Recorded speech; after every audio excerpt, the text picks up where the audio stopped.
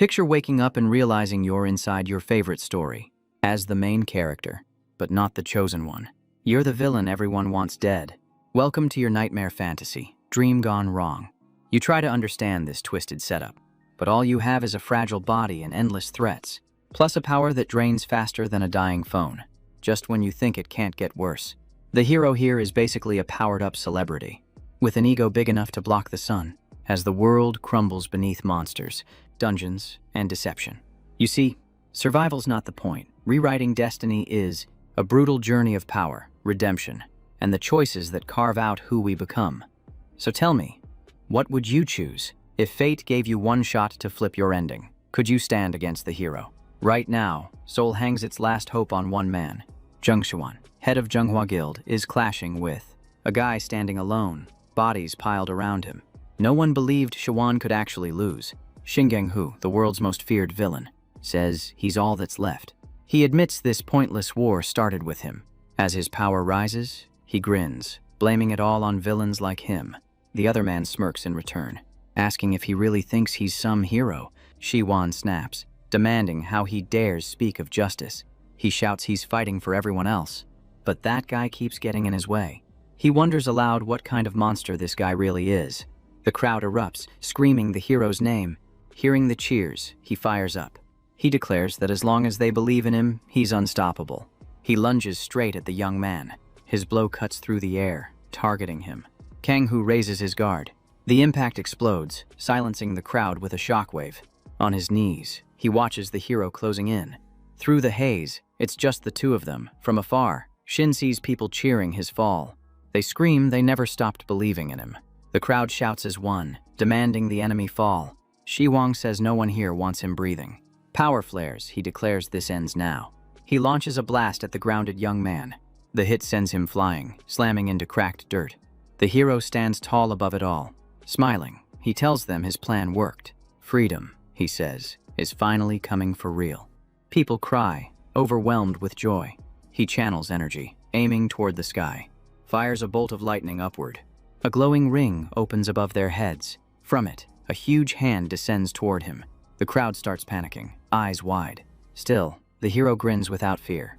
As the hand drops, they scatter in panic. He begins, as the Demon King arrives. Peace will, but Shin cuts in, saying only tyranny waits. The hero sees him alive, calls him a bug, tells him to watch the world his creation will shape. That's how the world was born. Keys clacked fast under tense fingers. The readers must have been shocked, since Zhang Shiwan, the lead, backed the Demon King. The 13 stars were ancient, ruthless forces, but stories reflect the truth we live. That novel came from his student life. Back then, he saw power twist right and wrong, even overshadow school cruelty. So he dropped that ugly truth into fiction. But reviews tore it apart. Nothing else to fix anymore? He shut the comments and slumped onto his bed in a cluttered room. He kept scrolling, reading cruel feedback, shrugs it off, planning to nap when a loud crash jolts him upright. He blinks awake, sees men with pickaxes smashing the ground he's on. He touches it, realizing it's stone, not floor. Nearby, a young guy is being beaten, blamed for disturbing the eclipse. That face pulls a memory from long ago. He wonders why that face keeps showing up in his dreams. A guard grabs the boy's collar, orders him back to work, says this is getting wild. The guard rears back to punch when something pulls every eye toward it. He turns his glare toward the writer, starts swinging while the writer questions why pain feels this real. A second guard steps in. They argue mid-scuffle. The writer questions if this is really a dream, because everything hits too hard. As he walks off, the guard warns he'll be his next target. The boy, bruised and aching, calls him Kang-ho, asks if he's all right. He stares at his hands, confused. Then he takes off running, and collapses to the floor. Palms pressed down, he senses mana rising through him. Power bursts out, rushing in all directions. He could absorb mana naturally, an extreme sensitivity to it. He touches his forehead, sees his face reflected in a puddle. No doubt, he was Shingang-ho now. He laughs, asking why he had to end up as this guy, if his friend was still alive. This was 5 years before it all ended. If he'd landed in Jiang Shihuang's body, he could have been the top hero. But now, he was locked on a path to the Demon King's defeat. Only the Demon King's squad would survive that arc. If he didn't flip the script, he'd get erased without impact. Lucky for him, he knew how to escape. As expected, after taking over, Shin's past and instincts were now his own. Even stuck at level 10, no constellations, just dead weight. A few hours of grinding left him completely drained. He felt like trash and regretted giving Shin high mana sensitivity just for being the villain. With a pistol and a rough map scratched into the ground, he called it his only shot. His buddy ran up shouting his name, then asked if he was good. Shin nodded, said he's fine. The boy asked if he needed rest. Kang-ho grinned, said if the guards allowed breaks, they wouldn't be dumped here. In a holding zone run by Eclipse, the outlaw unit. Rookie hunters with mana forced to mine like NPCs in a bad game. Looking over, he told him to chill and just keep swinging that pick. The boy froze when Shin admitted he was hatching an escape plan, but he told him to forget it. Just work before the guards picked up the scent. Told him not to try anything stupid, and he nodded back. He got to work, thinking the warning was enough. That guy was the character he built around that kid he once knew. Changing the plot now wasn't an option. His goal was clear: get out of here. Workers moved fast, dragging mana crystals. He saw a guard grab a kid nearby. The moment they got distracted by rookies, he bolted. A second guard stepped in, shouted at everyone to focus. The kid froze up. Drawing his sword, he warned what happens to those who run. Then, in front of all of them, he stabbed the sword into the kid. Everyone stood still, shaken, angry. The guard kept hitting him, blood splashing all around. Shin trembled, furious at what he just saw. Looking at the body, he muttered the kid was dumb, said he warned him. A guard stepped up, told him to play dumb like before or end up dead. Kang-ho said he didn't care if the kid died. Asked to hit the toilet, said that mattered more, confusing the guard. The guard mocked him, asked if he peed himself. Shin stayed silent, so the guard gave in, told him to come along. At the door, the guard said he had 1 minute. If he took longer, this room would be his grave.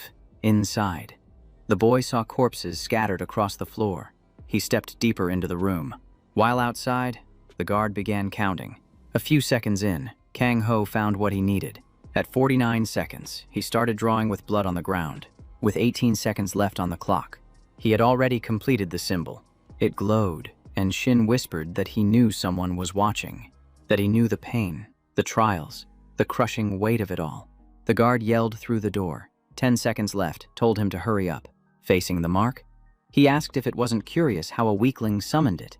Stay 1 second more, and the being would appear, just like in the book, ready to persuade. It would tell him waiting 1 more second could destroy the world he craved. Since he became its entertainment, it would answer the call. Shin claimed he was the best at using this power. As the glow spread, he smiled, certain it had arrived. In the novel, Shin Gang-ho's contract was with the constellation called the Dimension Raider. She scoffed, said she'd lend her power for a second because he intrigued her. He looked up and said to prove it. Shin told her to stay put and watch. Outside, the guard started pounding the door. He burst in, yelling if someone was messing around. But the place was empty. Dust spun through the air. A dark figure in the center made him freeze. Shin had gained power from the constellation. Wild. Right, he dashed straight at the guard, but vanished before the guy could grab him. The guard spun around. Only saw the door, swore he vanished. Then bam, Shin reappeared behind him, holding a metal rod. He slammed it into the back of his neck. The guard realized what happened, cursing non-stop, then stammered, trying to speak through shock. Shin yanked the rod free in one clean move. The guard hit the floor, knocked out cold. The boy looked at the girl nearby. He nodded. That moment pushed him to escape. The constellation found Shin amusing, sealed the pact. Now Kang-ho had payback for the fallen boy. He grabbed the knife and tucked it into the car, hidden in a glove box taken off the guard. The system beeped, confirming the weapon was logged, no turning back now. As night came, Shin prepped for the break. With gas cans, he soaked the area. First, he needed a second-class guard's uniform. After that, he would burn this criminal whole to ash, then escape right through the front gate. The fire spread. Guards sprinted into chaos, shouting, confused, calling for fire support. One barked orders, told them to regroup at the crematorium. Everyone jumped in a van, sped off. One guard spotted him, asked if he swapped with the one on shift. He nodded, said someone escaped from Building 18, mentioned the fugitive ran for the northwest fence, then asked why they hadn't left yet. The driver hit the gas hard. That northwest path led straight to Mount Chungmyeong. Seemed perfect. dark and easy to slip through, but it was laced with eclipse traps, making it a death route. Shin would twist that trap to escape. He told the others the guy ran toward the mountain. Just grab the body. Behind the wheel, the guard nodded. They punch in the code and unlock the gate. At last, he slips out of the prison grounds. The van glides through the dark streets. The driver asks what went down in Building 18. Staying in character, Shin says taking out inmates would be easy since no one would hear it. The driver agrees, calls them useless. Hearing that, Shin gets irritated at his tone. He asks how long the guy has been stationed in Building 18. Shin says 2 days. Others say he should be in Unit 9. He plays along. But the driver says Unit 9 isn't real. The van keeps moving through the night. Kang-ho grins, says he's right. He slowly pulls out the knife, then strikes the man in the front seat fast. Cold and focused, he cuts down the 2 guards, saying he will finish every one of them. With one down, the van shakes out of control. When it stops, he tosses the body out the window. The guard uses mana, curses Shin and lunges at him. His force is so strong the ceiling cracks when Shin dodges. That sight makes the guard break into a sweat. He shouts, asking how Shin dared to fool them, and charges again. A blast punches another hole and knocks Shin back. The guard smirks, calls him worthless. But when he looks to the side, he sees Shin's reflection in the mirror. In that instant, Shin disappears. Kang-ho appears beside him and slices his neck before he reacts. Their eyes meet as the young man pulls the blade free from the guard. The body gets thrown out. Shin feels dizzy from draining his mana too much. Then a bright light appears in the distance. A car approaches fast. He didn't expect a patrol. Grins, says more trouble is coming. He slides down the slope to escape and crashes onto the ground. A man steps out, says he can't believe Shin dropped 2 guards and fled. He carries an axe and calls him a worm. The red symbol overhead shows he's bound to a constellation. Shin wonders what ability he holds. His constellation links to mana and tracks it. That power made finding Shin way too easy. Kang-ho shouted how great it felt, leaving the other guy stunned. He saw the red mark above his head, proof of a contract. Defeating another hunter could snatch their constellation. The system confirmed he could steal the kid's contract. Grinning at that, he thought it was time to use constellation loot for real. If someone had a contract, they were level 100. Fighting head-on was a bad move. So he dashed away, planning to bait and strike. The other guy grinned, called him a pathetic worm. Leaves rustled behind a bush. The guy taunted him to keep hiding, said his eyes could spot anything, no matter how hidden. Deep in the woods, the man searched for him. Using his scan skill, he checked every tree for movement. His thermal vision picked up heat behind one tree. He rushed over and hurled the axe, yelling that he found him. But when he got there, the tree was sliced clean and empty. He looked around, wondering where he vanished. His answer came fast, and it rattled him. Shin lunged from below, slashing at his neck. He never expected close combat without a weapon. As the cut landed, Shin said it was his mistake for underestimating his. The system announced the kill and transfer of the solid connector contract. He now belonged to the dimensional looter, with no way out but death or release. Every one of his powers now belonged to Shin. Shin checked the new skills he absorbed. Reading them, he was thrilled with the gains. Switching to night vision, he scanned for more enemies nearby. Just then, he covered his mouth with his hand. A wave of nausea hit him. He dropped to his knees, blood dripping from his mouth. He worried he pushed too far hiding from that guy. He had suppressed his mana sense and stayed hidden, then dumped all his energy into a single stone. If left alone, it would pull mana in and explode violently, so he had to quickly mute his mana sense and ditch the stone. That bait let him drag the enemy in and strike. But to get that close, he burned a short-range teleport. That move wrecked his body. If he pushed any further, his body would break. He had to find cover fast. After a few steps, he hears a sound nearby. A truck hauling mana-purifying sand rumbles past. He runs toward the cliff's edge and leaps down to the road. He lands on the sand, lies flat, thinking he just downed 3 enemies, which never happened in the novel. He had to level up without shifting the timeline.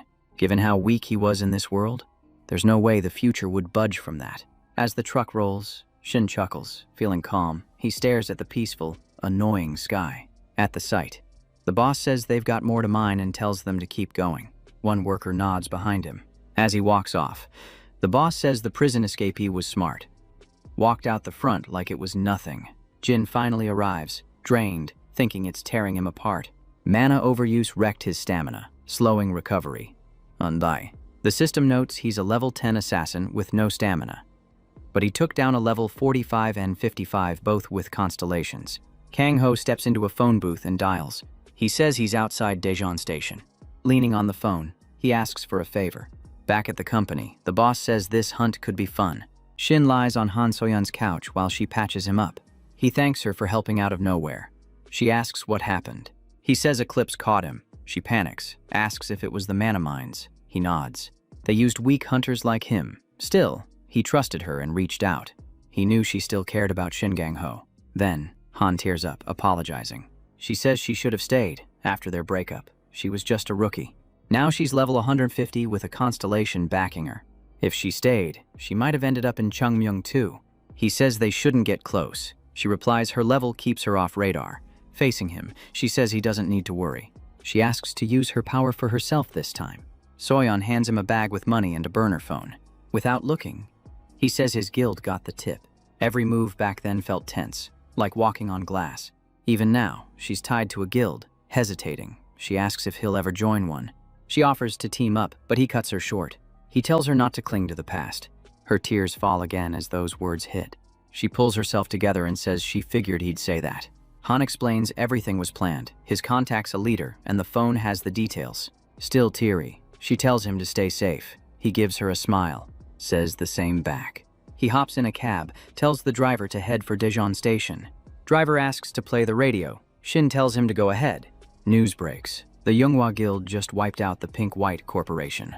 And they say Judgment Day has arrived. Driver tells his wife something feels off. No cars in sight, gets worried when she stays quiet. Glancing over, he sees her face is a sketch. He panics, looks up. A massive scythe is at his neck. In the sky above, strange energies fly over the burning car. A reporter says the sky's turned purple, and it's getting worse fast.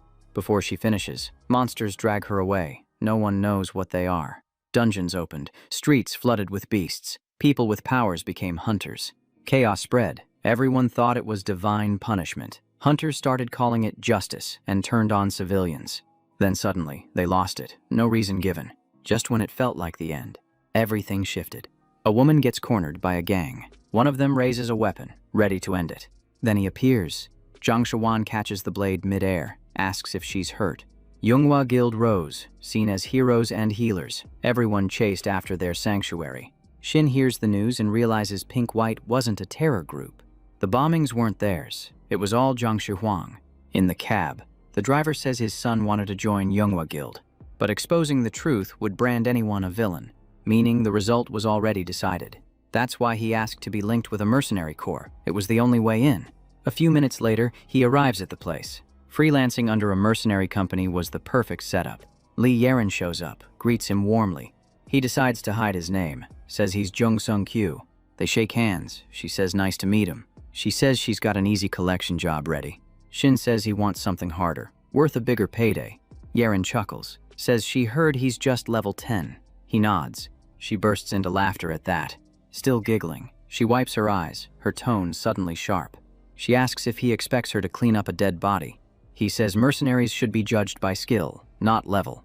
Lee Yeren was a mage and support caster with a mid-tier constellation, a character she built to one day challenge the 13 stars. Shin knows earning her trust is step 1. He asks if she ever wasn't a mercenary. She replies that spirit and reality are on different planes. As she walks by, she adds that truth and bias don't mix either. Smiling, Yeren decides to test him, says she'll allow it. They face off, both braced for combat. Power crackles. She says she'll judge one thing, whether or not he can dodge her spell. He only wants proof he can survive a fight, and dodge well enough to strike back. She summons mist puppets, tracking fog that follows him from afar. It won't deal damage, but dodging it keeps the test going.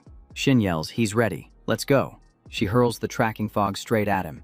A burst of energy flares as it makes contact, but she can't see the result. Then, she spots him sprinting up the right wall, which stuns her, since someone his level shouldn't even leap that high. She thinks he's mastered short-range movement. Watching him, she decides he's not just all talk. She casts again, asking if he can dodge. This time, she rushes him fast and hard. The fog lashes out as she charges close. He looks back and sees her smiling again. The fog surges once more. It sends a powerful pulse until it locks on. She looks up and sees he dodged again, then wonders if that was teleportation as he appears behind her. Her eyes widen, a blade now at her throat. Shin calmly says they can end the test here. She smiles at the blade near her skin. Thinks he's quicker than expected, fitting for a merc. Yeren turns and asks if he trained before. He says, honestly, no. She touches the sword, says no level 10 should move like that. Kang Ho asks if he passed. She says yes, but he needs to be level 50 to be hired. Shin slides his sword back, muttering, solid hit. Then, she eyes the boy through the mirror. She asks if the bulletproof glass caught his attention, since someone's aiming behind him. He mentions Eclipse showering him with love, then realizes, turf war. She opens a paper, says it's a bounty for a wanted man, hands it over, says it'll help. In the abandoned ruins, Kim Moo-kyun waits, level 50 mage, wants the third-class Vistaro shoes recovered. Shin reads it, asks if bringing him back is required. Yeren says she could just finish him. He caused too many civilian deaths. The agency's fine with it. He grins, ready to move. She warns, the guy's hiding, won't be easy. The dungeon's big, but tracking here suits him. Kang-Hu used it as a hideout in the book. Useful middlemen are there. Movement catches his eye. He says they've arrived, slashes his hand to begin. Blood sprays, instantly triggering. The stench alerts the nearby rabbits. They all dash at him. She blinks short, stacking skills. Strikes and clears the field. Then she lands a cross-jump with teleport. Behind her, beasts lie still. Yeren tells him to grab the item and do as he pleases. The rest. Then a man shows up behind, dual swords drawn. Asked what reward he wants, he replies, a dungeon clearance license for all bosses.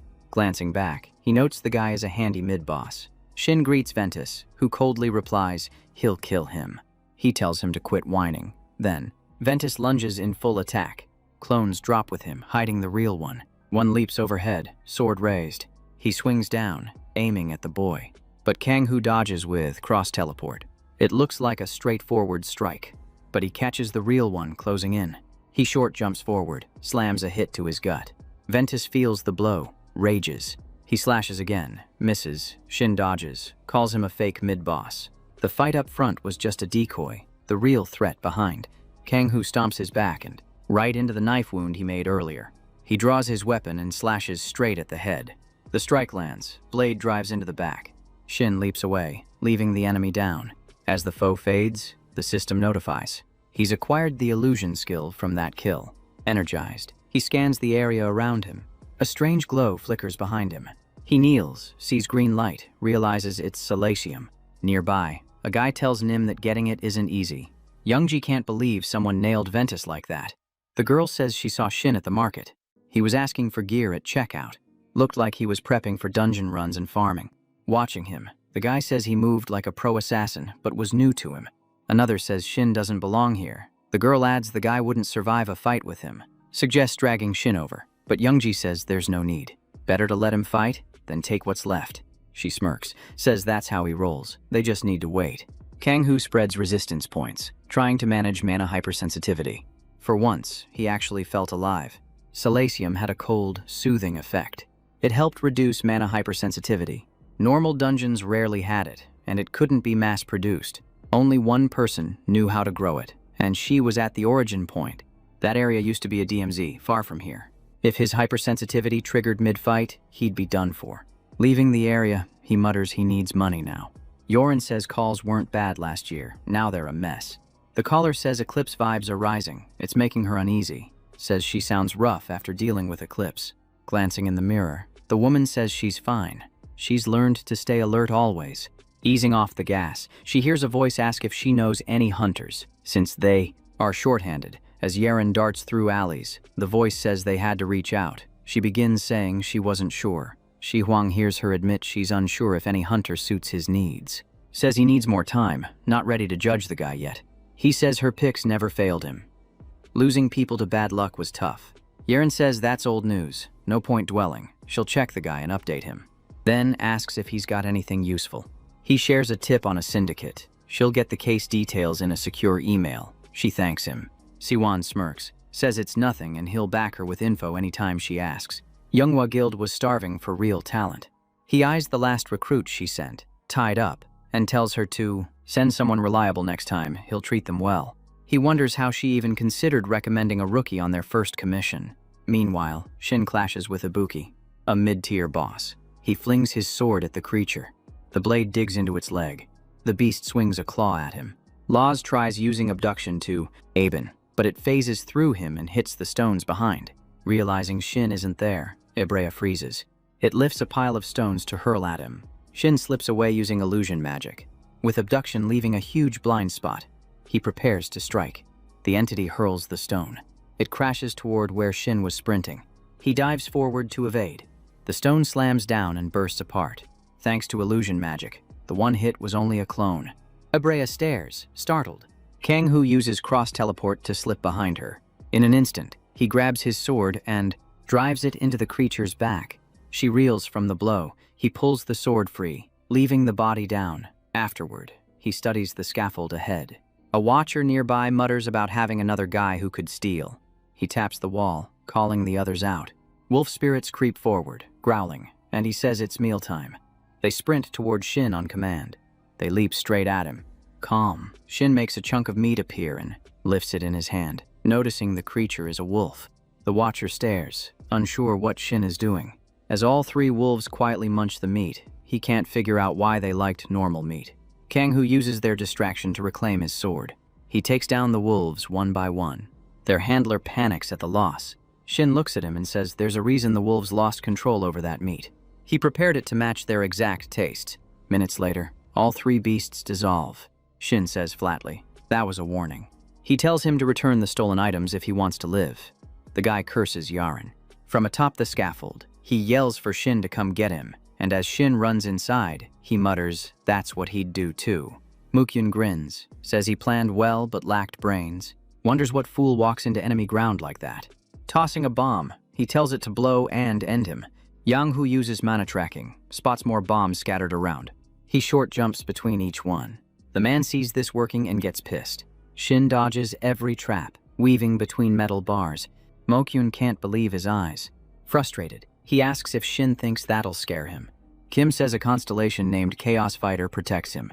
He shouts that he'll show dark magic from hell, casting a blast at Shin. Shin warps with cross-teleport, chaining jumps, slips past the attack, appears near him. The guy's a level 50 dark mage, backed by a chaotic constellation.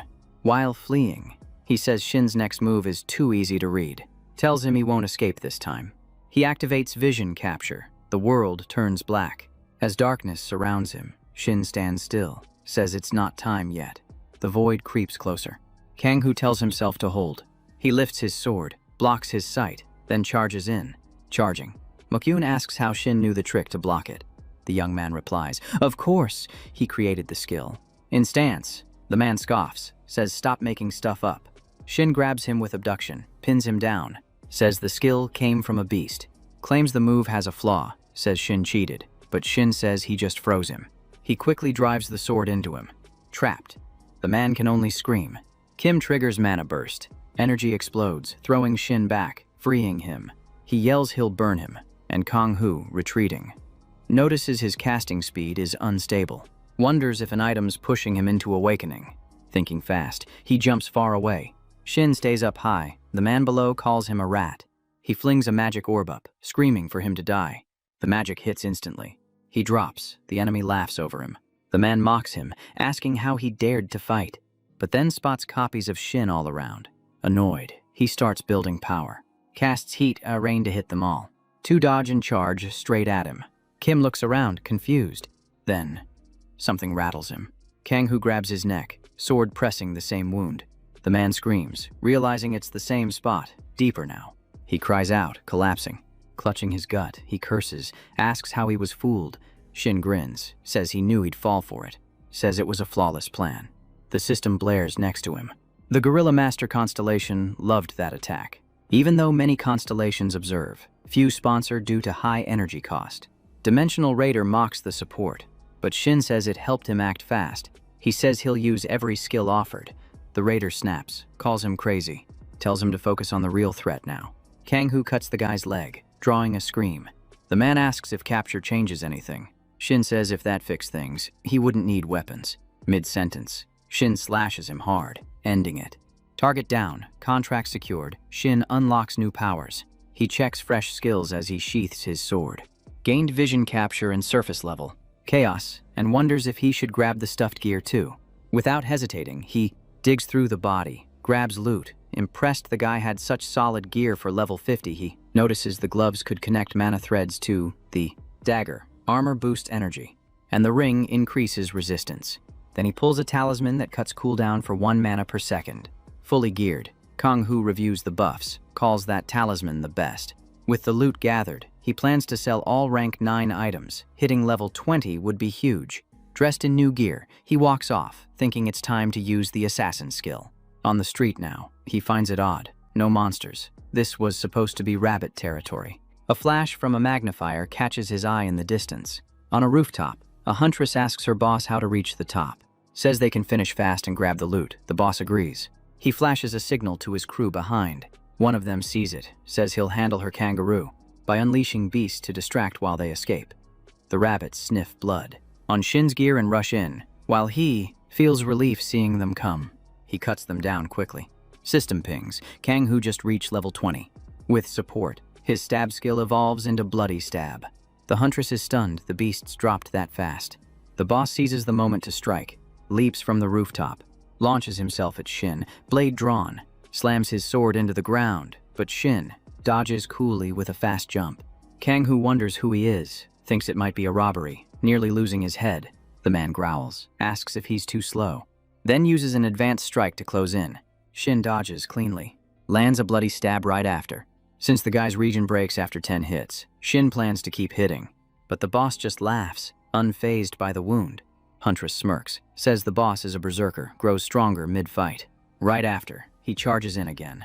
Shin dodges, admits the guy fits the berserker type, but his wild swings leave him open. Shin strikes back.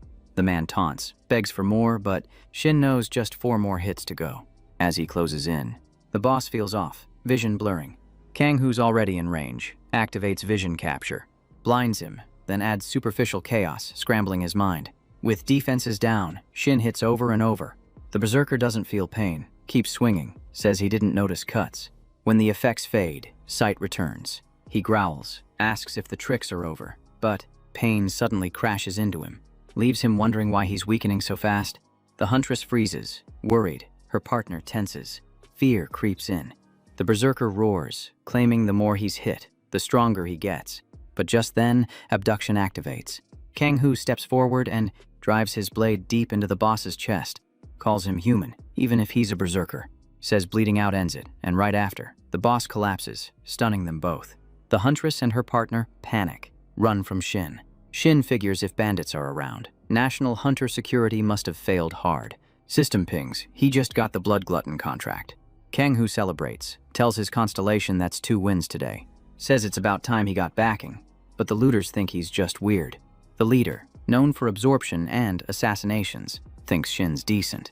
Reflects on the wild scene that just happened. He had a talk with a kneeling guy about some loot, including a bracelet with magic resistance. Plus, he got shoes that boost his speed, and a glove that buffs his physical defense. He thinks mixing it with a throwing glove balances attack and defense, making hard fights easier. He wonders if it's time to finish the commission. Walks off pumped. In Daejeon, buildings line the distance. A wide road stretches ahead. His magic shoes glow, drawing attention. The woman stares. Stunned he found Vardaro's shoes so easily, he just nods. Thanks her, ends the short talk. Young QC says the first job's usually a warm-up, but he crushed it beyond most. Says half the rookies fail the first job. And the woman, cold and smart, has a high clear rate. As promised, she gives him a dungeon pass with intermediate bosses. She explains everything he needs to clear it. In the Howling Winds Moor, near Gapyong Station, there are 4 mids and a final boss. Shin Gong-hu reads the sheet as she asks if he's into it. Grinning, he thinks the dungeon holds 5 skills worth grabbing. He asks her to hold the item till morning, wants it ready. Still talking, he's unsure if she'll really buy, curious about her plan. Kim Moo-hyun had stacked up loot, and she sees a shot at a good trade. They go over a new mission, checking every line. He points to a photo in her file. Hyo Jung-tae, wanted for national theft and violent crimes. Seung-kyu says tracking him down won't be easy. He rarely shows up. But it's fine. They've got a lead to follow. After selling extras, Shin pocketed 250 million won. On a call, he worries about beefing up security with the new cash. A voice answers, asking who's calling. He jumps in, orders 10 salatiums, says to meet at Yongsan Station. A mustached man confirms, then hangs up quick. After that, he notes there's still time before the dungeon raid, so he heads to Club Hades for a drink and intel. Inside, a brutal fight breaks out, drawing all eyes. The long-haired guy gets wrecked, screams loud. Around him, the crowd roars like it's a championship game. Shin Gong-hoo tells the redhead bartender he's betting everything. With a wild stare, he orders a salasium burst. Benny, the bartender, looks shocked at the request. She laughs, says it tastes weird, nobody orders it. He figures bartenders in places like this hold good info. But this one's still unconfirmed, so he's not fully convinced. Then his eyes widen, caught off guard by what he sees. A woman in a tight dress appears at the bar. Short hair, calm stare. She's Cha So-hee, Kang Dong-hyun's right hand, Eclipse's hunting dog. As he sips his drink, he wonders if Eclipse is after him. The redhead grins, says she doubts he'll show up again. Curious, he asks why, and she says she only heard rumors. Leaning close, she whispers Eclipse plans to take the club. She adds they'll likely scatter hunters, then drag them to the mine. Eclipse doing what Eclipse always does. Then it clicks. That's why Cha So-hee is here. He knows it's time to get out fast. A noise breaks out. He and the bartender spin around. He senses trouble and starts sweating hard. A black-clad gang storms into the club. Everyone stares until someone yells if this is a raid. One bartender runs. Others start panicking. One thug grins, warns the crowd to stay sharp. Chaos erupts. A fight explodes across the room. A guy in a suit tries to defend himself. He trembles, barely holding it together. Desperate, he lunges at one of them with all he's got. Steel clashes, loud like a concert gone off the rails. A man with glasses pauses, sensing something strange. Shin Gong-hoo stands right in front, locking eyes. Axe in hand, the man asks if he's ready to die. But Shin's faster, cross-teleports in and vanishes, leaving him lost. The man gets hit without warning, already on the ground, too late to react. From afar, Cha So-hee watches, silent, eyes sharp on every move. She studies the chaos, planning her move with cold focus. Then she steps out from cover. She slips toward him, silent as shadow. He senses her closing in, instincts flaring. She hides a blade behind her, ready to strike. With a sharp motion, she hurls the knife at Shin Gong-hoo. He reacts fast, but the blade instead hits an enemy creeping behind him. The man staggers, staring at her, unable to respond. She follows with another swift attack, giving no space. He's thrown off, puzzled by her strange words. The short-haired girl keeps swinging hard, never hesitating. She pushes back anyone near her, driven by iron resolve. Even he pauses, trying to grasp her intent. She says she's never seen him, yet he caught her interest, asks his guild. He replies firmly that he dislikes being tied to any group. She smiles, asks if they can talk business. He agrees. More armed men appear, ready to clash with them. No one understands why investigators are attacking, ruining everything. Her stare is fierce. She refuses to retreat. The men panic at her speed, unsure how to act. She orders the black-clad crew to charge. The room spirals into confusion.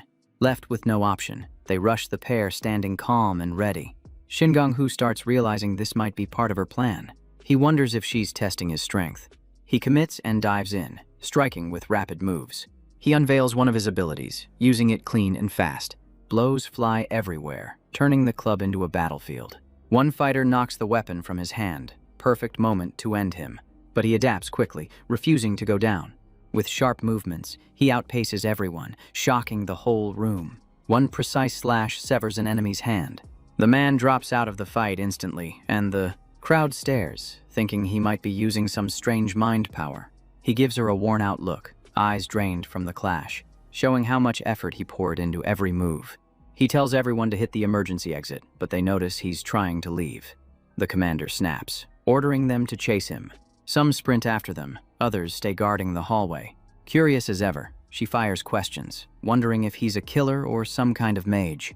He flashes his gear with a grin, showing he's prepared for whatever. Using his magic glove, he tries syncing with the dagger like a close partner. He tells her she can believe whatever she wants. He keeps it quiet, sprinting past enemies pouring into the streets for a fight. A broadcast blasts, reporting Black Lion's chaos in the club. Hallway thugs attack fleeing guests, chaos everywhere. The system says Eclipse is responding fast. hunting down escapees. But Shin Gang-ho moves sharper, faster, dodging every hit with perfect motion. He slips through and strikes back hard, dropping foes one after another. A new alert flashes, but he can't figure it out. Turns out a constellation just praised his justice mid-fight. A soldier charges him, blades drawn. Shin just grins, treating it like a joke. He throws a blade, nailing the guy in the head. The woman starts pondering his talk about justice. She questions if justice means anything in this brutal world.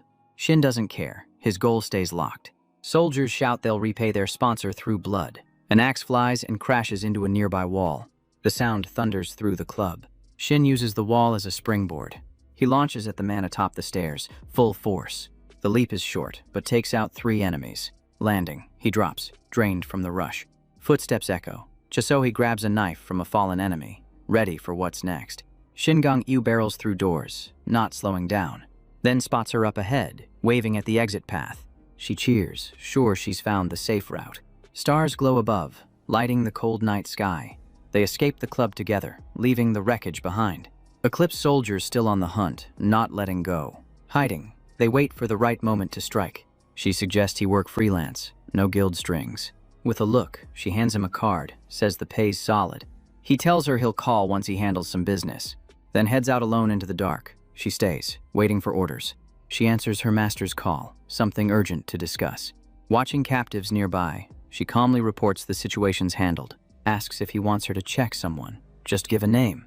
The place, Chunkumyung Detention Center. The target, Shin Gang-ho himself. At the train station, crowds board, exit, and walk the platform. A man got off the train, black shoes, tight pants. It was Shingang, reading Cha So-hee's vibe, knew it was time to vanish from Daejeon. Eclipse was expanding, scanning trains bound for Gapyeong. Yongsan Station was clearly the safest exit. He tore open the box fast, ripping the tape clean off. Scanned the goods, all there, raised them like a trophy. He slipped into a hidden corner, exhaled hard. While staying alert, he overheard voices nearby. A guy in a fuzzy coat barked into his phone, saying, "Just show up." Then suddenly, noticed eyes on him, panicked, shouted at the shadow. He kept insisting the other person meet him at Yongsan. A man in a long coat and gray hair ran the show. Crowds stared at a huge screen in a Seoul tower. The Zhonghua Guild's dungeons were stationed there, guarded tight. Also, the only place where the National Security Agency acted. They ran a giant marketplace, kept prices sky high. The MC knew the utility date was done, had to adjust fast.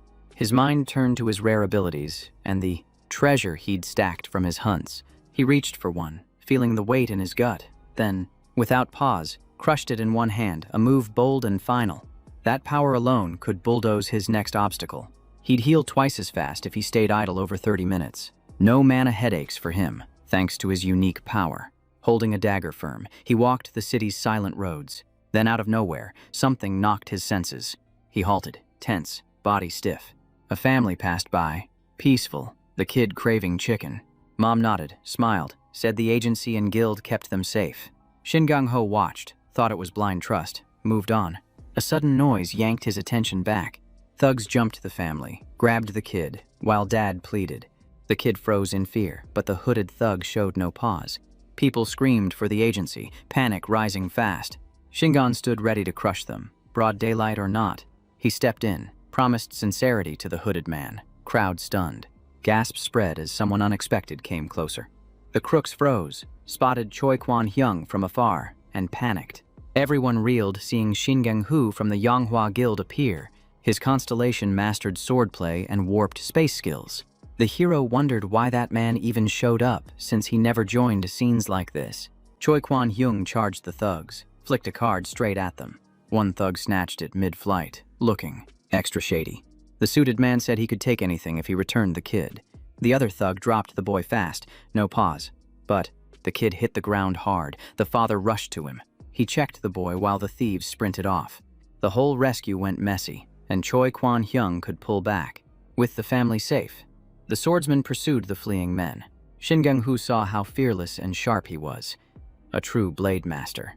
His spatial control made him unpredictable, and he refused to let those hooded men escape. The swordsman pushed full power, landing fierce strikes on them. The two thugs staggered, lost in the chaos.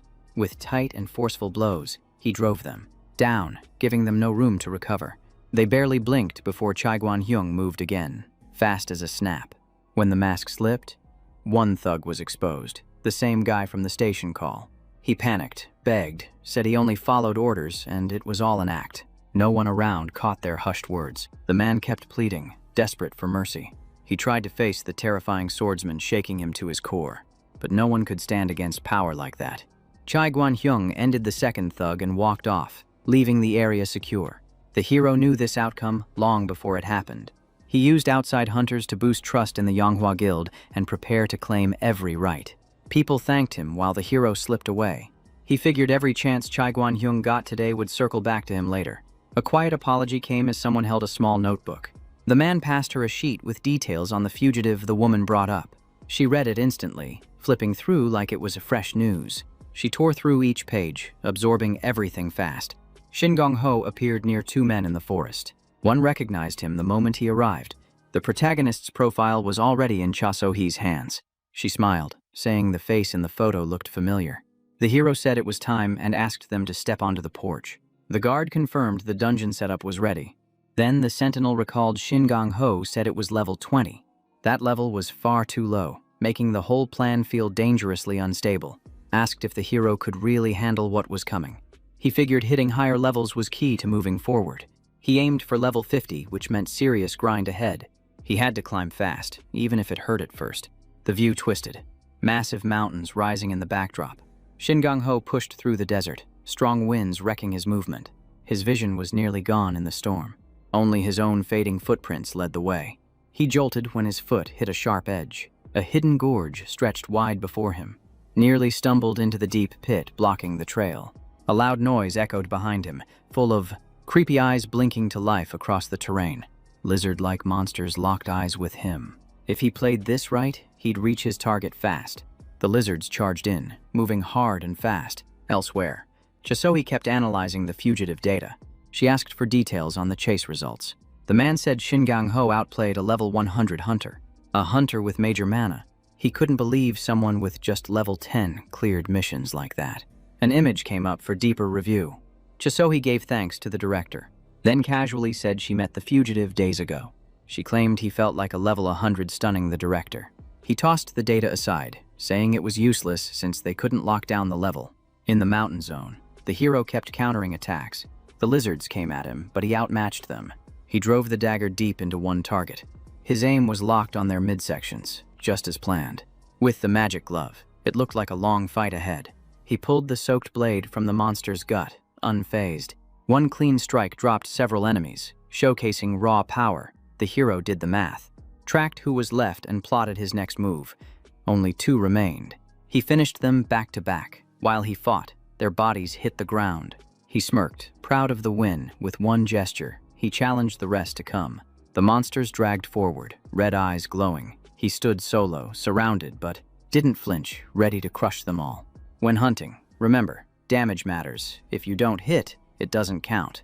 But even a scratch can earn solid rewards if it lands. The hero sprinted hard, lizards snapping at his heels. They lunged and chased close, but he stayed cool, nailed it. He jumped clean, clearing the gorge with sharp precision. Mid-air, the beasts began falling behind, unable to match his pace. He landed safe, leaving the lizards to plunge straight into the pit. That fall sealed their fate. 0 chance of survival. Another monster wiped, mission marked complete. He wrapped it up with sharp execution. Each fallen creature triggered a new achievement alert. His plan worked, he just hit level 27. Somewhere else, Cha So-hee spotted floor markings, likely drawn by Shin Gong-ho. It looked like a blood ritual, but she still couldn't decode it. She started to suspect he might have summoned a constellation. Her phone buzzed, Master checking the status of the case. The aide warned this fugitive wasn't just anyone. She agreed. She called for support, still raging over the director's lie, and ended him. In the mountains, the warrior scanned the battleground. Monsters scattered lifeless around him, holding a stone. He stared, thoughts circling his past. He recalled those grinding days in the mines, each day just clawing through to stay alive. By now, Cha So-hee should have pieced it together. He was the target. Still, he wasn't about to go down easy. A towering fire-shaped figure lit up behind him. It approached slow, each step heavy, its presence intense. He grinned, saw the creature coming, already set to fight. Dagger in hand, he stated this was his first skill. They squared off in the mountain's heart. A hooded archer aimed his drawn bow. The beast later floated defeated in the water. Another victory marked for Shingon on his path. System flashed that his skill was now unlocked. He could now channel fire into all his weapons. Above, a watcher stood stunned by how fast the boss fell. His hunting approach was flawless. He poured every move into that fight. Drove the fire beast straight into the oasis. Used illusion magic to seal the trap. That guy moved like someone far above his level. No wonder the captain had her eye on him. She gave the order. The guard had to trail him everywhere. That's why he locked the warrior's face into memory. Captain said the results were solid, but her concern was his low level. She wanted the man ready to support Shingang Ho if things went south. Also told him to share a few words on teamwork when needed. The warrior could boost the Blue Eyes' odds if they helped him grow. Still spying, he decided to stay and observe more. A dagger cut through the air from far off, nailed the barrier dead center. After the hit, cracks spread fast across the shield. The hero noted their defense wasn't weak at all. One guarded the rear as an intermediate-ranked boss. Another held the side as a mid-tier defender. The third covered the front with solid skill. All three stood tight inside the shield, handling a trio's job solo. Each covered the others, working smooth as a unit. It reminded him of Li Yaren's old advice. The guy promised to reach out once Heo Yung Tai was handled. She told him to hold off a bit longer, then pitched him a full-time offer. He glanced at her quietly, not giving an answer. Smirking, he said she looked like she belonged to some group, and he wasn't into sharing. Back in the fight, he made a short leap forward, closed in on the glowing blue shield, studied it sharp, ran circles, shaping a plan. With tight aim, he drove his dagger into the barrier, aiming to break it down. He moved fast, weaving around attacks, keeping the edge. He triggered another skill, this time using cross-teleport. The defenders were completely confused. He now tried to land a capture move. The enemies couldn't see a thing. He jumped again, covering ground in a flash. Everything felt smooth, just how he wanted it. He reached the exact range he needed. The abduction would go down soon. The defenders started realizing what was happening. Using the capture power, he picked them off one at a time. No pressure. They didn't know where the attacks came from. Shinnok moved with electric speed. The barrier was almost destroyed completely. He said nature moved in squads for a reason. Threw shade about trusting others when they couldn't even handle themselves. He used cross-teleport, striking fast from nowhere. The enemies couldn't keep up with his raw speed. He mapped out a clean short jump, gaining the edge. Grinning sharp, he fought harder, every move precise. Shield bearers couldn't block him anymore. This fight was already over. Victory notice popped up right after. But one boss remained, and he planned to go full force.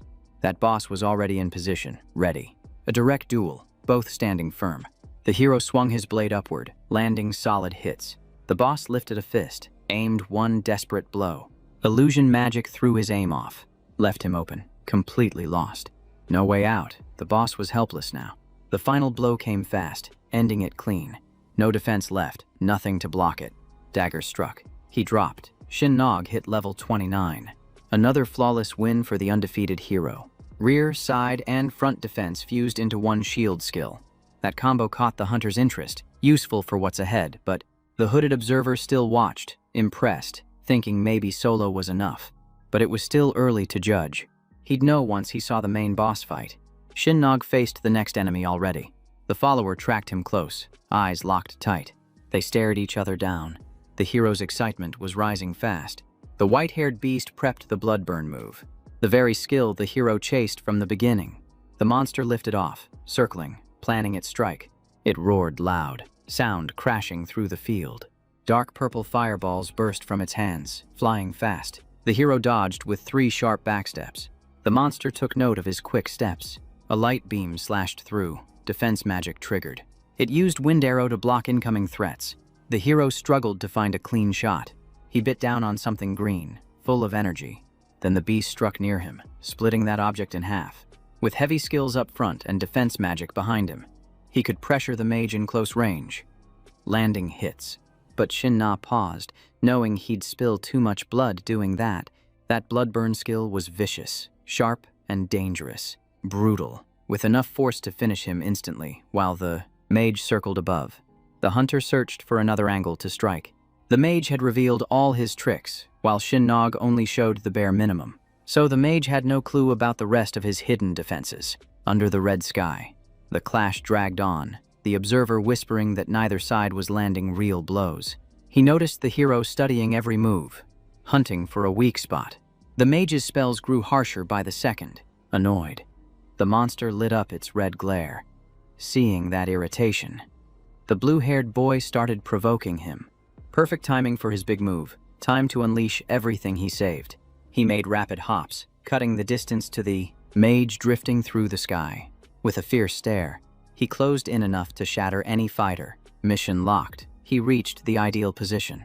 The mage barely realized the kid was next to him, his white hair rising as fear of being taken down kicked in.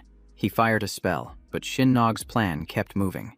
Power bursts lit the field, explosions shaking the rocks where the observer hid. He prepped universal teleport, ready to strike the mage from behind. A quick glance showed the monster hovering right beside him. With a wicked glow, it prepared to pour all its magic onto the hero. A purple blast of dark energy filled the sky, but pride hit too early for the mage's display. The hero raised his hand and used the shield he earned earlier to block the incoming blast. He then tapped into his fire element and slammed a burning strike into the mage's back, sending him crashing down, screaming. Shinnog's eyes sharpened as victory came into view. Flames kept roaring, wrapping the mage in blazing heat. Taking down the enemy, he realized the power wasn't bad at all. The hooded watcher was stunned, seeing the hero defeat Alicia alone with zero help. Now he held the blood-burning skill he wanted, completing his main mission. He also noticed the man trailing him quietly slipped away. His level reached 32, unlocking the basic assassin skill, acceleration. Checking his new achievements, he swallowed the green objective. He even scored a surprise sponsorship, earning a touch of constellation power. At his feet pulsed a glowing blue item, packed with strange energy. That constellation power was finally his, something he never expected to grasp.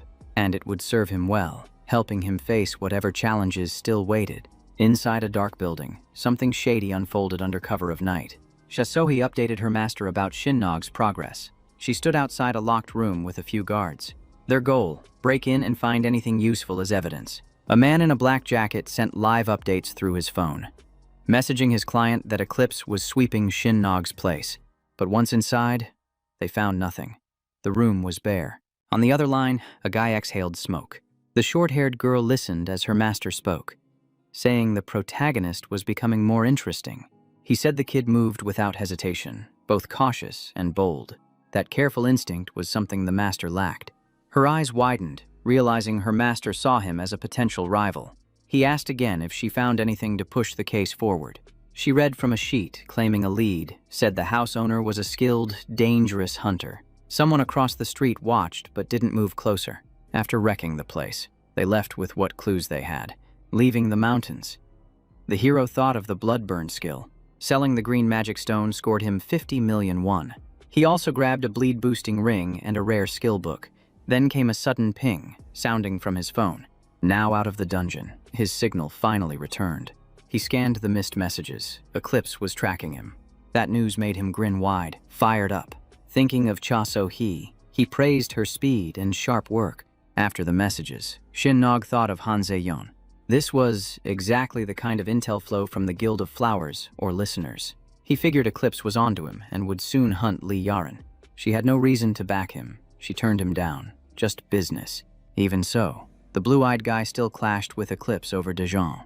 It was time to find Har Jung-tai. Calm, he boarded the train. No bags. He'd need help and had to find them quick.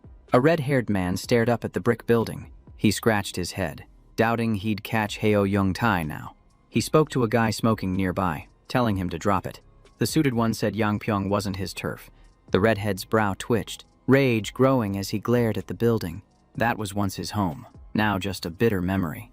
He climbed slowly, steps echoing in the silence. At the top, he pounded the door, ready for what came next. A light-haired boy answered, asking who was knocking. The red-bearded man asked for Heo Jung-tai, but the kid looked lost. Only one person lived there, and it was that same kid. Glancing in, the man in the coat spotted a gun on the counter. He quickly asked if the kid was a hunter. The boy spun around, checking his weapon. Said he kept it because the world was wild, figured most folks did. Awkward silence. The man apologized. The kid slammed the door shut. It wasn't the place he needed, so he kept moving. Inside, the boy grabbed the gun fast, grinning wide. He swung the door open again, like he knew the deal. No hesitation. He aimed straight at the redhead's back, but the man turned and drew his longsword in one motion. Moving sharp, the man reacted. Faster, knocking the weapon clean from the kid's grip. Shocked. He now knew the boy was actually armed. The man charged in, chasing the blonde through the room, landed a hard kick to the kid's back. The boy hit the floor, yelling. The blade hovered by his head, warning clear. He demanded answers about Hyojungtae. The kid said he only saw him once, warned not to chase him or else. Claimed Jungtae was hiding alone, protected by someone dangerous. Sword pressed close. The redhead asked for more. Outside now, on the street. The man wondered if this was why Yang Pyong stalled. Then he heard something nearby. Some figures were heading toward him. 3 guards from Seoul's National Security Agency scanned the area. He ducked behind a wall, avoiding their sight. The officers walked slow, checking around for something specific. Peeking out, the redhead debated how to avoid being spotted. Out of the blue, a blue-haired guy walked up, chatting with the guards. He said he had urgent news, but they told him they were busy. He claimed a hunter robbed him, gave the full story. While they listened, the redhead slipped out unnoticed. He dashed to cover, far enough to avoid getting caught again. Once clear, he let out a breath. Glad he escaped that mess. Shin-Nog smirked, knowing he just helped that guy escape.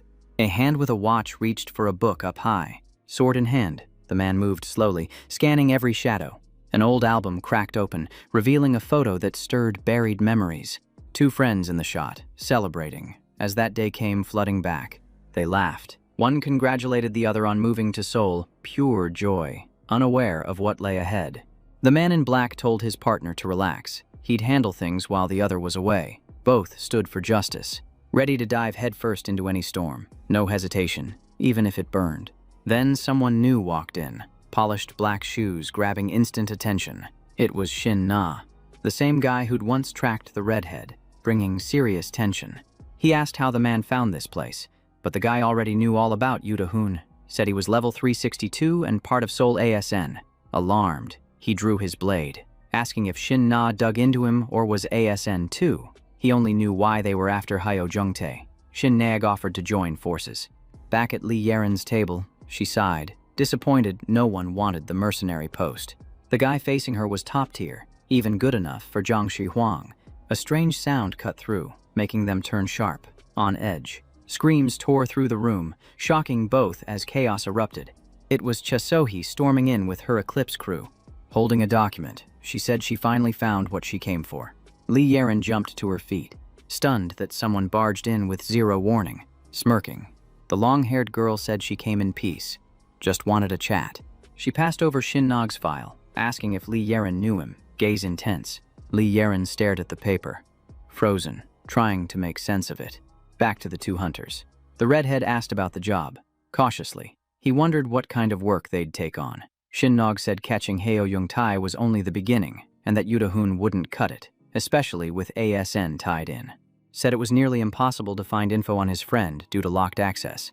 The redhead said that's because it was outside their scope, but still wondered why the guards nearly crossed his path earlier. Yuda-hoon looked puzzled, not sure what he meant. Shin-Nog said Hyojungtae had someone behind him, someone powerful enough to shake the National Security Agency. The redhead remembered the blonde kid's warning, and his chat with the suited man. He started connecting dots fast. Now he had to know who was backing him from the shadows. Turned out, that person was a high-ranking figure in the Yanghua Guild. The truth stunned him. Hard to believe it was real. Thought the man was full of it. Shinna said they should partner up. Their goals aligned. He gave a time and place. Tomorrow, 6 p.m. at the square. Promised it wasn't a trap and said to verify all he wanted. If Shin-Na kept that promise, the man would join him. In Lee Yaren's office, the woman wouldn't stop with the questions. The other thought about someone she knew. Sunkyu. She figured Eclipse was chasing him for sending the hunter, denied knowing him. Still, Chasohi got irritated and said she was already confirmed as a referral. Holding her head, the short-haired woman admitted it, but said it got cancelled. Then ordered her and the crew to leave. Furious, she pressed her lips in silence, then warned not to mess around or lie again. She marched off, heels pounding the pavement hard. The second she vanished, Li Yaren ordered someone to monitor the hunter's path. She debated whether to clue Shin Nog in, maybe win him over. We cut back to the calm sky, oddly still above the chaos. Heo Yungtai's phone buzzed, warning him someone was tailing him hard. He sneered, cursing the idiots, plotting his counterplay like it was routine. Phone stuffed into his pocket, sure no one saw he was nearby. He walked casually, whistling, unaware of the storm forming behind him. Suddenly, he caught a figure eyeing him, secretly closing in. It was Shin Gang-ho, finally showing up after all this time. The priest's dark aura flared, twisted and star-like. They locked eyes, tension crackling as the world held its breath. A vision spell activated, ripping away every hidden layer in sight. Tao Jungtae jerked, the magic hitting like a shockwave. Something inside him stirred, deep and violent. A shift exploded, and in a flash, they clashed. They struck fast, relentless, trading blows with tight footwork and clean moves. Kang-Hu realized his target shook off the vision spell, packed serious resistance. The long-haired mage questioned if this was the hunter chasing him. He didn't move, rooted to the ground. Heo Yungtai snapped into defense, aware he'd been found. Without pause, he unleashed his blades. A weapon struck, drawing a scream. He broke down, begging, denying everything, crying he didn't know Shin Gang-ho. Pleaded innocence, overwhelmed by the accusations. But Chazoi pressed on, her strikes never slowing, chasing truth. She ignored his excuses, done with recycled lies and setups. Memory flashed. The day she met Shin Gang-hu, then vanished. Her master called him a strong rival. Her heel slammed down, resolve blazing hot. Now, he was just a target, no mercy left, stealing her chance. She moved quick, acting before things spiraled out of reach. After finishing him, she figured her master would get her logic, even if harsh. If Shin Gang-ho fell too, it'd still count as completing the job. He dodged for his life, attacks flying from every side. His shield saved him from a clean backstab. Heo Yungtai clocked another spell. Realizing this guy wasn't just strong, he might be lethal. His choices came crashing back. 4 knives spun in his grip, ready for a fatal throw. Each blade aimed right at the lead, who had seconds to react. He twisted and slipped past every strike, as if reading the future. Eyes sharp, he stepped back, guarding, calculating his counterattack while tension rose. They stared, both bracing to strike. The final clash moments away, Leo Yungtai's rage burned through his face. He aimed for a direct, final hit. The intense barrage left him stunned, each strike more brutal than the last. He hadn't seen those reflexes coming. The skills surpassed what he imagined. Shock hit him hard, stunned his low-ranked rival had such brutal power. The knife came fast, straight into him. Shin Gang-hu had seeded mana in likely hiding spots. The ground was littered with scattered relics. As he stepped through, everyone felt his presence. No one dared interfere. Every time the enemy flinched, he became easier to track. The protagonist traced every path, reading each move, his gaze commanding and exact. All Yungtae felt was pain tearing through his body. He knew it was time to retreat. His body was wrecked, but he didn't care. The lead was already celebrating. He dropped Bloodburn, his final burst, flooding his limbs with power. The enemy writhed, clueless where to run, gripped by pain. On the floor, twisting, unable to push past the agony. Still, he barked threats, claiming he had powerful backup, but Shingang already pegged him as Che Kwang-hyung from Zhenghua Guild. The grounded one blinked, baffled how the truth was already known. Charging up, he readied the end, channeling everything to strike. In a quiet zone, the red-haired man stood, silent, thinking. He recalled last night, the key events still fresh, especially what Shin Gang-hu shared during that time. He had noticed the redhead obsessing over his watch like it was a ticking bomb. The account of his friend was still active in that device. To delete it, they would have had to log his fallen comrade during a mission, but Heo Yungtai's guy wouldn't let it happen. Not with his friend's death involved, he figured the guy just wanted it buried. They must have chosen to bury the account, but whoever accessed it saw the case and moved toward the village. The redhead kept sharp, eyes on every clue. Yoon Gang-hu said he had to join forces through that account. Next day, the redhead arrived late. The lead said he'd waited forever, but the guy just wanted answers, drilling him about Heo Yungtae's location. The wounded fugitive appeared at last, limp in the hero's hold. Yudahun finally understood why the chase dragged, stunned by the escapee's talent. A crowd was watching it unfold, all part of the plan. He got taken down right there, even his ally couldn't step in. He He still offered personal payback, warned to act fast before it slipped away. Frozen, unsure what to do, he stood silent, lost for words. Sun dipped low, casting orange light. A guard showed up, shouting for space. He asked Shin Gang-ho if he'd sent the tip on Hyo Jung-tae. The protagonist nodded, showing the captured fugitive known for staying hidden. The guard requested his hunter ID number, needed to process the bounty. Without pause, he handed it over, smooth and in control. The guard thanked him and completed the deal, delivering the reward. He earned 300 million won and a dungeon pass. Night fell. The red-haired man stood, eyes fixed on the distance. He had let revenge go, but he didn't regret it, thinking of his fallen friend. Both had just wanted a place to rely on in a brutal world. They saw the National Security Agency and Yonghua Guild as that hope. He shifted back to the conversation, angry at ASN's mess. He couldn't let it slide. A plan was already forming in his mind. It was the same path where he once led a bold rebellion against ASN. In the book, he was called a villain and rival to Yonghua Guild, while the protagonist pushed forward chasing his goal. He got tangled in the Haeyoungtae mess, but now he'd leave nothing behind. Still thinking about the job offer, drawn by the payout, Shin Gang-ho reminded them he never worked for free. With a grin, he prepared to take down Chai Kwan-hung. The guard reported Hyo Jung-tae had been captured. His arms were torn up. He demanded to know who did it. The cop grabbed the hunter ID, scanning it closely for errors, then flinched. Something was off. The data incomplete. Info had vanished. The cop froze, lost. Another guard's account had wiped it all, erasing proof. Problem was, the account belonged to someone already dead. Then, rage erupted. Taekwon Hyung refused to believe what he just heard. He rejected the cop's explanation. He lashed out at the kneeling guards, begging for mercy. They swore they checked Yangpyeong, saw nothing strange. He burned with doubt, refusing their words. They told him to calm down, but his stare said otherwise. A red glow began to light up the room. A pale man stepped inside, asked what was happening. Jang-hoo said he took Hyo Jung-tae's gear, including resistance buffs, and claimed enemies of enemies made strong allies. The redhead stood there, lost in the strange exchange. The lead needed a sword to fight Yonghua Guild, offering revenge for an ally. The blade wielder started to realize he was the story's real lead. He didn't like that thought, and he said he wasn't the lead in this story. Shin Gang-hoo existed so Jiang Shi-huang could rise. He said he'd head to Seoul, got a glare, then vanished downhill. Meanwhile, Shin Gang-hoo kept moving forward. He thought about leveling up, moonlight guiding his path.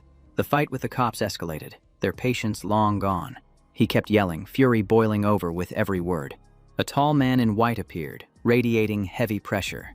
He said Guangyung was angry, danger was rising. The guards froze, realizing Jiang Shi-huang had shown up. He told them to leave, no delays allowed. Intimidated. The cops bailed fast without a word. He shut it down fast, the others backed off. No resistance. They sat quiet in a dim room, watching each other closely. The talk began slowly, each word weighed.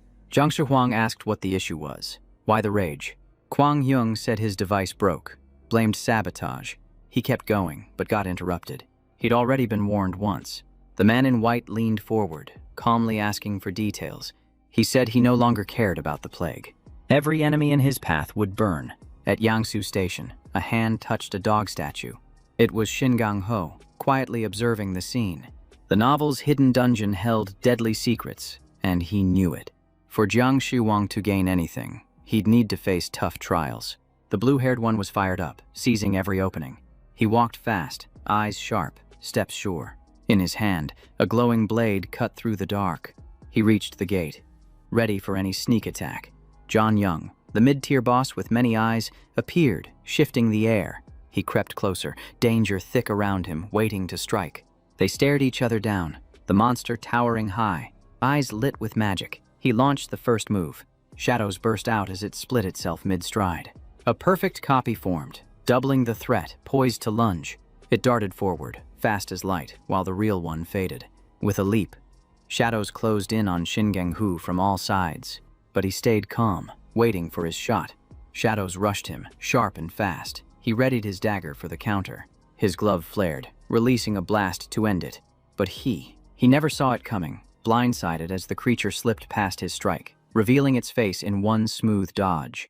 Its raw speed stunned him, leaving him breathless for a beat. More figures closed in fast, tightening the circle around him. Pressure spiked as the showdown grew sharper. In a blink, his dagger was buried in the dirt. He lunged to reclaim it. Blade back in hand, he charged, ready to carve a path through anything. His feet lifted as he sprinted into the shadows. Swift and clean, he cut them down one after another, never losing focus. He finished them before they could move, proving his power against these shadow foes. Then he felt danger behind him, far too late to brace. A razor-fast shadow slipped in, aiming a perfect strike. It warped his vision with illusion magic and slammed him with brutal force. The impact sent him reeling as he fought to stay upright. His knife slipped from his grip, the fight turning harsher by the second. The shadow noticed its target had vanished.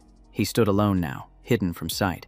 That's when he called on everything he had. He drove the dagger straight into its head, ending the threat for good. Stunned and helpless, the shadow collapsed, silent and beaten. Another clean win, showing again he could crush impossible odds.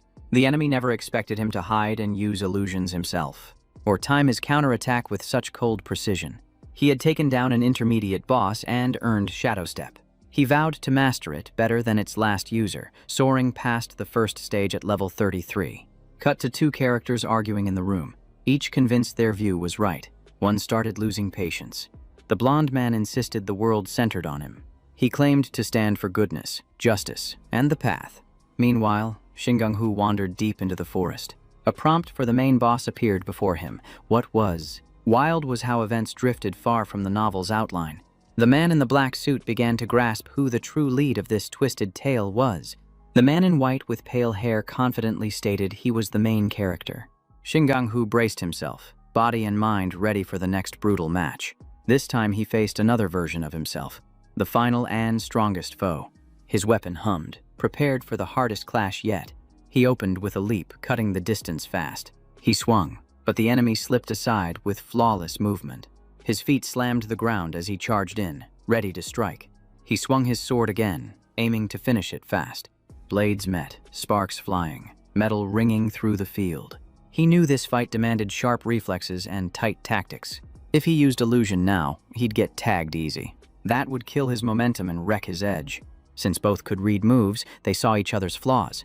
Maybe pairing his jump with abduction would break the pattern. Best plan was using skills needing direct hits. He braced for a brutal fight. Versal teleportation flew around like it was nothing, and he held his dagger tight, eyes locked on the target. He launched his bloody stab, trying to break the defense head-on, but the enemy slipped past like wind. A magic shield stopped everything, ruining his rush. That block and counter combo proved the enemy had serious talent. He pressed harder, testing how long the guy could last. Then suddenly, the enemy split into clones, flooding the field with chaos. Shadow Step scrambled his senses, leaving him totally off balance. In the thick of combat, he couldn't believe it. The enemy felt like they were everywhere, messing with his head. He rushed forward, dagger tight, ready to end it. He struck with full force, thinking he'd finally cornered him. He sliced the enemy, but the guy swapped places just in time, dodging the lethal blow. Then came a piercing pain inside. The enemy was already prepping another strike. It was the bloody stab, but the shield blocked it. Still, cracks split the barrier under the pressure. Then it shattered, leaving him exposed. The enemy countered hard, fury in every hit. He dashed away, desperate to escape. The bloody stab hit again. Several strikes landed clean. He sensed danger from behind. A short jump, and he raised his shield again. But shadows kept slamming it, tearing it down. His eyes widened as the onslaught kept coming. He ran, trying to vanish into cover. The fight's power overwhelmed him. He tried casting a new spell, Shadow Strike, but it missed completely. He was lost, no idea how to win. A new shield started forming. Desperate, he tried guarding against the shadows. Someone yelled to keep pressing the attack. He charged in, ready for melee. The swap skill triggered again, repeatedly. He couldn't decide what spell to cast next. He stuck with the barrier, but it shattered fast. He was drained, out of options. His mana gone, he couldn't cast anymore. No way to copy mana hypersensitivity like before. Bloody stabs sealed his defeat. He was already wrecked from earlier blows. His body screamed, couldn't move fast enough. He jumped away fast, but the enemy called him back for more. Still not satisfied, he launched a final blazing strike. He was done, game over. Face down, 0 lives left. Shinkangu saw it clear. Mana hypersensitivity was a trap. That moment flipped everything. His skills surged. He locked onto a hidden dungeon, picked through the skill book like a strategist. One stood above all. He picked it. Maxed out. He felt untouchable. God tier. His first ultimate, a symbol that set him apart. He couldn't hide the thrill of his journey. Every brutal fight, every win. He'd become a legend, crushed every test. One move robbed Zhang Xuan of a shot at an ultimate. But he never saw the red crystal and skill book coming. Red crystals were top tier, perfect for boosting gear or skills, he joked. If Zhang Shuhuang found this, he'd lose it. Better keep it. First move, crack open the assassin's book, filled with deadly stealth. He flipped pages fast, like he'd done it before, absorbing each move, ready to unleash them. That book, his arsenal for the next war. Onward, his path clear. Next target, Heo Yongtai. The next morning, near Pyeongtaek Station, Li Yeren said nothing like this existed outside Danjun. He nodded, sensing she had thoughts. She looked curious, questions lining up. Pointing at the map, she asked why he wired her 100 million. He said Chaso was chasing him, so if his cover blew, she'd bolt to Yangpyeong in seconds. Word was, she hunted by burning down anyone lacking proof. She said guarding client data was obvious, and he added one more thing. He told her he already caught Heo Yongtai. Her eyes widened. That's why he never shared who he really was. Li Yeren stared, couldn't grasp how he caught the fugitive clean. She had faith in that kid. His skills kept shocking her. She asked what name he wanted now. She'd honor it. She already knew his real one, thanks to a crazy twist. He told her, stick to the alias, for safety. She joked, said Sungkyu worked for her, then they talked shop. At the bus stop, the commissioner led the crew herself, eager to see them in action. Yoon Sangmin, excited to meet Songkyu. He smiled, said it was great to meet her. They faced a secure transport bus. Hunter guards stood armed, magic rounds loaded. Running this service burned through cash, but people stayed protected. He boarded the bus and passed out, aiming to sleep till Ulsan. Inside, passengers chatted about hunts and upcoming plans. Shingang-hu jerked awake, annoyed by non-stop chatter. He just wanted silence on this draining trip. Suddenly, his sword lit up, drawing everyone's attention. He caught a glimpse of the guard's reflection beside him. He stayed calm, face unreadable. The guard glared, watching closely, sensing no threat. He walked the aisle, scanning passengers. He inspected each rider, gun low but ready, pointed at Shingang-hu, who stayed still. A gunshot echoed inside the crowded bus. The officer hadn't fired. Something felt off. The target had vanished from the shot's path. Using transverse teleportation, Shingang-ho appeared behind the guard. Sword drawn, he slashed hard, dealing more pain than before. He felt the power of his new skill. Perfect for tight fights. Passengers froze, staring at the fallen body on the floor. Another officer jumped into action, weapon raised. Shingang-ho expected the crowd, but stayed cool. A red beam shot across the bus, stealing every eye. Classical music apparently boosts healing speed big time. Yoon Sungmin stood ready to help him, but he refused backup, thinking they'd just get in each other's way. Her green eyes calm, she stepped back, eager to watch. The fight began. He moved into position, surrounded, but sharper. He blurred their vision, sparked chaos, summoned shadows, then struck fast. The officer snapped, tired of games. No matter how hard they tried, they couldn't touch Shingang-hu. Shingon, who slashed the guard, who yelled in pain. He swapped spots at the last second. Shots flew past, missing. Though injured, the guard kept charging, fueled by vengeance. Shingang-hu tore through every threat, unshaken. He gripped enemies hard, using his powers to dominate. With his wine cellar in hand, Shingang-hu stood firm, fearless, ready for anything. Suddenly, a new shooter opened fire, aiming straight at him, but he slipped past bullets like nothing. The swap skill turned the fight in his favor. He dodged every shot, untouched. Then he dashed straight at the shooter. Blade up, one leap, closed in, attack primed, using acceleration.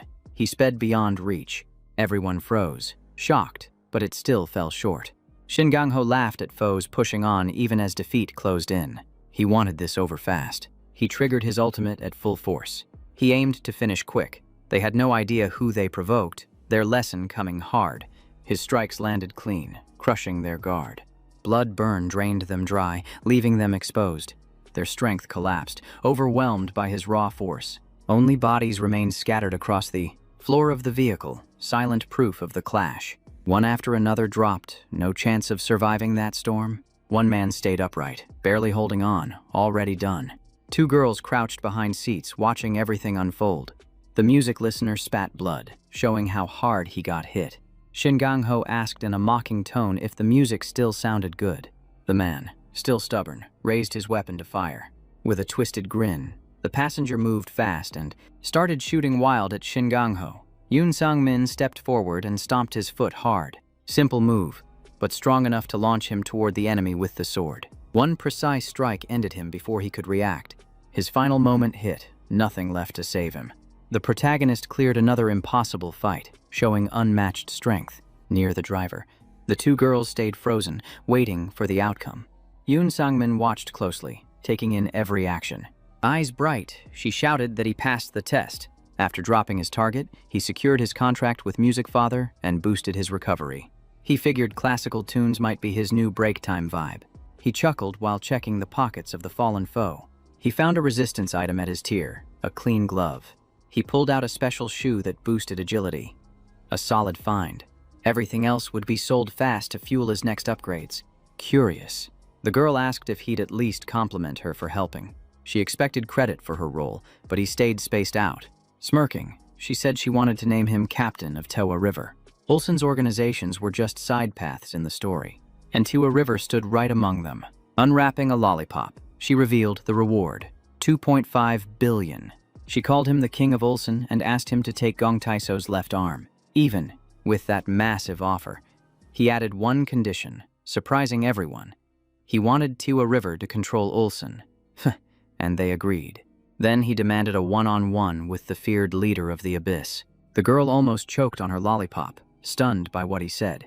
The Abyss ranked among the most feared forces in Yanghua Guild, a military group with brutal power and unity.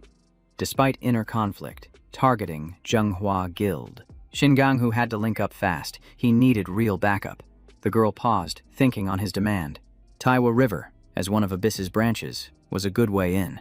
She laughed, intrigued, saying they'd talk more after seeing his results. Shin Gang-ho and Yoon Sang-min kept walking side by side. Women kept showing up wherever they went. Gossip swirled. She led him to the dungeon Gong Taiso used as a base. The place was strange, complex, filled with thick power.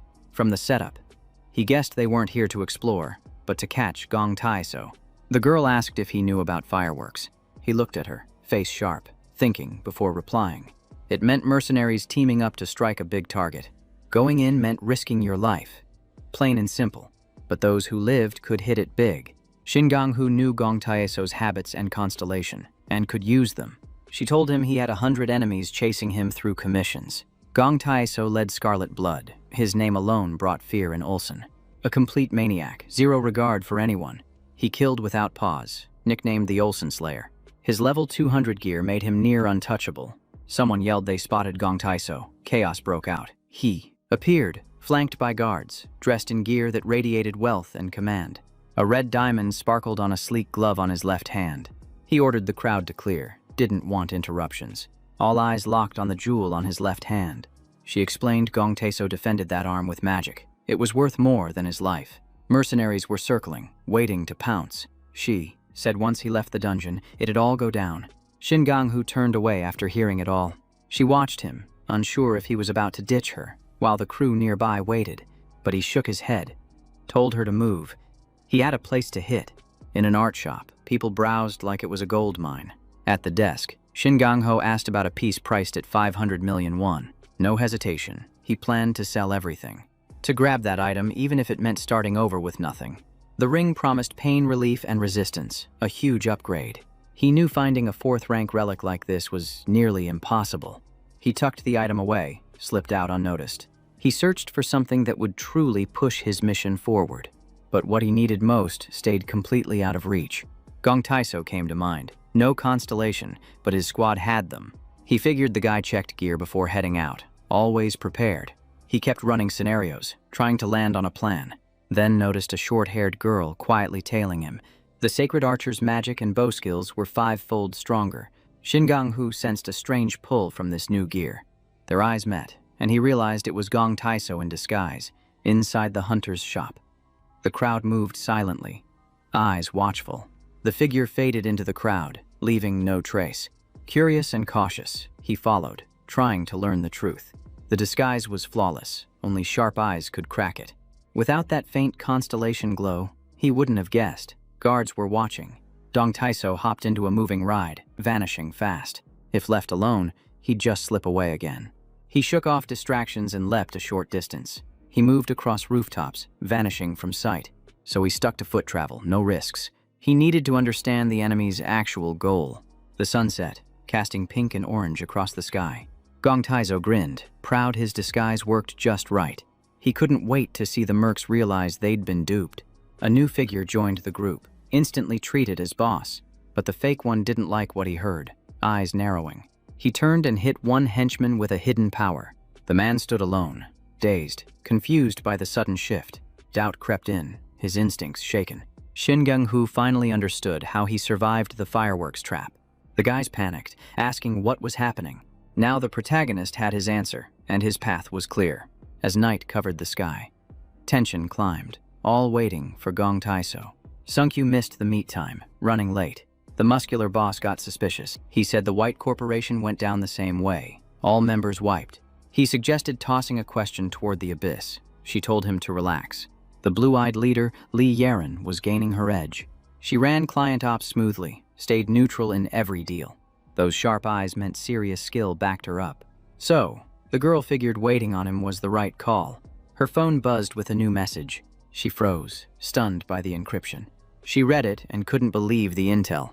She told him to gather the crew. They were moving out. Everyone inside the dungeon watched it unfold. Engines hummed. Boots echoed down the street. Gong Taiso and his squad arrived. A boy yelled loud, grabbing attention, saying the man had finally shown himself. People rushed to prep, bracing for what was coming. They armed themselves with scraps, heading straight for him. Guards blocked every threat, ready to defend their leader. The fighters, driven by hate, came hard. Someone lifted a nail-studded bat, ready to swing big. The guards formed up tight, nothing slipping past. The clash exploded. No one hesitated. The guards fought hard, clearing anyone in their path. They held nothing back to shield their master. The crowd screamed, calling for fireworks to light the night. One person got snatched from behind with one hand. A kid recklessly used another as a shield. He didn't care, only wanted to survive. A red beam cut through, full of raw power. Then a blast hit, tossing bodies through smoke. Flames caught one man on the spot. Gong Taizo appeared in disguise, saying he came to set it all off. People panicked, thinking he appeared from thin air. Screams echoed, panic spreading fast through the crowd. Fists flew, kicks landed, chaos burst everywhere. Guards wrecked hunters one by one, leaving wreckage behind. With a smirk, they asked if the hunters liked fireworks. Turns out, that was their plan from the start. No one saw it coming. The blast tore through, hitting those already down. A roar followed, shaking the ground like thunder. Flames spread fast, engulfing a boy on the ground. No one could tell where it all started. Panic spread, from afar. Gong Taiso fired with closed eyes, but Shin Gang-hoo had read him, spotting the Sacred Archer's pattern. He unleashed a barrage, wiping out many in one hit. Sacred Archer's blessing pushed magic and bow strength sky high. His job was simple, blow up anything he touched.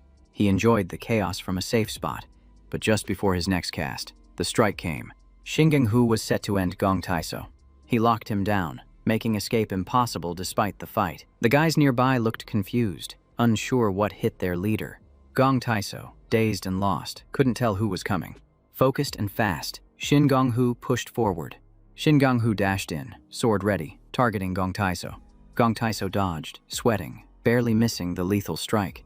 Kang-hoo's blade aimed straight for his chest, but Gong Taiso used a short blink to slip away. The hero noticed his jumps were small, no real escape. Kang-hoo picked the next strike point instantly. Best shot was hitting him from behind. He made one clean jump and landed behind Tetsu, ready to strike with surprise. His stab skill triggered, hitting Tetsu hard without warning. Tetsu screamed as Kang-hoo's blow landed fast and clean. Gong Taiso couldn't react, caught completely off guard. A blast tore through the rooftop, flames pouring down. The fire spread fast, wrecking everything. Ground cracked, walls lit up. The heat surged beyond what Kang-hoo had expected. Gong Taiso locked eyes on him, furious. His arm throbbed from the earlier hit, seeing the damage. Kang-hoo knew it was time. He smiled, grateful, and spoke. Bloodburn activated. Gong Taiso couldn't run. His end had come. He let out a scream. Couldn't handle the pain anymore. He howled, swearing vengeance through fire and ash. Rage consumed him. He shouted he'd kill Kanghu. Then he realized the room was empty. Tried to summon him, but Kanghu was gone. That's when he noticed something wrong. His left arm lay on the ground. His worst fear had become real. Shinganghu grabbed the severed arm tight. Gong Taiso couldn't believe what he saw. Swearing hard, he ran after him, nearly spent. The hero stayed cool, showing strength and skill. His enemy shouted threats, trying to scare him. He searched everywhere, demanding Kanghu show himself. He ran fast, clutching the bleeding wound. Soon, he sensed figures closing in. He felt their presence. They knew where he was. He narrowed his eyes at someone ahead. They wiped out his men without pause. Others closed in. She appeared, glad to see him fall. She figured out the Gong Taiso entering the dungeon was fake. Bait to trap the mercs. The real one waited in the dark, ready to strike when the portal opened. So they had to hide, head for the building, follow the plan. Following that route, she'd find Gong Taiso wounded, missing his left arm. Shinganghu dropped clues. She spun her blade with skill and speed, cut down everyone nearby, leaving destruction behind. Her blows launched bodies, slamming them down. Blue light lit the space, showing her precision. Gong Taiso, finished, had no shot at escaping death. Outside, the chaos grew louder, weapons clashing, screams ringing out. The copy, lost in confusion, didn't know why support stopped. He wondered why the boss vanished mid-battle. Blows kept raining down. No one knew he was fake. They were ready to end him right there. He hit the dirt, and they circled. The wizard had fooled them all.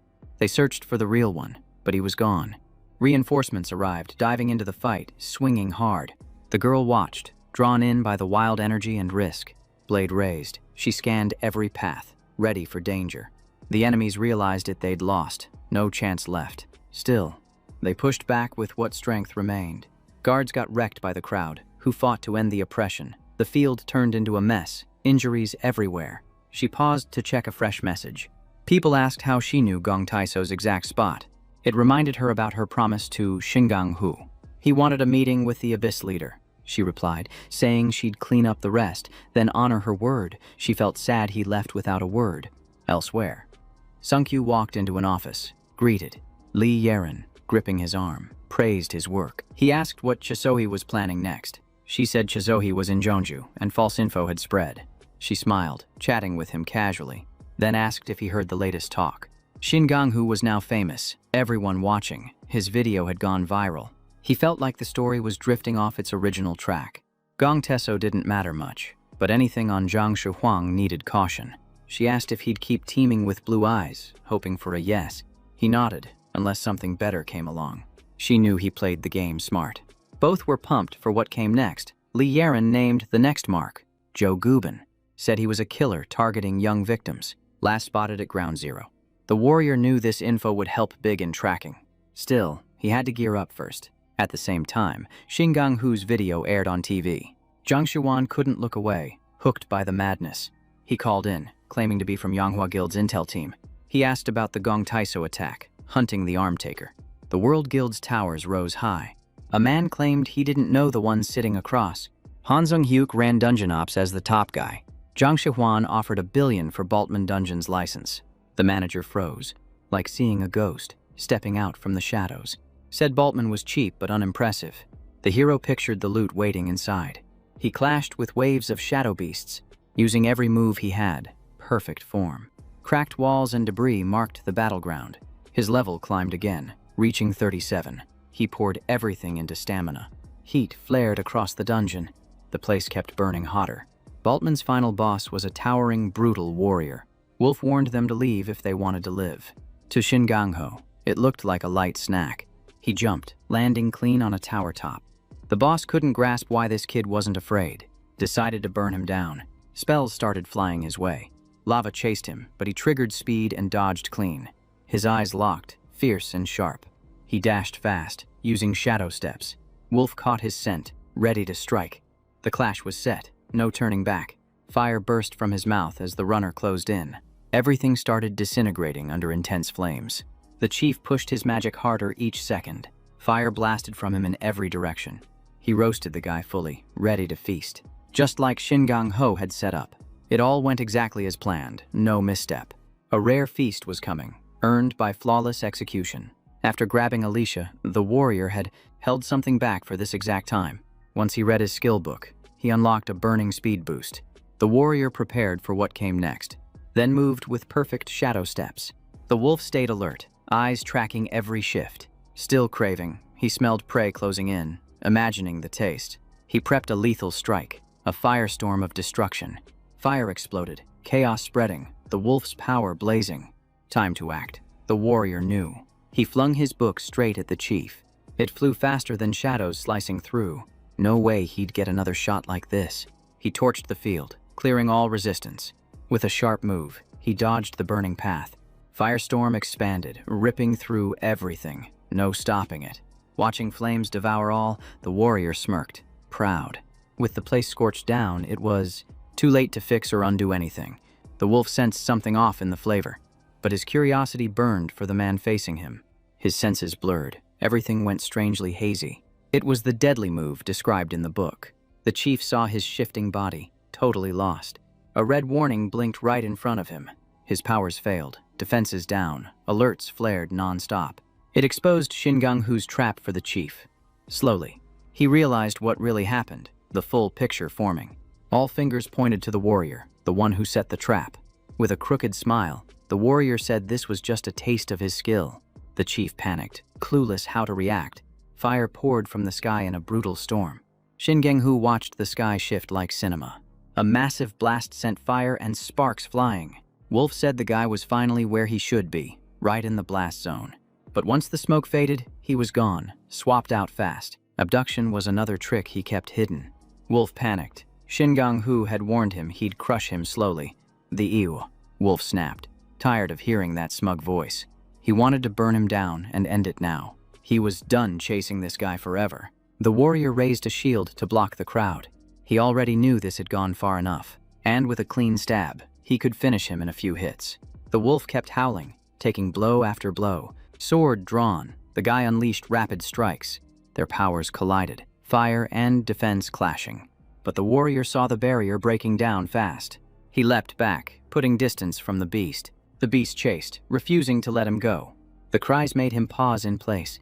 Calmly, he replied he wasn't running from anything. He'd win this with bloodburn. The chief was finally falling apart.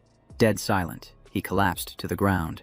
Shingang Hu reached level 39, grinning at the alert. The beheading was exactly what he aimed for. The book said different shoulder classes didn't stop skill learning. That meant he could pass the skill to a monster, then take it, use someone to learn the move, then grab it back. Time to head toward 0 point, from Seoul Station's view. He had no choice but to go to Seoul and start moving. A giant screen showed Jiang Shihuang smiling. Guildmaster Zhenghua shook hands with Guildmaster Fortune. Fortune Guild, famous in the US, was now going global. But all of it was part of a joint move by the 3 stars.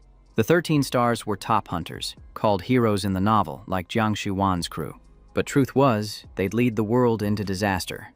Worst part, they had spies everywhere, shaping the story. Once united, people would treat them like gods. The hero ended up there, pulled by the karma of his own novel. A woman walked up, saying Seoul was super boring. He turned when he heard her call. She kept talking, ranting about insane prices and how only the connected win. Her red eyes and dark hair stood out. He couldn't figure out why this striking woman talked to him, until he noticed something felt strange. Suddenly, they sat at a table. Him on his phone, her typing away. She paused and glanced at the warrior. Now he saw it. She used mental powers. In a grayscale scene, thugs stared at a woman on the ground. A girl lounged in a chair. 2 huge screens lit up. A guy stood by the injured. The view snapped back to Shingang Hu. He realized to resist her mind control. His level needed to beat hers. He told her to quit wasting her tricks. He hated nosy types. He looked at her constellation. It was the enchanted fox, and he knew she was one of Yu Chenghua's 13 stars. Soon, this all started getting interesting. He couldn't stop it. But there was a way to block psychic skills. Those powers dropped defenses by stirring happy memories. But pain could raise a shield, even if briefly. Thinking of hurtful stuff made a mental barrier. The girl got curious about the guy who resisted her power. She handed him a business card. reserved for those who blocked her once. If he needed help, he could call. It was a Shinto guild card, one of China's top guilds. He said he'd keep it, hoping to meet her again. Then she left. But before that, he knew taking on the 3 stars meant he needed allies. Now he moved through scorched land, dry winds slicing through. His steps barely made a sound. He left no trail, fading into dust, reaching 0 point, the true beginning. Checking the map, he debated between treasure or the quest. Faint sounds echoed from nearby. A shadowy figure started to appear. Blue spells shimmered in the air around him. It was congenital mana hypersensitivity, the most common kind. Cool, but it could break his body apart. 1 drop in stats could mean death mid-fight. He had to control it. His battles were just getting started.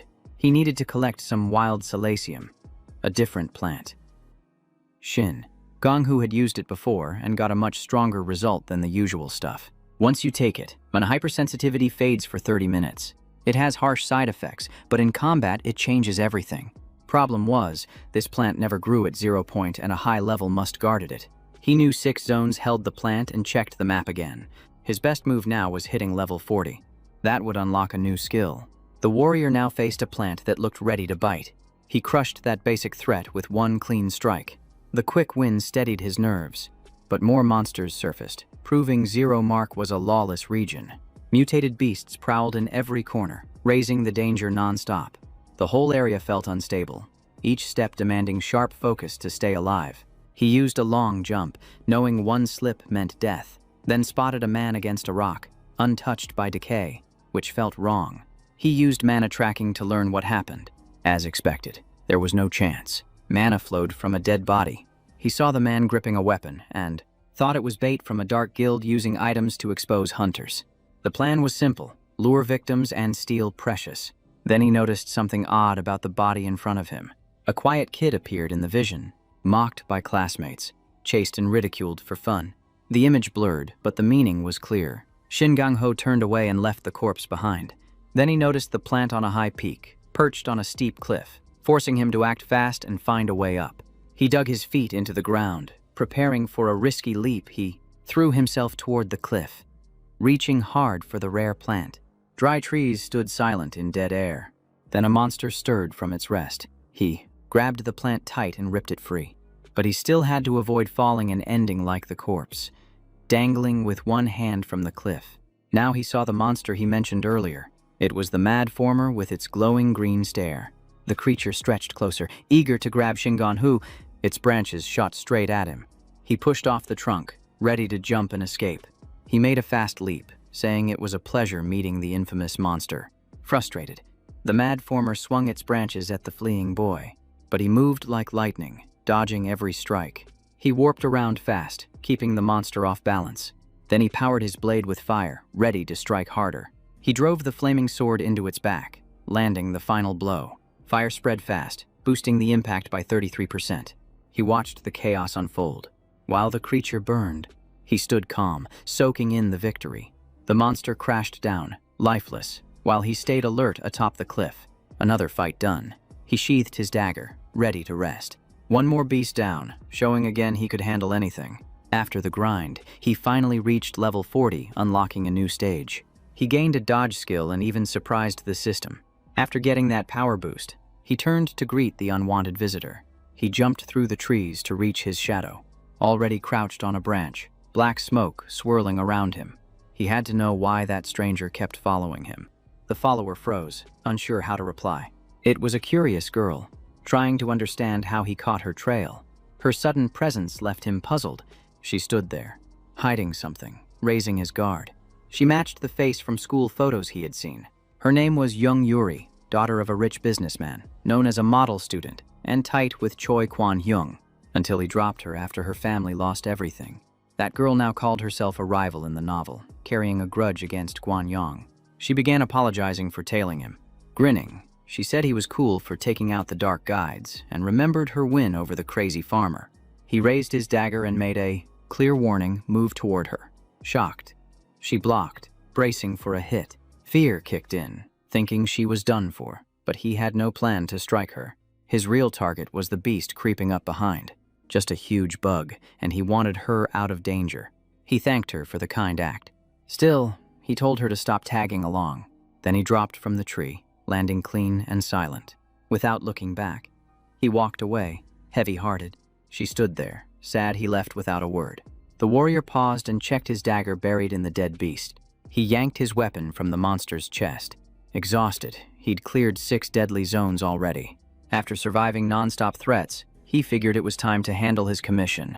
From the mountain's base, something strange rose slowly, grabbing his focus.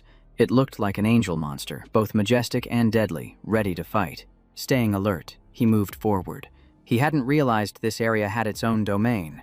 That corpse on the rocks earlier, still haunting. He wondered what had killed it. That weird doll stuck to the body wasn't the real danger. The real threat was whoever controlled it from behind. The dark guides were ghost-like, hiding in shadows. Even if spotted, normal attacks couldn't touch them.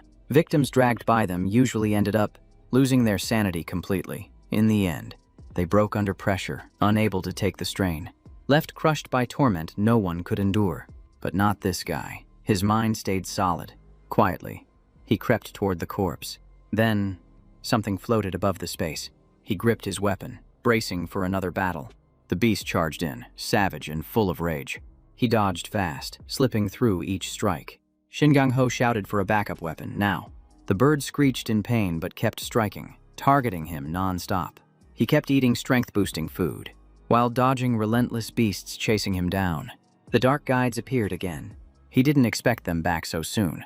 He ran, steady and focused, then launched a big jump across the cliff.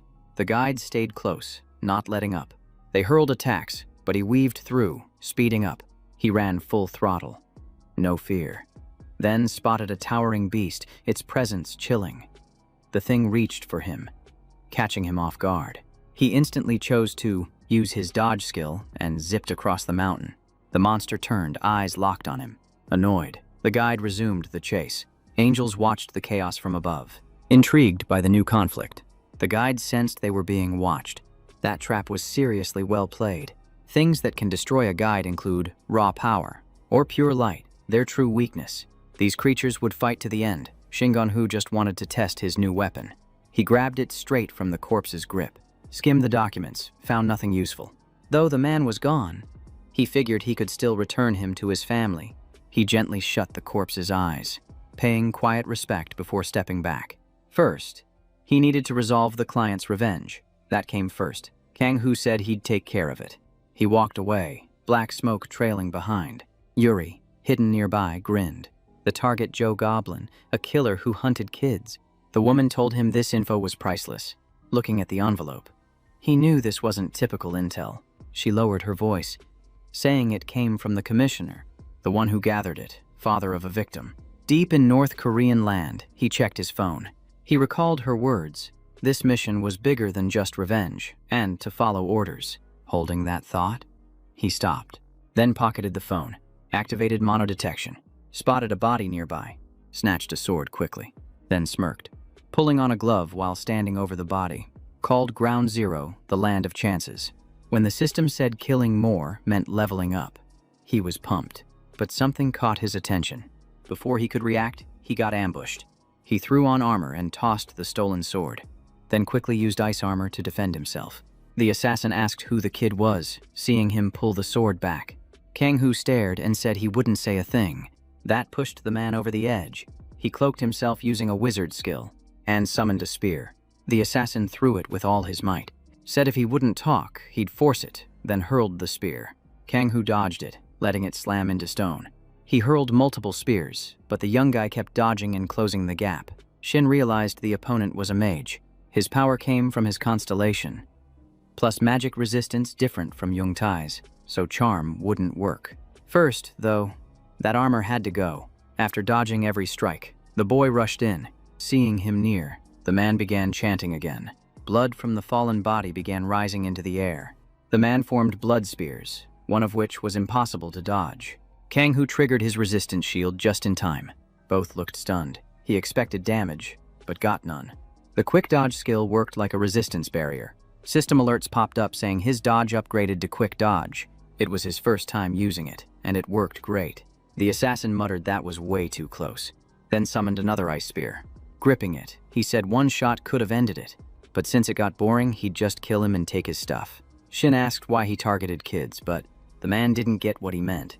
Hand to his head, he asked who the client was. Shin pressed him, but Joe Goblin just laughed and played dumb. Then admitted he enjoyed tricking them, saying it was fun since they were innocent, like toys to him. Hearing that, Shin recalled how Chie spoke about Yuri back then. Goblin cast a skill to trap them inside an ice wall. The young guy quickly drew his sword. Taking position, he said he'd show what being a toy felt like. Then Shin used an illusion to hide his true spot. They charged Joe. He got confused, unsure which was real. He stared at one figure, thinking that was it. But it faded, tricking him into thinking Shin was hiding again. While he guessed, the others closed in fast and attacked. Joe pulled 2 ice spears, ready for a fight. He slashed through illusions, panic rising. Several clones zipped around and circled him. Now surrounded, he didn't know who could strike. Shin rushed in from behind. The assassin realized how wild things got. He cast ice foam, trying to clear them all. Illusions broke one by one, but Shin stayed hidden, realizing the mistake. He tensed up, then spotted the real Shin charging in full force. He quickly began forming another ice spear. Shin boosts forward using acceleration to close the distance. The man calls him slow and ignites his spear, saying this is what he wanted. He swings hard at the boy. The sword tip pierces the ice armor and hits flesh. Shin asks how it feels getting played. Joe starts losing focus from the pain. He rips out the sword and swings back, yelling for him to die, but Shin teleports away. Joe spins around, sees him ready to strike again. Shin leaps, saying this ends now. He uses great decapitation from behind, hitting with extra power. Moments later, the assassin gasps for air. Donghu plays classical music in the background. System shows the great decapitation drained 1/4 of his energy. He notes it costs a lot but hits hard. Looking at the fallen man, he conjures something. Joe stares, noticing he's on a call. Shin dials and introduces himself calmly. He thanks them for waiting, sets the phone down, and says revenge begins. Somewhere, Kangu appears on screen, in surveillance shots from a Seoul train station. A voice tells Sohee he's heading south, most likely to 0 Point based on his route. She says the boy must return and keep her updated. Hanging up, she throws shade with a grin, saying he'll regret brushing her off. Back at 0 Point, the assassin stammers, avoiding the camera. A moment later, the caller says it's fine, that it's enough. His daughter would understand. The man cries and thanks Kanghu, thankful someone did what the law and hunters failed to do. Shin says he only followed instructions, then adds he hopes her soul finds peace. The assassin screams he just followed orders. Shin activates Bloodburn, groaning as pain hits. Once the assassin drops, he says he could die now. System pings, target eliminated. A constellation appears, saying it was meaningless. The looter dimension says he needs solo training. Kanggu agrees. Shin grabs loot off the body, joking about cashing in. Then he turns to see the phone ringing again. Yaren reappears, bragging he nailed it. Says the commissioner wired him a 2.5 billion bonus. Shin says he's got a request. Asks to recover a body and confirm its ID. The woman smiles, says that's easy. Hanging up, she says she'll see him soon. Glancing back, she reminds someone she warned earlier, then asks why they're still tailing her. Yuri steps out from behind a rock. She mentions a dungeon she couldn't clear due to a mid-boss. A little embarrassed, she asks if he'll join her. They reach the location, scanning the area. The boy says it's crazy this place exists, looks unstable. 0 Mark tracks hidden dungeons, and many are still undiscovered. The girl admits she didn't expect him to actually come. Smiling, she thanks him, and he says dungeons benefit them both. He can test her skills, maybe use her against Yonghua Guild. He wonders if this is her first team up. Yuri points to a sign, asks if he can read it. The text's jumbled without a translator. He says it's Latin. It says those who enter with bloodied feet will be buried forever, he asked, if they should see what this place really hides. Together, they head down the stairs, looking back. He asks what kind of boss they're facing.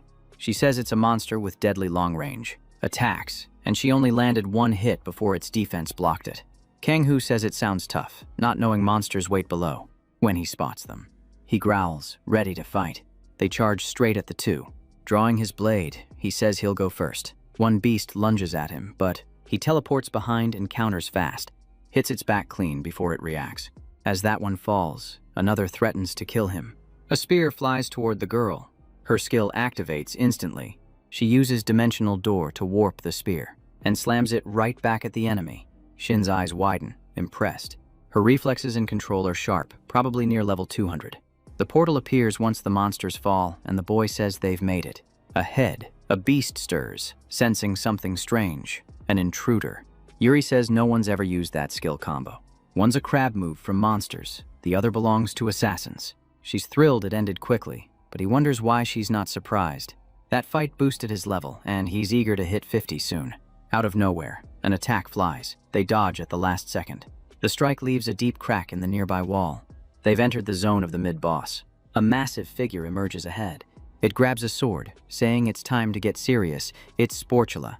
It attacks fast and defends itself with a built-in skill. Looking at the girl, it asks if it could flatten her. She asks if he'll manage. He tells her to show off her power. Trusting him, she nods, saying she's ready. Shin closes the gap in one quick move. He leaps and targets Sportula. He swings, but Young activates the dimensional door, skill, and vanishes. The boy appears behind the giant, throwing it off completely. He does it again, landing on the other side. The boss can't land a hit. Its long-range skills made close combat impossible. Using teleportation, the boy jumps onto its head. Sportula strikes but misses once more. Frustrated, it starts to lose patience. The girl decides it's time to act. The sword crashes down, aiming at Sportula. The boy arrives behind it just in time, but the defense triggers. Kang-Hu breaks the barrier, just for a moment. The boss unleashes a full-force attack, but they use a skill and call it the perfect opening. Then Shin appears high above, sword raised. He uses the great decapitation skill to cut down. Moments later, he jumps away and sees the girl smiling from below. Kang-Hu slips behind Yuri just in time. He flinches, thinking she'll teleport him behind the boss. She begins summoning a new skill. She hits it with Thundershock and yells that she's jumping into. After the shock, Sportula groans. Moments later, it collapses without resisting. Shin wonders what she's up to. Figures she's not here to chill and gives her credit. They move deeper, spotting someone kneeling in a beam of light. He thinks she's leveling up fast, enough to challenge Yonghua. She points at the man kneeling, both ready to strike. The man clasps his hands like he's praying. Peng-Hu steps in, asking if that's the boss, since he looks human. Look closer, and he's crying blood, but his entire body is suddenly soaked in red. Then the beam shifts color and flares bright. The girl asks what's going on, confused. Shin throws his sword. It hits the target. The man cracks apart, and as he shatters, the system confirms the main boss is defeated. No skill drop, and all around, a strange force starts to rise. The dungeon's falling apart, everything's going down. He tells her to unleash every skill she has. She nods, then gets moving. Uses short-range jump instantly. The boy says he's out too and runs hard. As the place breaks down, he picks up speed. He's stunned the boss treated hunters like travel pals. He grabs a rose, calls it rare, says now's not the time to save it. He chews it down, betting it's his only shot. Energy floods him. While the world around crumbles, he'd written about it. But feeling it live hits way harder. Every sense lights up. He grins, saying he's getting out. In another chamber, the girl keeps moving. She burned too much mana fighting Sportula. Now she's weak. Then she drops from exhaustion. Looking ahead, she sees the boy sprinting. She tries shouting for him to stop. Her mind flashes back to when she said the same to Che. Realizing he didn't hear her, she shuts her eyes, ready to give in. Then he asks what she's doing, if she's hurt. She's stunned to see his hand reaching for her. A stone breaks loose, falling above her. Yuri calls out, but no impact follows. The boy activates a protective shield. She tries to say something, but then notices he's carrying her, arms firm. Around her, he says this is his last push. Sprinting hard, he tells her to hold tight, but the dungeon collapses behind them. Once safe, they stop to breathe. He says they made it out. He mentions a skill he got from the mid-boss. Maxing it shortens the cooldown. Could be useful soon. As she checks her gains, a new screen appears, saying she received skill enhancement. She thinks that's not bad for nearly dying. Yuri thanks him, saying she wouldn't have survived alone. Voice low, she admits she froze. Memories came back. She used to guide for Yonghua Guild. She worked as a pro-merc guide. Legit, no joke. One day, Che showed up, said they'd always protect the Yonghua squad together. That guild ruled the country, so she followed him. But during a raid, she got destroyed. Rumors said the damage benched her from dungeon runs. Chu told them to ditch her, said she was dead weight. Yuri asks if protecting her meant nothing. She says it only mattered if you had worth. Wonders if she was dumb to trust it. In the end, she says being a toy wasn't the worst. Shin says that was no accident, it was a hit. She says it's a miracle she lived. If she had summoned a space-type constellation, she'd be done. She grins, calls it luck, but he says it wasn't just that. Constellations don't pick hunters without purpose. He says hers must have seen something in her. She asks if that's praise. He says it's truth. Looking tired, Yuri says letting it out helped. That's why she sticks with Ground Zero. Fewer issues there, but it gets lonely. She admits maybe she hoped to trust someone again. Suddenly, Kang-hoo sways and nearly drops onto her. She panics when his hand hits her shoulder. Then he slumps backward.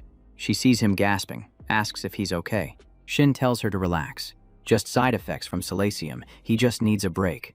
Yuri places a hand on his forehead, smiles, and thanks him. He smiles back. At Imjin Station, Kang-hoo thinks if Yuri stays in Ground Zero, she'll do fine. They'll meet again.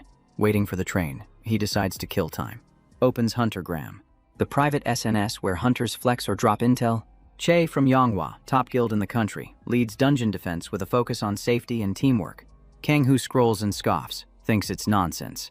Notices Taihua River outperforming Olsen. Grins, says they handled the cleanup like pros. If Sang-mi delivers, he'll meet the Abyss leader soon. A message from the Raiders dimension appears, calling it impressive. It says shame they couldn't loot the constellation. He tells it to ask away, then wonders what constellations are really for. Kang-hoo says it's about balance. Both sides need a reason to bond. The dimension replies he's not a typical hunter. It knew something was off when he summoned it at level 10. Says it'll test him soon. If he passes, their fates align. He'll unlock stronger powers. Kang-hoo grins, says he's ready. Asks if the constellation has issues with the deal. It's confused. Shin says the system links world-controlling constellations with mortal lives. In his novel, he built that to jab at Zhang Ziwan's team. The dimension says of course. Contractor struggles reflect constellation struggles. Constellations don't rule that world. They're just part of it. The young man asks who's above them. The dimension says it can't reveal that. That info's beyond the story's scope. Even the author can't know everything. Maybe they're just his thoughts in disguise. To his surprise, the dimension says it doesn't want to vanish like normal constellations. Says it's getting greedier, thinking it might share fate with him. Shin tells it not to worry. He'll show something unforgettable. The dimension replies it'll be watching. Yiren texts, saying Chasohi is at Seoul Station. He didn't expect it that soon, and figures he needs a new plan. He'll take on one more dungeon before facing Sohee. Needs to hit the express bus terminal, not the station. Heading out, he considers the dungeon near Guangzhou Terminal. Close to the terminal, he checks his phone, feeling drawn there. That's where he could activate the PSS from Hanessa. He paid for info, covered his trail. If he leveled there, the fight with Sohee would be easier. A scream suddenly yanked his focus. He saw a woman shouting for help, surrounded by men. One waved a blade, said she bumped him, told them to rob her. She fired back, saying they were from Hai Young Guild. That guild worked muscle for Jiang Shu Huang, who, pushed by them, wiped out one of Yonghua's squads. They had some pull, but were mostly lowlifes. When he looked again, they had grabbed the woman, and were backed by a powerful constellation. The Great Trickster, the raider said. A dumb name aside, it was top tier, and doubted they were trash. Shin pulled his sword, said he wouldn't just watch. He was ready to see that constellation in play. He yelled to draw their attention, used illusion magic to confuse them. Closing in, he dared them to find the real him. They called him crazy. They rushed him. One pulled a knife, cursed, and swung. The blade lit up, shot toward one of his clones. Meanwhile, the woman still waited at Seoul Station. He muttered she had waited long enough. She guessed he took another path. Her master contacted her, asked if she'd found him yet. She snapped back no, more annoyed. He said she was fired up, really wanted to catch him. Someone nearby was secretly listening. The man told her the kid just had to survive, and she needed to bring him in. She said she would take care of it. After ending the call, she sensed someone behind and reached for her knife. He asked if they wanted to get hit. When they didn't move, she grabbed it fast and threw the blade dead on. In the fight, the man found the real Shin but struck his barrier. Since he spotted him, Shin said he'd hand him his prize and unleashed the Great Decapitation. He dropped two more, and the system announced. Their constellation pact now belonged to him. The others watching froze in fear, including the girl. She walked up to him, smiling. With their leader down, they yelled threats, knocked the girl aside, then charged with weapons. But Shin activated his skill and moved through them before they even reacted. He said they had no constellation, so there was no point dragging it out. The great trickster said every 100 levels. He'd earn a rare item. Shin was pumped to level. The girl thanked him, saying she owed her life to him. Blushing, she introduced herself as Jin Hyo Young. He held out his phone, asked for her number, said he wanted to repay her somehow. He started typing on his screen. Soon after, Hyo Young thanked him again, said goodbye, and they'd meet again. As he watched her leave, a notification popped up, said a dungeon was opening and to enter now. He wondered if that guy was a hired merc or just a random. She couldn't find anything, questioned if she had the wrong target. Someone watched her from afar. That person stepped out from behind the wall, nervously typing. He realized she had spotted him. Behind him, she appeared, saying she knew a rat was near.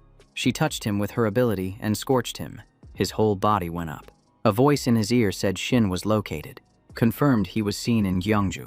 He snapped a picture of the body and cursed trusting Yaren. Set it on fire. Said it looked too pathetic to lie on. Eyes locked on her, told her to quit running. Looking at the loot he got from the fight, he said he'd make $800,000 selling it all.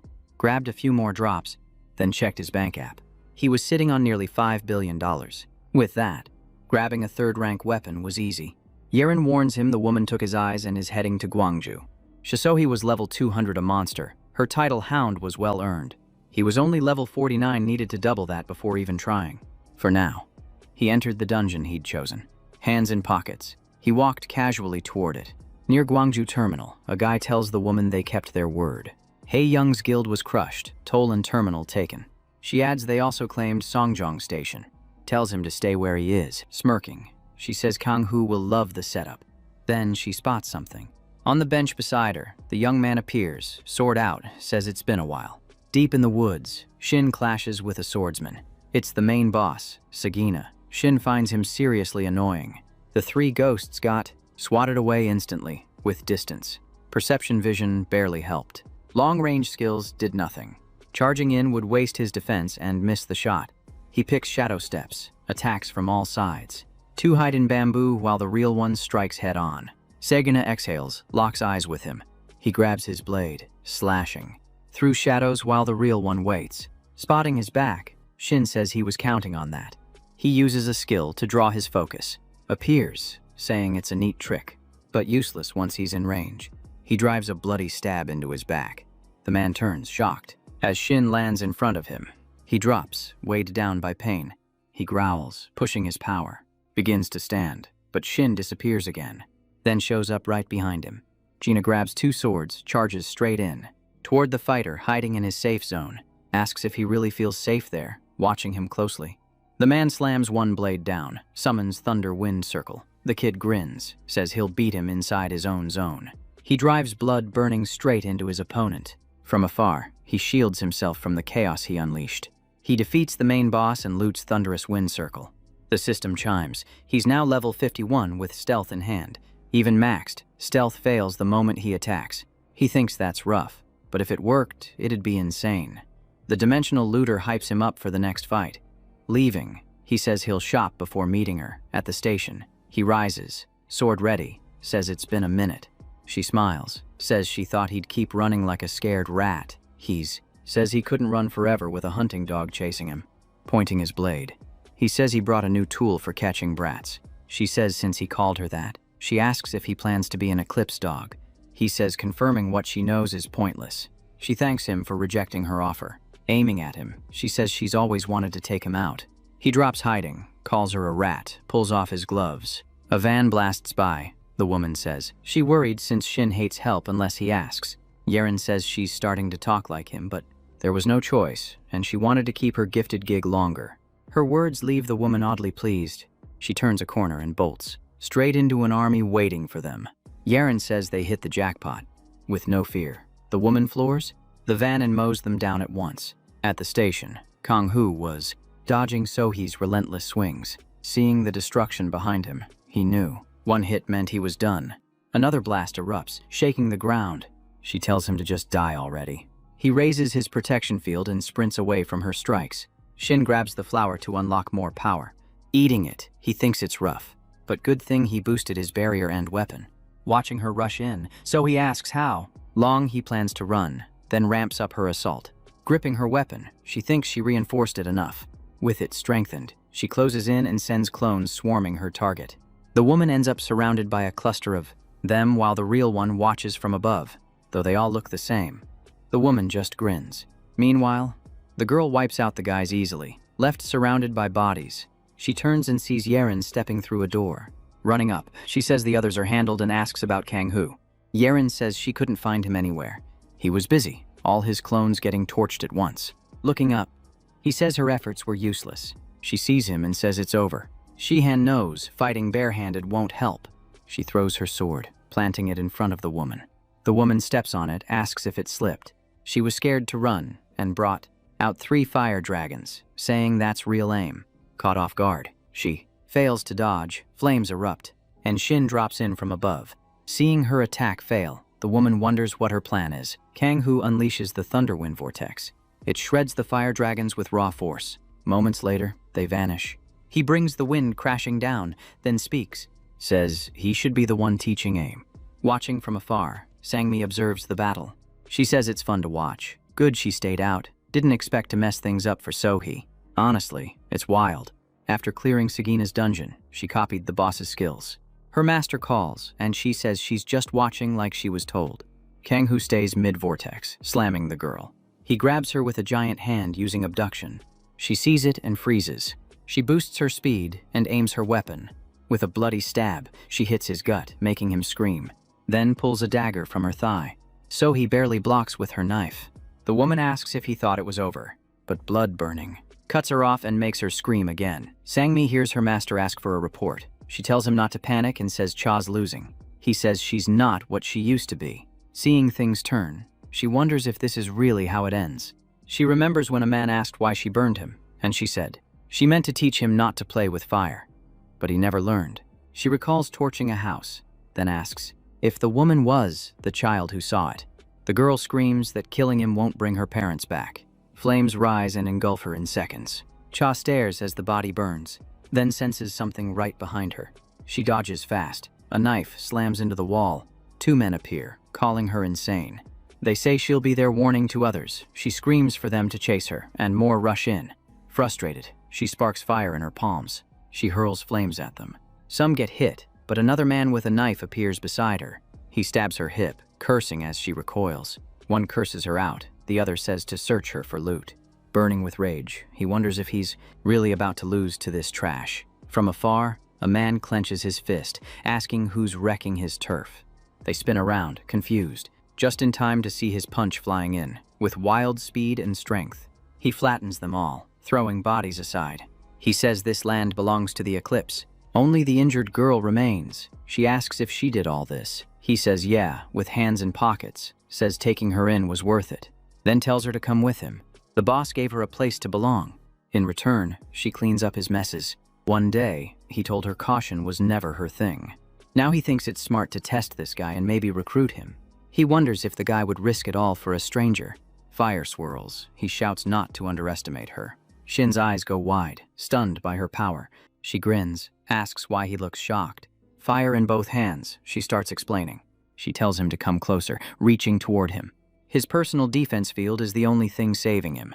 Her face tightens, annoyed by the shield. She asks how many skills he's hiding. With a snap, he says it's a secret formula. But nothing touches her, and he's left scratching his head. Watching her stand firm, he's completely baffled. The woman smirks, says she nailed the guess. The skill detonates wounds. She shrugs, annoyed she already patched every wound.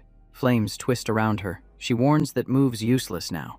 Fire rains down, and he starts panicking. A giant fireball drops from above. He dodges, weaving through falling fire with sharp reflexes. He shoots back, probably aiming to trap the ground. The heat's too much, his shield won't last. He brings the barrier back up. Staring at the scorched hole, he knows he must move outside. He leaps, escaping fast. She appears in front of him, catching him midair. She yells she's caught him, slashing with her blade. Outside, she's still clashing with the men. She shouts to Yeren, pointing at a blazing scene. Fire churns above the men's heads. Yeren yells at them to move. Seeing the girls charging in, they split up, some yelling at her to stop. She lands a punch, dropping them fast. They swing back, but she mutters an apology. She blocks one-handed, says sorry, They're in a rush. She warns them to leave if they want to survive. With one counter, she wipes them out. Yeren starts casting, but the fire grows wilder. Her thoughts shift to Shin, concern rising. He's clashing hard with the woman. She slashes wildly. He holds the blade back. His grip shakes, struggling against her force. The knife begins to pierce him. He teleports, predicting her strike from behind. She spins, says she remembers that trick. Despite the shield, she broke through. She drives the knife deep into his chest. She cheers, glad she finally hit. She grins, pushing the blade further. Glancing down, she notices something. He's holding a knife, aimed at her stomach. Kang-Hu unleashes a burst, breaking free, slashing her arm. He flings the knife away, grabbing it. His arm burns, and he screams in agony. Sangmi's chest tightens with a sudden sadness. She wonders if it's already over. She glances sideways and sees someone sprinting toward them. The boy charges back into the fray. He thinks the girl's risking everything now, that she gave up her arm to survive. While sealing the wound, he yells out. She shouts she'll finish him, wind swirling around her. Behind his shield, he says he's burning out, the mad silasium fading. She hurls fireballs, vowing to break the shield again and again. He braces for impact, but someone beats him to it. He senses wind magic intercept the attack. Kang-Hu holds the girl as he asks how long they'll keep interfering. She adds Yeren wasn't invited. Marin leaps in, lands hard. Stands firm between the woman and them. She says he doesn't get what's going on. The enemy laughs, fire gathering fast. She charges forward, saying she can do this all day.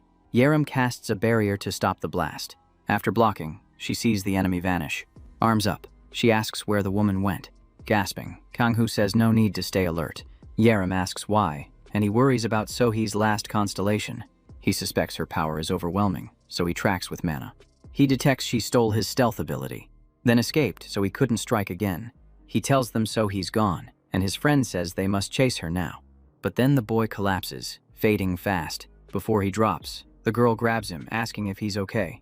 Yeren jokes the kid's still breathing, says they should rush him to the hospital.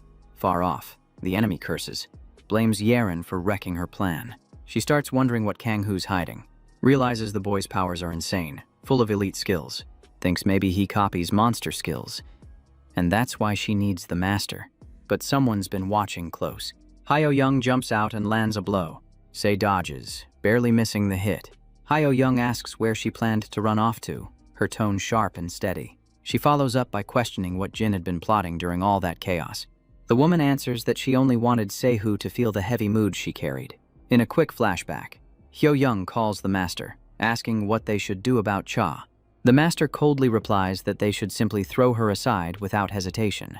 He adds that a hunting dog that fails its duty deserves to be removed for good. At that moment, Jin drops the news that the master abandoned Seihu completely. The reveal rattles her, yet her resolve and method remain unchanged. The enemy lunges again, rushing forward with another aggressive strike. Later, Kang-Hu wakes and shifts upright, adjusting to the stiff hospital bed. He notices the medical gear nearby and realizes he's in a hospital room. Beside him, the girl stayed until she finally nodded off in exhaustion, even asleep. She murmurs his name softly through her drifting dreams. Kang-Hu rises, changes clothes, and slips out of the room in silence. He grabs his phone and cues up some classical tracks to reset his thoughts. As he walks, a new notification pops up across his screen. It's a message from young Yuri, catching him completely off guard. She poses beside a flower, typing Tata, and he wonders if she found it by chance. Another message arrives, mentioning she now has a grand something to share. He pockets his phone, barely reading, unsure what she's trying to say. As he turns to leave the hall, someone steps into his path. He flinches at the sudden presence, nerves kicking in. Yeren fixes him with a stare and says she knew he'd try to sneak out. She asks why he won't rest a bit longer since his body is still recovering. Kang-Hu shifts topics and asks if the blue-eyed girl is doing all right. Shockingly, he explains she may have become a target of the eclipse after everything that went down. Yeren answers that he shouldn't worry too much about that. Their group might be large, but the blue-eyed girl never folds easily. Shin says he's relieved to hear it and finally relaxes. He thanks her for stepping in and asks her to tell Seolhyun he's grateful. Yeren notes that Seolhyun would probably prefer to hear it from him directly, but he says keeping things low-key is safer for everyone involved. He adds it's better for Seolhyun too, considering everything tied to her. She played a crucial role for Kang-Hu, shaping much of the outcome. and getting too close to the novel's events would push things into the same cycle again. So he says he's heading out and won't stay any longer. Yeren replies she won't force him to stay if his mind's made up, but asks if she can borrow just a moment of his time before he leaves. She says there's something she wanted to tell him privately. Garen asks if he can take a little time to sort out his idea. The boy says to go with whatever feels right. He points out Eclipse didn't react even with Sohee in that shape. Says it's strange how quiet things are after so many were wiped. Jin thinks they're just trying to bury the mess. The woman nods, still thinking about it. Even sending thugs and a top officer didn't work. She says no one saw it, so Sohee failed and should have been dealt with for Kang Dong-hyun. In the fight, the boy told Yeren the woman vanished. Right after that, he blacked out, caught by the two. The raider said the fight was wild, that the boy proved himself. Told him to call if he ever wanted to level up. He suspects it's shady, but got through thanks to Sohee, then says bye again. Yeren warns him to stay sharp. Someone might be tracking him, but he shrugs it off. Says he'll be somewhere no one can find. The Gwangju Guild got wrecked by Daejeon's crew. Siwon says they jumped Hye-young for no reason. And he feels bad for not watching her. Chaos keeps hitting, just like when Ryo Taiwa finished off Gong Taizo and took over Olsen.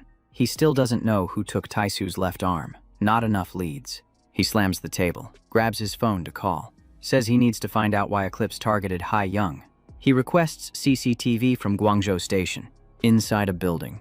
Shin says it's time to begin. The looter pauses, needing to check something first. Dying in a constellation trial felt just like real death. He asks if Shin knew that, and Shin falls quiet. Then grins, says yeah. A constellation test shifts based on the constellation's mood. But one thing's always true, it's never easy. Some constellations set it up to ditch their contractors, since death ends the contract. Most wait until they're stronger before taking it. But fighting Cha So-hee pushed him to power up fast. He thanks the looter, says he needs it now. No delays. The looter admits he worried for nothing. The teleporter agrees to take on his will. Shin appears in a new location, turns his head, sees a crowd gathered in the grandstand. Way more than expected. He says this test's about to blow up. The looter above smiles. Glad he's into it. He announces the start of his contractor's trial. If the contractor wins, he inherits the fate and the power. If he loses, it's over once the fight ends. He asks them to lend constellation powers if they support him. If Shin fails, power returns. His foe is a hunter from another world. The contractor gets to choose his enemy. Kang-hoo figures it might seem like he has a say. But this test's about impressing constellations, and weak picks won't fly. He smirks, points to a target, says he chooses him. The constellations react, surprised by the pick. Wild Strategist says it's crazy since he can't win that. The constellations begin pouring in their power. His opponent steps in, saying that's enough. Says it'll be a thrill fighting someone from another realm. Jin studies him, looking pleased. Staring at a flower, he says this place is insane. The man is richer than real life. Jung questions if he's a patient or an addict. Munching the flower, the young man says he needed it. He asks his level. The young guy answers 47. The man stunned, a level 47 wants to face an 800. He calls it reckless, says it's a cry for attention that'll only end in death. He turns to the crowd, says it'd suck to leave right after arriving. Siwon says he'll only tap 2 constellations. Shin notes the guy's pulling all eyes toward him. As expected. Normally, top constellations hate the spotlight going to low ranks. Smart Morning nods, impressed. While crazy, Mathematician says it's a great chance to see his limits. But in a crowd like this, someone will notice his skill and mess up the plan. Someone walks into Shiwon's office, handing over documents. He asks if they're about Eclipse. The guy says no, it's the Abyss case. Reading the file, he says they're a tough group, a hard one to decode. He asks why they care so much about the truth. Says people believe what they want anyway. Asks if the intel's solid. The guy nods. Shiwon says it's time to hire Black Skeleton. Team, Lee Hyun-suk, captain of Abyss, and Park Dong-jae, his bloodkin. Suddenly, Lee's phone buzzes. Sangmi's on the line, thrilled, says it's been ages. He mentions Olsen. She says they just cleared out the pests. She tells him Taisu was handled, then asks if he's got a minute. Says she needs to share something, but he replies he's buried in work. He couldn't reach Dong-jae, had no clue he was trapped in a dungeon again. She asks if he's ghosting him like last time. He says Yusiak went after him, so it'll get sorted. Then he asks her to head over herself. Says they should meet again, plan the next step. She smiles, says that sounds good. The fight between Kang-hoo and Shiwon gets fierce. His defense already starts breaking. The man tells him to relax. It was only a warning. His speed's unreal. Body alone is deadly. Shawan asks how long his barrier can last. Tossing purple fireballs, he tells him to flee if he wants to live. Grinning, the boy dodges, but not cleanly. The man fires wind arrows next. He'd seen his moves before, but now, they were sharper, and one hit could end it. He weaves through attacks, casting dark magic fast, picked pure dark truth as his first. Watching the crowd, he says good thing the bug was quick. Says no need to drag the fight, it'll end soon. The constellations whisper, wondering if he's buying time. Raider says it's not done yet as he spots Shin charging straight at the man. He thanks him for talking. It helped him close in. Shawan casually uses Dissipate to stop the strike. That makes the boy tense up. The man notes his skill, says he'll need to reassess. Right then, Shin uses illusion magic, triggering a full assault.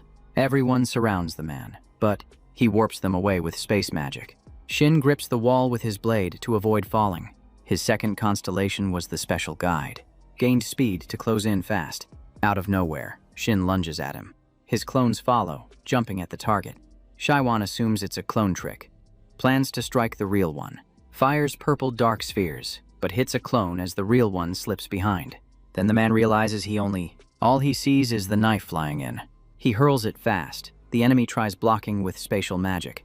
As it connects, Shin leaps to strike head-on, but something grabs him mid-air. Across the way, Dongjae gets yanked by the collar. Yusiak pants, trying to hold him back. He asks what's going on, but the man tells him to calm down. In a whisper, he asks for his full focus, says the Yanghua Guild is targeting him. The boy, rattled, asks if it's true. The man says there's no time to explain. Glad they linked up. Behind them, a man spots the escape, curses, and shouts the target moved. Back in the fight, Shin's shield is breaking down. He lies flat as his clones return. Then he notices green energy circling around. Shawan says he forgot his place, asks why he dared to strike from behind. He activates the Oxidize skill, but Shin slips out just in time.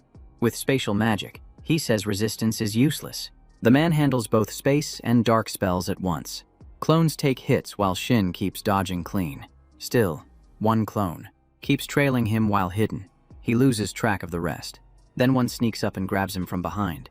The hit makes him scream, and where he stood, a huge blast erupts. One enemy warns Yusiak to stay put or lose the hostage. Furious, the man swears at them.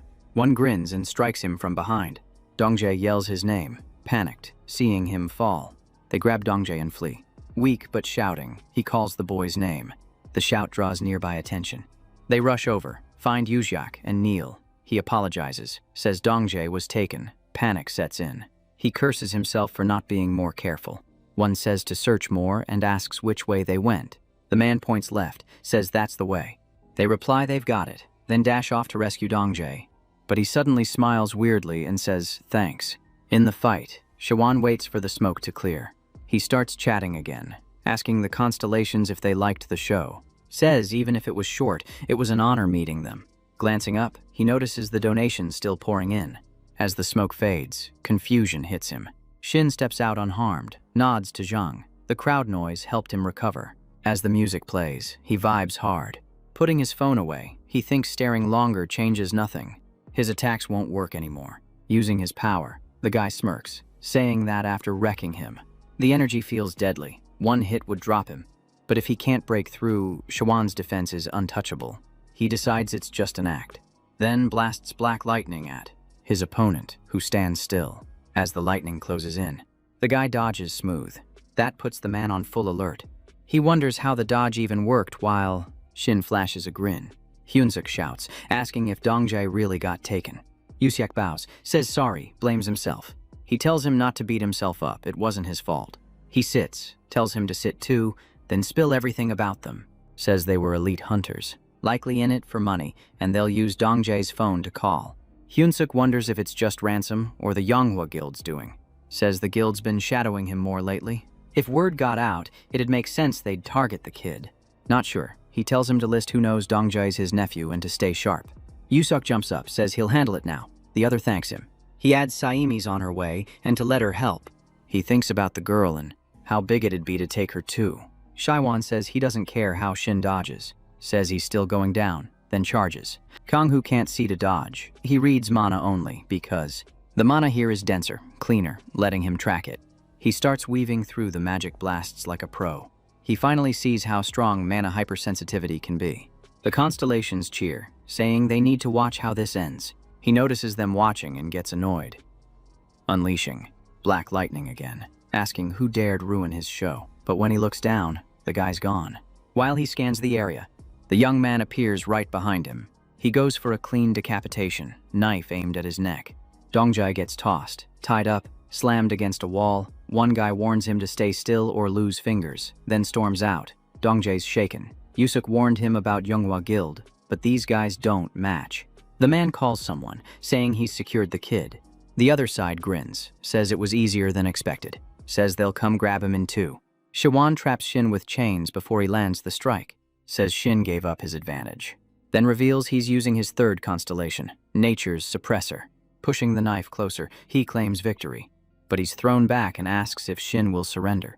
The ruined prophet says that move was solid, says no one expected him to pull off a locked skill. Drug King asks if that power wasn't a monster's, impressed by how well he used it. Iron Apple's martial god says he's hyped by the upgrade. Shaiwan, annoyed, demands to know what trick that was. Shin replies he just went stealth. The man says that's assassin tech, usually claimed at level 50. Kanghu agrees, asks if he thought he was being serious before. A constellation asks if he hit his level, saying no need to reveal it to enemies. Shawan, furious, starts summoning a giant fireball. He admits he misjudged, says Shin's worse than he thought. Says he'll reveal what he really is. Yangmi's hyped, finally going to see the captain at Donghae after ages. She can now fulfill her promise. She texts Sungkyu, says he'll get it in 2 days if free. During the fight, Shin calls him reckless for using so much power here. The constellations begin praising Shaiwan's power. He rides the giant wave, thinking he should have done this sooner, that Shin will be reduced to dust, then launches everything straight at him. Red flames explode, lighting up the arena. A huge blast rips through the field. Looking down, Yang mutters, "This is insane," asks if that broke the rules. Shin chills on a rock. Flames wreck everything around, wonders why a constellation stepped in. The Constellation Raider says he couldn't let a human go wild in his realm. His contractor already passed the trial. Tells Shahuang he's done. Opens a portal, tells him to head back. Furious, he yells not to joke with him. But the portal pulls him in, leaving the rest behind. The raider erased his memory, returned him home to avoid fallout. Shin says he nearly lost, but expected that outcome. Anyone paying attention could have seen it coming. Even while outmatched during the trial, his donations kept growing, proving he passed. Bowing slightly, he asks if he can claim his reward. The constellation agrees. He tells the others he felt their support. Says the results were clear from the power they let him gather. One says it was wild, another likes the kid, making the raider grumble. Darkness of the Apocalypse says he's intrigued, plans to keep watching. He says the kid will remember him, thrilled to be seen. The Constellation Raider says they were way too focused on his contractor. He let it slide just this once. He starts turning Constellation power into EXP. The guy praises him for clearing the trial, says new power awaits, then vanishes. Craving evolution. He heads back to his apartment. Leveling fast, he hits 101. The message hypes him up. Goal crushed. But then panic hits as a flood of messages rolls in. Shin picks up Soul Imprint, the assassin's basic skill. Learning he can bind items, he gets pumped. Switching gear during fights sucked. He figures it's best to mark all key weapons. He opens the panel, finds the new system. Says it's good, but he'll save it for later. One message says the constellation. Master Trickster offers 3 cards he remembers. Mixing gear not made for him once caused chaos. He picks the card in the middle. The constellation praises him, says it's a top-tier item. He stares at it, completely drawn in. He could copy Zhang Shuan's move, but thinks it's not worth it. He'd rather snatch something from the assassin skill tree. He already knew the perfect match, but the guy's big in China. Then his phone rings. She's glad he answered, asks how he's holding up. He says she can chill, he's fine. Tells her Eclipse calmed down, no reason to stress. She asks if he'll handle a job. She adds, a mana-rich crystal mine was found near Hongcheon. Mining needs mana, and mines like this are super rare. He figures the pay's solid, agrees to go tomorrow. Next day, near the Hongcheon Dungeon's liberated zone. The miners are stunned watching Shin dig. After that, he needs to find Sang-mi. He'll need help reaching the abyss. Security's too tight for solo contact. The young man scans the area with mana. He grabs an axe and swings down hard. Crystals shoot out from the earth. He says it's enough, others shocked at his speed. Shin hears muttering behind him. A man steps on another, asking if they think cutting wind is a joke. He looks at the young man, trying to figure him out. He demands to know what kind of guts it takes to hoard all the stones. Sword in hand, he steps in fast. He claims there's a smarter way than working alone. Thinking back, he figures their annoyance is actually helpful. Suddenly, someone activates a skill on them. The guy charging gets knocked out mid-run. He's stunned, trying to grasp what just happened. Bodies scatter, others duck from the blinding light. She's stunned, trying to trace the source. When an arrow cuts through the air toward the crew, Peter snaps, spotting his fallen teammates. He roars, demanding who launched this attack. A masked man fires back, saying they're the ones with questions. Shin spots the demon mask. Panic spreads fast. The girl points her gun again, steady. She fires, dropping another, as the leader shouts to split up. He yells for them to encircle and finish them. They rush the girl, but one falls before reaching her. Kang-Hu sprints forward, gripping her gun tight. He teleports short range, slicing more down. The masked man watches closely, analyzing him. The leader appears, swearing furiously. He charges, vowing to take the kid down. She screams, warning him to dodge. She uses her item pull, snatches the knife, steadies herself. As the man charges past, the kid nails his gut. Noticing the others tremble, he remarks that was lucky. One move, and they're all down. She's stunned she managed that so fast. A man steps out, says Shin is as good as they say, shocked to find him here. Se-hyuk pulls his mask off, surprised to see him. He calls out the young man's name. A teammate rushes up, thanks him for saving him. The leader tells everyone to calm down. He says his mission with Jaeon was to free abused hunters, and he'd kill anyone who stood in the way. That's why they call him the Judge of Silence. But to gain fame, his fate was sealed. He'd fall to Kang Dong-hyun. Kang-Hu asks how he knows his name, realizing he hasn't said it yet. He admits he planted an Eclipse spy to dig up intel, leaving the young man rattled. Se-hyuk continues, noting he never expected him to punish So-hee himself. But Kang-Hu asks him not to use his real name, thinking the guild rumors already spread. He also tells the two teammates to drop their ID numbers.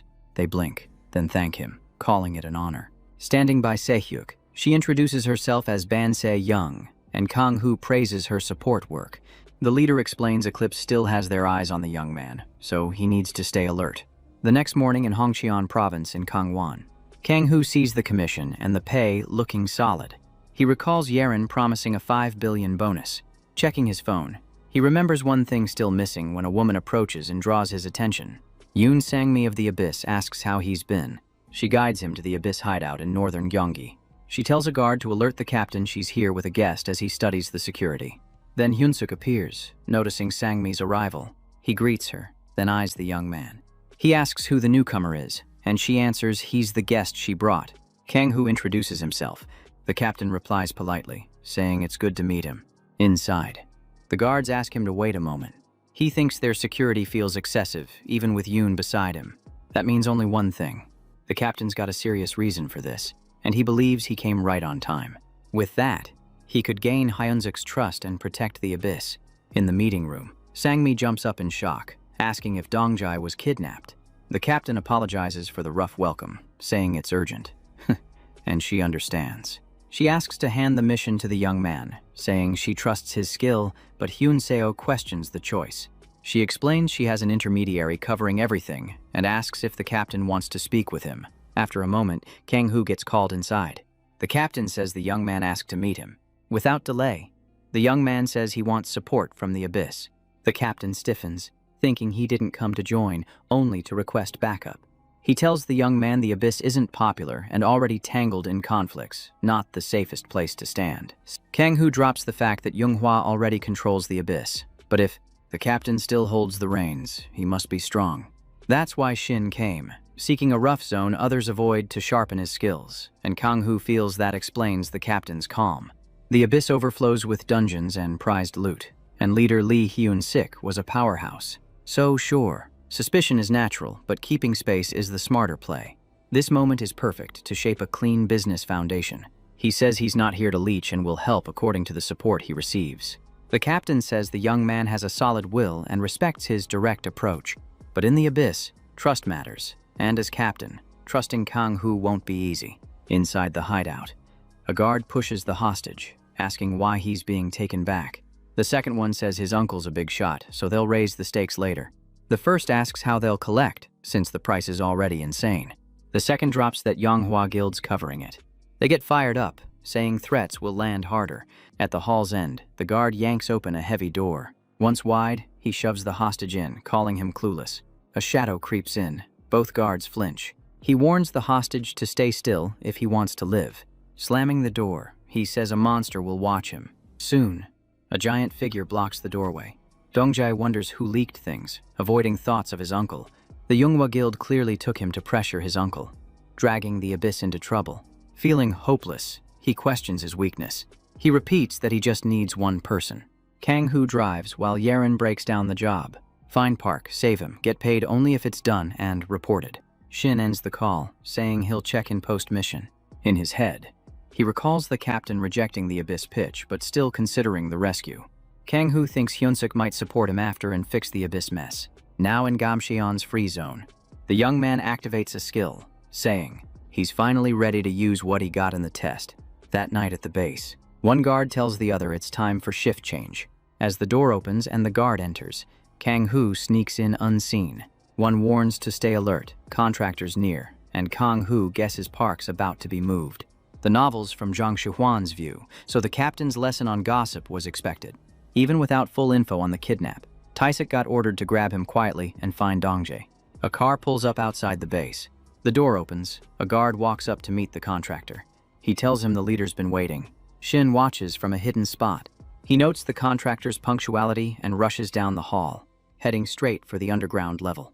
He sees few guards while searching for the hostage. Scanning the area, he decides to check the lowest floor, but the monster's already nearby. Kang Hu freezes, stunned by the beast. In another room, the black skeleton leader says he's surprised the contractor came in person. He offers a handshake. He says his name is Shin Junho, and the leader notes this mission has drained resources. Junho says he assigned an assistant, so grabbing the target should be easy. But the leader reminds him big plans burn big cash, and guild members know that.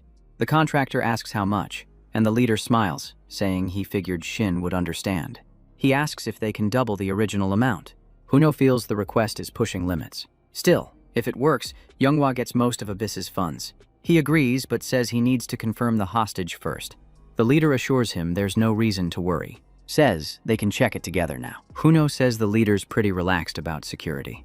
He replies the commission is loaded, and no matter who intrudes, the hostage stays secure. Then he asks if Yunho has heard of Bejumi. Downstairs, Kang Hu dodges the giant's attack. While moving, he recalls Bejumi is a Russian hunter turned living weapon. The man lost it during training, now follows only orders and kills on instinct. The beast senses the boy's invisible presence and preps to strike again. Shin wonders if the monster smells him. Built with heightened senses, Bejumi charges, and the boy realizes its nose is wild. He slips aside just in time, barely avoiding the blow. If the beast guards this spot, then the hostage must be behind that door. The giant pulls back fast, then swings by the door, but Kang Hu dodges. Amid the mess, he sees the black skeleton team starting patrol. He debates taking down the beast or making a break for the door. Bejumi lunges again, missing as Kang Hu activates a skill and reaches the door. The beast charges full force. Shin times it and lets the beast smash the door, slipping through clean. The giant stands stunned. Moments later, the leader and contractor arrive, and the leader spots the aftermath. He sees from afar the busted door, the stunned monster. Alarmed, he says someone crashed in and tells her to go. Tells Junho to wait while he checks. Thinks it's messy, but still under control. Teng Hu steps in and spots two more giants guarding the captive. Dongjae stares, wondering who just entered. He steps forward, pulls his phone, then flashes back. Yeren says she'll send Park's info and he's using a special item. Showing a barcode, it'll prove who he is in the room. He scans it. Dongjae uses a skill and confirms Kang Hu came by his uncle's orders. Suddenly, the first giant charges in. Kang Hu dodges, but both giants rush him. Shin sees his mana's low, must use it smart. One giant raises its axe. It swings hard, but Shin dodges fast. He thinks fighting two at once is a pain. Park starts catching on, noticing Shin's just dodging, aiming for him. Kang Hu fires off another skill. The hostage activates a buff to help him. Boosted. He closes in while dodging swings. Reaching him, he nods, impressed. Activating another skill, Kang-Hu says he's ready. The giants storm in, but the man grabs Park, wishing him luck. Before the hit lands, he teleports them out. The leader bursts in, out of breath, panicked, asking what happened. Seeing chaos and angry giants, he yells where the hostage went, far from the base. Shin and Park confirm the teleport worked. Shin adds it was smart to act while Park was held by the skeleton squad. Kang-Hu thinks the kid's buff helped a ton. With him, escaping with teleport is no problem. The hostage thanks him, saying he made it out alive thanks to him. Kang-Hu says don't thank him yet, leaving him puzzled. Shin tells him he still needs to do something. Back at base, Junho asks if he's seeing things wrong. Looking at the leader, he says he doesn't see the hostage, making the man stutter. Cutting him off, he says if so, there's no payout. The leader panics, calling him insane. Yells, asking if he's lost it. Does he know what this cost? Furious, he orders the giants to kill the contractor. Junho summons a guandao, a bladed spear. He slashes one giant across the back. The leader freezes. Stunned, the giant went down in one blow. Junho points the blade to his neck, saying he should be the one asking if he's lost his mind. Weapon dripping. The contractor demands answers, saying the hostage must be retrieved no matter what. The leader panics, swears he'll find him, then bolts for the exit. Shin wonders how the plan got leaked and they showed up. He trusted a team with no guild ties and handled it himself to keep it quiet. Pulling his phone, he suspects it's been tapped. Yusak tells the guards to report immediately if they notice anything. His phone pings. Junho warns he might be tapped, and to shut it down after reading. Due to a shift in plans, the meeting place and time have changed. Hyunsuk also needs to be redirected to the new location. Reading the text, the man chuckles, saying time's almost up. At Abyss HQ, the captain sighs, thinking he hired a stranger and lost both Yuseo and Sangmi. He's sure it's not Park's father and thought he kept him safe. Growth meant nothing if he couldn't even manage that. His phone rings, and he picks up. He asks if it's Yushak, who confirms it. On the call, he says Dongjai was with the Black Skeletons. The deal was money for the boy, but he had to go alone. Hyunsuk believes he can still help, says he's on the way and asks for the spot. A dark warehouse in the middle of the night. The man steps in, says things got messy, but it worked out. Park tenses. Nervous. Park asks if this whole mess is on him. Walking closer, he says it's his fault for being his uncle. Park asks why. Yusuke thanks the figure for capturing the boy. The man steps forward, revealing it's someone Park saw earlier. He asks if Taisuk's not coming. Sangmi appears upstairs, saying luck just wasn't on their side. He hoped it was all a huge mistake. The man asks what's going on, and the boy says Taisuk's searching everywhere in Gimchin. Park unties himself, runs to Shin, catching him off guard. Yusei brings up the message. The boy nods, already knowing. Showing his phone, he says they were the ones who sent it.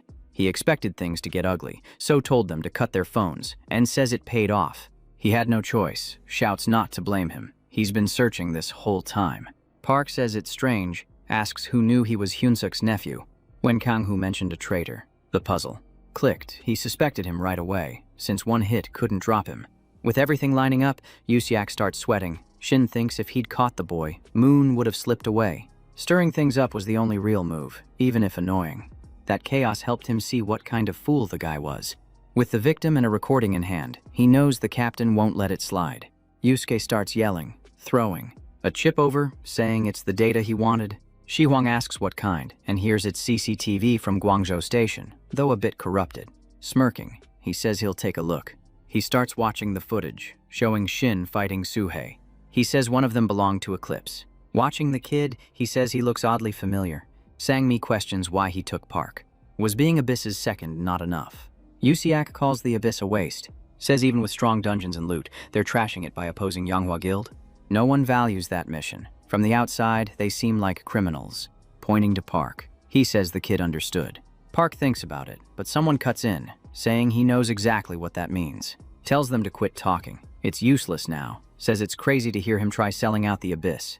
Yusiak draws his gun, ready to wipe them all. The squad grabs weapons, bracing to fight. As Yusiak pulls the trigger, the captain storms in and slices off his arm. The gun fires upward, exploding on impact, stunning everyone. Hyunsuk drives his blade through Yusiak, ends him with a glare cold as death.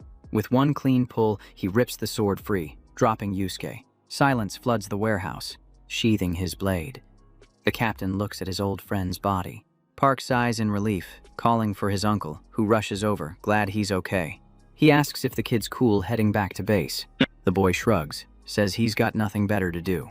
Kang-hoo feels the pressure lift, while Sang-mi praises the captain's sharp moves. Hyun-suk asks Shin if he can ride with him. Wants to thank him properly for saving Dongjae. Shin nods, seeing it as a chance to talk. The captain grins, says he'll grab the car. Sang-mi joins him, says she'll scout the area, tells them to relax, after they go. Park exhales and asks Hyun-suk if he's a bad guy. Hyun-suk replies, confused. Dongjae reflects, unsure if his uncle's doing right. But he can't stay trapped by that doubt forever. Shin speaks up, says he feels the same way, leaving Park stunned. Adds he's not risking his life to play hero. Says Park should live how he wants, but from his view, there's no reason to reject what family offers. Inside the office, Hwan's on the call, asking if Dongjae vanished and Yuseo's missing. Junho just says he's got no comment. Jong cuts in, blaming weak choices, says they won't repeat it. They talk about wiping everyone out, but Shin reminds them they already crushed the black skeletons. Their leader crawls through corpses, begging them not to come any closer. Junho kicks him in the back and grabs his weapon. No hesitation. He drives the guandao into his chest, ending it fast. Shin tells the crew to burn all the bodies, says they need to control the media spin. Back at the office, Siwon wants to erase Gimcheon, but plans to strike the abyss later. While scanning the map, he thinks the truth might be somewhere unexpected. He studies the computer images with focus, suspecting Cha So-hee might be behind it, decides to start there. In the abyss hideout, northern Gyeonggi-do, Dongjae lies on the bed, saying he needs real rest. Sang-mi calls him a good actor, asks when he set it all up. He says Sung-kyu helped him plan it.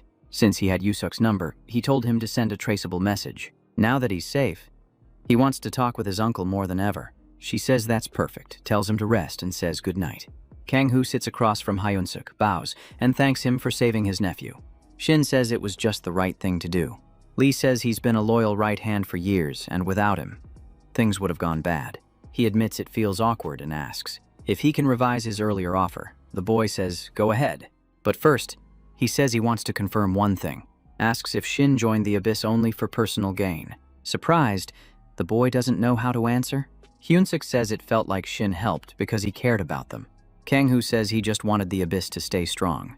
That was it, since they stood against Yonghwa Guild. Says he didn't want to risk himself and kept his distance. The man nods, saying it checks out, smiling. He says it was a good answer, and he'd count on them if needed.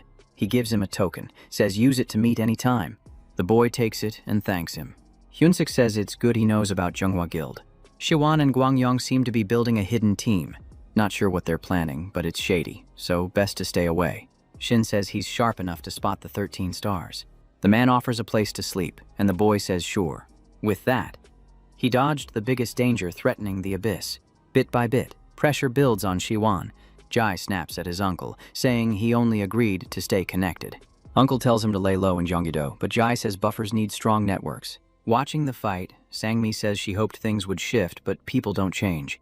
In the novel, Park wanted to see Kang-hoo's skills, but guild politics blocked it.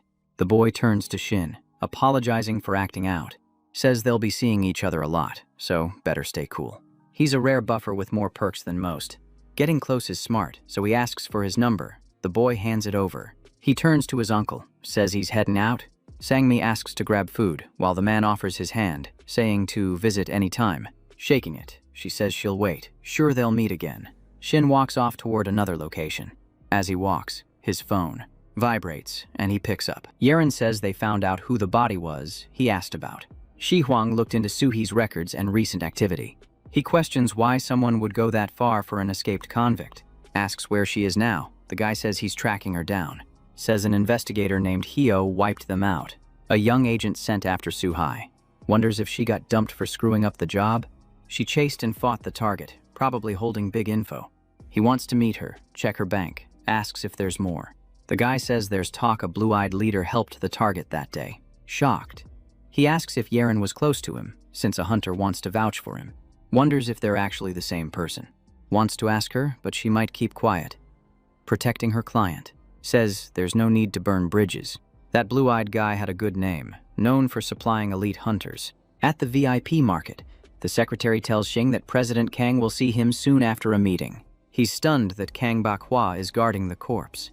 She runs the VIP market, a billionaire boss. In the novel, that place helped characters grow, and Bakhua was a well-known NPC. He never expected real connections hiding behind all this. A woman appears, says she didn't expect to see him there, asks what brings him to Busan. Her weapon's wrecked, she needs a new one, and after this, she'll return to the market. They take a seat and start talking. She demands why he ignored her message. She kept waiting. Shin freezes, surprised she really waited. Yuri's glad to see him, says she brought something. It's mad salatium. She picks it up. Holding a plant, she offers it, says her grandpa raised it. Only her master K grew salasium in the region. He's stunned, realizing she's his granddaughter. She thanks him. She says escaping the 0 mark and meeting her grandpa was thanks to him. He claims he did nothing. She says he helped her trust again. Without him, she would have feared her grandpa, run away instead. She says the man had a granddaughter her age. They shared the same name, so she became his adopted granddaughter. In the novel, Yuri was always alone, obsessed with revenge on Yanghua. But the younger self had family, so she doubted her memory. Shin asks why she was at the market. She says visiting her grandma, though they got stopped. He's curious, but she cuts in, says her grandma owned the market. A woman appears, thanks them for coming. She says Bakhua was the one who called him. She thanks him for returning the young man's body. With no relatives, she'll arrange the funeral. She says he was like family to her. His dream, to become a hunter, came true. Yanghua Guild reached out, and he was thrilled. She felt sad, but proud. He joined the top guild. The man suspects the guild erased him to cover something. Maybe that's why his records got blocked. She hands him a sword, says it was his. Bakhua gifted it to celebrate his start. She tells the secretary to bring something, lifting the gleaming knife. She asks if he likes it. He smiles, says anyone would love it. Weapons with those stats go for at least 50 billion. He asks if he can really keep it. She says it's his reward. She meant to gift it when he returned, but Minjun would love seeing him use it. Shin bows, thanks her for the amazing gift. Yuri says she should feel heartbroken. The woman says she shares Bokwa's name, and her husband left, haunted by memories. She endured thanks to Minjun, but her husband couldn't take it. Holding Yuri's arms, she says now she can rest. Smiling, she asks Yuri to visit again. Yuri nods shyly. They head down the stairs toward the marketplace. The girl blames Guida Zhonghua for everything. With sharp anger, she hopes they pay eventually, even with change. Her hatred toward the guild stayed. Shin suggests splitting up. She agrees. He wonders if Master K knows about mana hypersensitivity. He asks if he can join her. She's caught off guard. She grins, thrilled, asks if he means it. Night falls. They're in a warehouse. Suhei wonders how long her wound will last. Wrapping it, she curses Jin for chasing her. She assumed the master leaving was just drama, but no contact since then feels off. She thinks it's unfair. She gave her all. Then something moves, catching her attention. Suhei draws her blade, shouts at the figure. She hurls it toward the shadow. She demands why they keep hunting her. Jin calls her reckless, says she delayed finishing her, thinking kindness worked. But since that failed, she attacks, claws out. Shin and Yuri reach her grandfather's place. She says it's crazy there's a house at Ground Zero. He says it's where he grew salasium. Shin knows this might all be in his head, but wonders how it connects. A voice behind says his granddaughter mentioned him.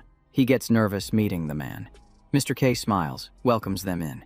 They sit quietly on the couch. Thanks to her, he finally meets the boy. He thanks Shin for helping his wife and Yuri. He recalls seeing the same boy Shin met, the one in the accident. Shin asks if Majun came here. Mr. K nods. The guild came for herbs, but he refused to sell some. Majun got recruited fast. Shin suspects they dumped him. Shin asks which herbs they wanted.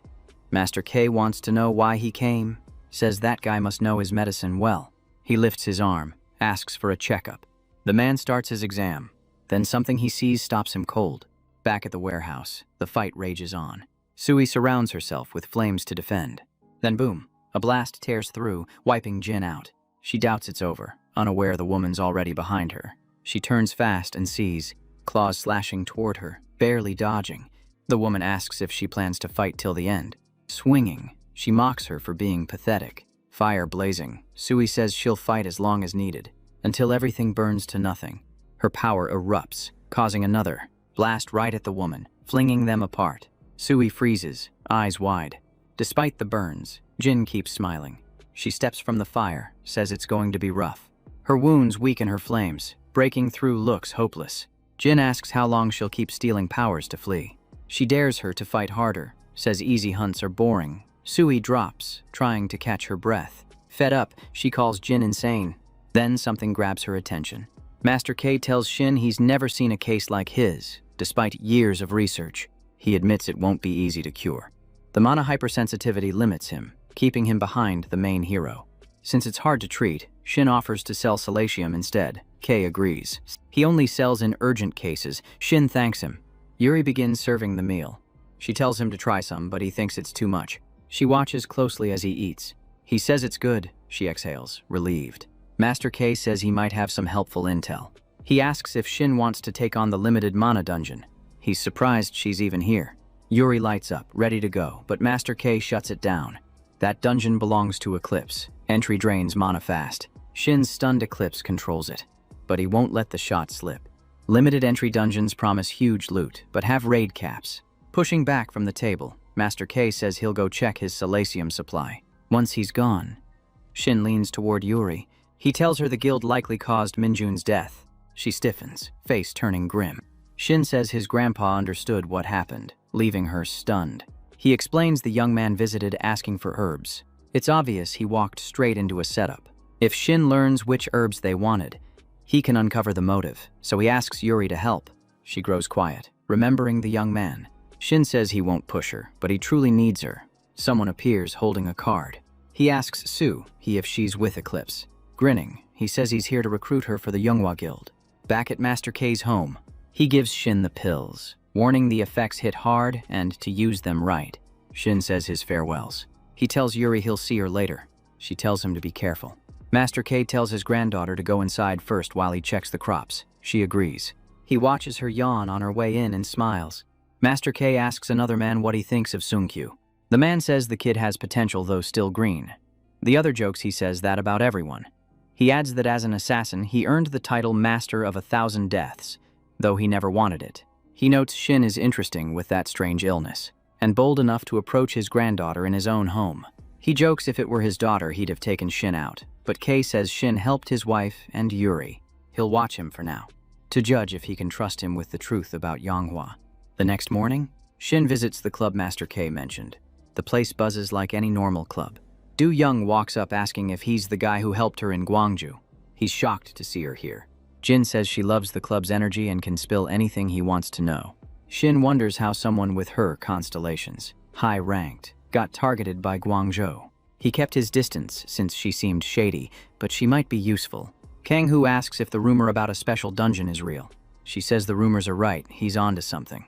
She heard the entrance is in the underground parking lot, guarded with a barrier so outsiders can't break in. He says the barrier sounds rough. She says she still owes him for that. Day then asks for his number again, saying his last one was fake. She lifts her phone, saying she's ready to claim her reward, but when she brushes his hands, she asks him to help her reach the parking lot. She grins, saying she can totally guide him through it. Shin has no clue what she's plotting, but since he's already in, he decides to follow along. His Liberator Master constellation proved surprisingly useful.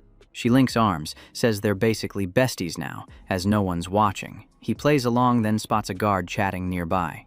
He senses something wrong. She rests a hand on his shoulder. She wraps her arms around his neck, says this is the move. She kisses him, catching him completely off guard. Looking into her eyes, he knows he's trapped. He needs to act first, as they descend. She waves at the guard. The guard smiles and waves back. Jin's sneakiness helped more than he realized. She opens the door, wishes him luck. He wonders what her angle is. She just sighs, pleased. A man behind her says she nailed it. It's Kang Dong-hyun. He says he finally met Shin Kyung-hoo. Says Shin focused too much on the barrier and missed details. No hunter had met the mana threshold yet. That under. Ground lot only links the dungeon and the upper floor. Shin tries the door. He suddenly turns, alarmed. A bolt of lightning strikes. The man says he's a rat in a trap. Shin blocks it just in time and is stunned to see him. He still hadn't hit the entry mana mark. Shin considers leaving. The guy asks if that wasn't enough. He pops the pills, says no way. Jong-yoon fires an energy blast at him. Kang-hoo gulps the pill, refusing to quit now. He floods mana into the gate. He overfills the requirement, unlocking the dungeon. He dives into the portal, right before the blast lands. Seeing that, Kang explodes with rage. He can't believe Shin actually made it. Inside, Shin sits catching his breath, in front. Monsters creep in sticky and slow. They snarl, raising a racket. Hyo-young asks what happened, then sees her master standing there. She asks what's next. He talks about mana potions. She asks how many to make without even knowing the formula. Dong-hyun turns, dark aura rising, says make them all. Furious. The monsters charge at Shin, but he uses Ice Imbue, freezing them solid. The ice he earned from defeating Gubin remains constant. It's all about enhancing and channeling ice power. Ice-imbued weapons destroy slimes, since normal hits do nothing. Shin-ai, part of the crew, says that was the last one. The Slime King shows up, massive and furious. It launches a horde of slimes at him. Shin dodges all of them and rushes forward. His power and speed were locked in. One clean strike shreds the monster. He grabs a glowing red crystal from the mess. Grinning, he admits the loot's actually decent. He unlocks a skill, jokes he'd use it if the name wasn't so lame. Shin keeps walking until glowing flowers catch his eye. Earlier, he'd asked Master K if he needed anything. K handed over a plant list and asked him to check. It listed rare stuffed mandrakes, ginseng, spiritual roots. Years ago, foreign hunters entered another dungeon easily. One botanist claimed rare herbs grew inside. His theory, the dungeon's aura let rare plants thrive. No telling if this one shared that vibe, but he asked for a Biollante if spotted. Shin figures no harm in scoring extra rewards. He figures he might as well bring it back. Soon enough, he spots the Biollante. That proves Master K's story was real. The area's massive, but he still needs more herbs. From beneath a tree, something watches him. Kang-hoo thinks maybe a monster guarding herbs. It's a hard-shelled turtle. Flowers grow straight from its shell. He plucks one, and they all start stirring. Shin ends up surrounded as they crawl in. Each one has herbs sprouting on its back. Pulling his blade, he thanks them for making it easy. Back at Master K's place, Shin says he wanted to check out the dungeon. There were rare herbs, maybe enough to help. K says no medicine can heal him. He knows his limits. Only Shin, with his rare condition, can enter that dungeon. K says don't quit now. He just gained a brother. The other tells him to mind himself. He didn't send Shin for the illness. K asks if it's about the Biollante. That herb is something the Younghwa Guild wants to cut a deal for. Yuri had been listening the whole time. Hearing the guild's name fires her up. In the dungeon, Kang-hoo took out the turtles and gathered most herbs, a few still missing. He figured more might show up deeper inside. Suddenly, something leaps at him. He dodges fast. No way he could stay still now. The boss says his dodge was clean. Looking up, Shin sees every missing flower growing on the boss. Angry, the monster accuses him of trespassing and stealing. Says he's not letting him walk out. Shin says great, saves him the search, and draws his blade. Back at Master K's, he asks why go after a plant they wouldn't sell. Says he never planned to deal, and wasn't even sure Biollante would show. But if Kang-hoo found it, they could track how the guild uses it. The boss hurls roots, shouting the boy would feed his land. Shin uses a burst to dodge and close the gap. He goes for the head with his knife. Grins and tells him to just hand over the herbs. He drives the blade into its neck, catching it off guard. While it reels, he climbs up, grabs one flower and jumps clear. The boss sees it, shocked by his nerve. Furious, it lashes roots at him. Shin barely dodges. It taunts him, dares him to try, says his blade won't pierce those scales.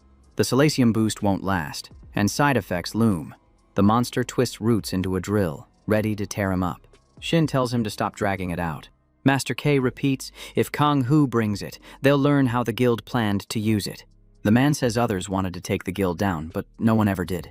Says they fake deals, then kill the people they used. Yuri overhears him say it's something valuable. Shuwan and Guangyun led the guild. She knew their ties ran deep.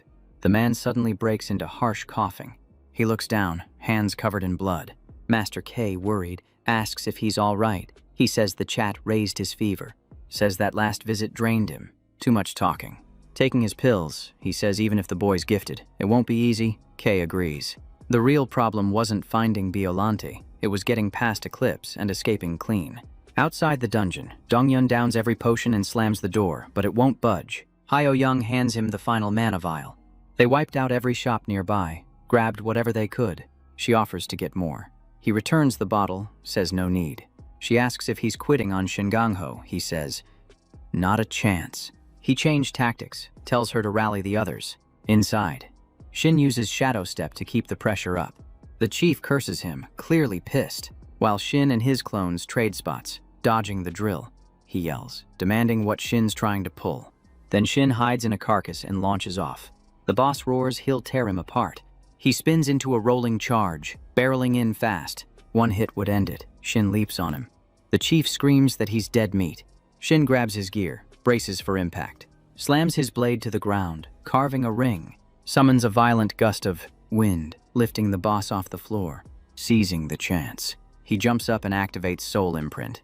Right beside its skull, he aims to finish it. Blade drives deep, striking the weak point beyond the carcass. The boss crashes back with Shin clinging tight.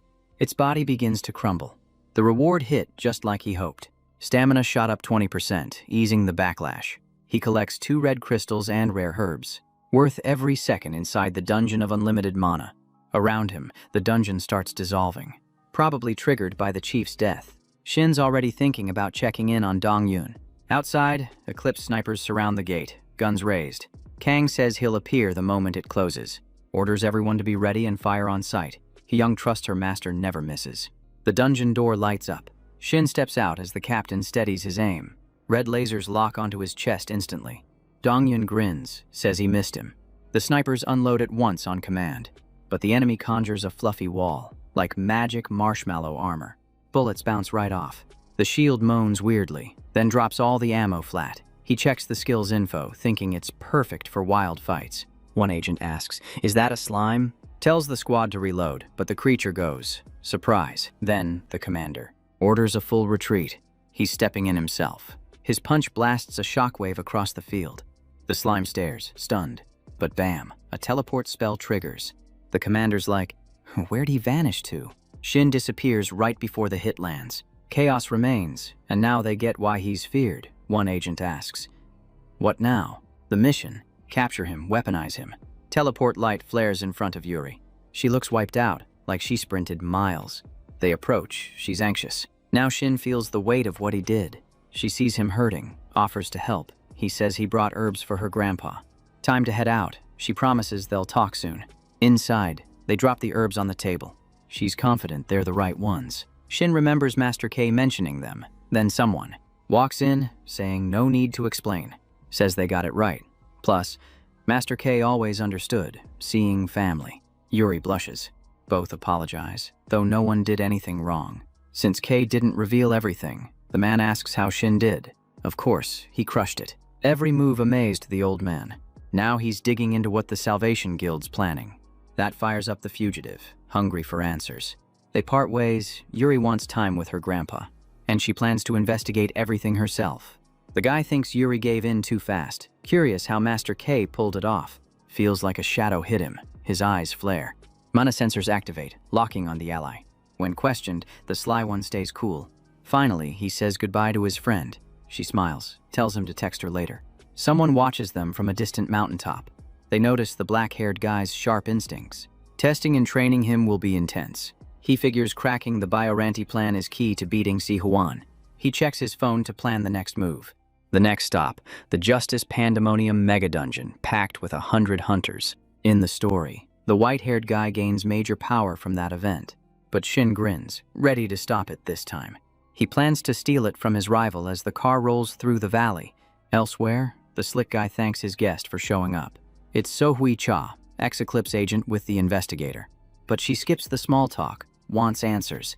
The guy says nothing changes, but knows she's hunting someone. He wants details on the creature from the footage, promises a fair trade for the intel. But revenge is all she's thinking about. That makes the maniac grin. He drags her into the Salvation Guild. Now he wants to talk enemies. At first, they all thought Shin was weak, but his growth shocked them. Way too dangerous now. His magic skills rival top assassins. She figures he learned from books, but his power's monster level. Even the obsessed one couldn't dig up much. Saiwan says he knows, taps something on his phone. A ping hits the other guy's phone. He eyes a girl she might be useful. So Hui, now an exec, gets her first mission. Her task wreck the next raid, so she checks the roster. Sees who's coming. Total shock. She promises her boss she won't mess it up. Crowds gather at the Justice Pandemonium Gate. Reaching here without trouble, big win for Shin. This dungeon's no joke. Even villains team up. In the original story, Swan finds something deep inside. Ganghu tries an ambush but blows it, barely escapes. The goal, grab that power first. Old friends stunned seeing her again. Thanks her for last time. She asks if he's got her back. Of course, the clever one says. Always. But secretly, they plan to use her as a weapon. Smart move. Time to move. Shin takes the lead. Just before the portal, someone blocks the path. Other players step up. No way they're letting him grab all the loot. Soon, the crowd pours in, tossing comments around as fear mixes with forced confidence. They claim the Salvation Guild keeps things manageable, though tension hangs heavy. A reckless bunch storms ahead. The hero sees clowns blundering into traps until one realizes her doom. She becomes the first to take a brutal hit that nearly ends her run. Panic spreads fast as everyone understands the scale of the disaster. Flames scorch some, while others end up pierced or smashed in the chaos. More bodies drop. Crushed or stung or tossed aside by unseen dangers. Only a tiny handful crawls out alive from the spiraling carnage. Two shaken adventurers whisper fears that the guild plans to abandon them. Their worries grow because the shady types hired scouts earlier to meddle. That trick makes surviving these hidden traps nearly impossible for the team. The black-haired one tried to guide them, yet they ignored every warning. The leftover survivors push forward into the unknown with shaking breaths. They step into a massive hall coated in eerie silence and dust. Several frightened rookies freeze at the thought of facing another deadly floor. This corridor hides the secret route toward the power Si Huan seeks. The young guy tries to explain his partner's motives before danger shifts again. She says they split here with another team coming and asks them to secure safety. With nowhere safe behind them, their single choice is to run hard. In seconds, they realize the path ahead must be taken alone now. They push into the narrow hall, sensing danger creeping from every corner. Jin's like, "I'm staying. You promised to protect me." Out of nowhere, the sly woman grabs his face with a soft gesture. She pulls him close, hugging him lightly while playing coy to distract. Hidden beneath her touch, monstrous hands twitch ready for a silent strike. A burst of purple energy pulses through her warped limb with menace. Before that killing move lands, the traitor takes a sudden wound instead. Shin drives his blade in, revealing he read the scheme from the start. The imposter wonders how her cover failed, though her odd motions exposed her. Every step she took screamed deceit, making her intent obvious to him. His doubts harden into certainty once her patterns aligned too perfectly. After leaving the endless mana dungeon, he kept watch for betrayal. He mocks her half-hearted flirting, saying it barely counted as distraction. Her injury and collapsing plan push the villain into frantic desperation. She lunges with a wild sweeping strike, hoping to turn the tide. He slips past the red slash, moving clean, as if expecting the arc. Acid sizzles on the floor where the attack landed, eating through stone. The sight feels unsettling, hinting at dangers layered behind her strength. He figures the corrosive splash ties directly to her twisted power. She rushes again, charging forward with raw force like a maddened beast. One snap, and the strategist figures it out fast. At the same time, the hunter moves in. Inter charges in, all smug and fearless. Her claw rips through his shield with ease. She freezes, shocked after watching him fight Sohyuo. She already knows his full skill set, but he counters with a sudden fire enchant. It blocks her slash, leaving her speechless. Her claws, now ruined and useless. His blade strikes, dropping her fast. She didn't see his bonus moves coming. His new attacks throw her off completely. Then he casually insults her weak skills. Her pride hits back, activating her speed, burst. But the hero dodges with barely a step. Then, something catches him off guard. The agent bails right in the heat of battle. At the same time, something shifts behind him. The wild guy charges in with a brutal move. With monovision, Shin spots her instantly. Boosted, he delivers a fierce slash. She stumbles back, forced to retreat. The villain shrieks in pain. Their power gap terrifies her. His pressure says it all, she's doomed. So she spins around and flees. The mage reacts, reaching out. His grab misses, too slow. He sighs, thinking he missed a big chance. Still, his real goal is the hidden power. This dungeon crushes anyone unprepared. The black-haired one remembers Si Huan was the only one who won here. Then he spots a distant glow on the wall. In that chapter, his rival earned the reward. That white light dropped into his hand. But this time, Shin grabs it. He takes the secret route to reach the power. A dark liquid oozes down. Shadows rise, circling him, until a bright barrier forms, clearing them away. Two new abilities unlocked, one insanely strong. This one can boost the dark force to brutal levels. In the book, His rival got hit with this surprise. A supreme move, no warning. But this time, the runaway owns the power. He opens a portal, ready to challenge. He walks through it. The purple rift leads to a throne room. There sits Judge Aelrose, charging heavy energy. A beam shoots straight at the intruder, pressure rising. The blast's overwhelming, forcing him to retreat fast. Suddenly, an injured figure clings to his leg, asking why he made it out alone. Others pile on, demanding to know why he didn't help. He keeps calm, though it's tearing him inside. Plus, his new power won't trigger yet. His enemy stares at him with disgust. The dead rise, grabbing him again and again, until he sees they're just memories from the novel. None of this is real, so Shin dashes away. Still, the crowd follows, blaming him for everything. He draws his blades, ready to cut through, but he keeps repeating it's all fake. Someone steps up, asking why he's running from guilt. The fancy outfit shakes him to the core. He remembers him broken, then flashes to the funeral. That guy died not once, but twice. This young version throws off his balance. The figure grabs him and slams him harder, saying the one who led the others out is no better. That opens a path for the mob to swarm again. Trapped in this storm, Shin feels locked down. Another illusion hits. A guy behind a screen calls him a coward. Even after all the loss, he dares talk justice. Turns out, it's Shin himself doing the judging. He mocks the hero's story, says it changed nothing. Nobody cared, yet he forced it on them. Those moments rush back, and even this echo feels regret. He reaches for the hero, who still shakes in fear. Time to stop running and face the truth. Asked if he'll keep dodging, he finally responds. To him, even this feels real enough. He'll rewrite the story, end it his way, no stopping. One hit from the hunter, and blood sprays. Now the boss feels something's wrong. His own strike snaps the illusion. Even he didn't expect this constellation to step in. Time to end this fight completely. Strange energy swirls beneath the ground. Monster's eyes flash, blasting a bright beam. The boss changes patterns again, but it's another trick. Shin sees through it, presses on. He catches on to the new move fast, but this time, the hit slams into his leg.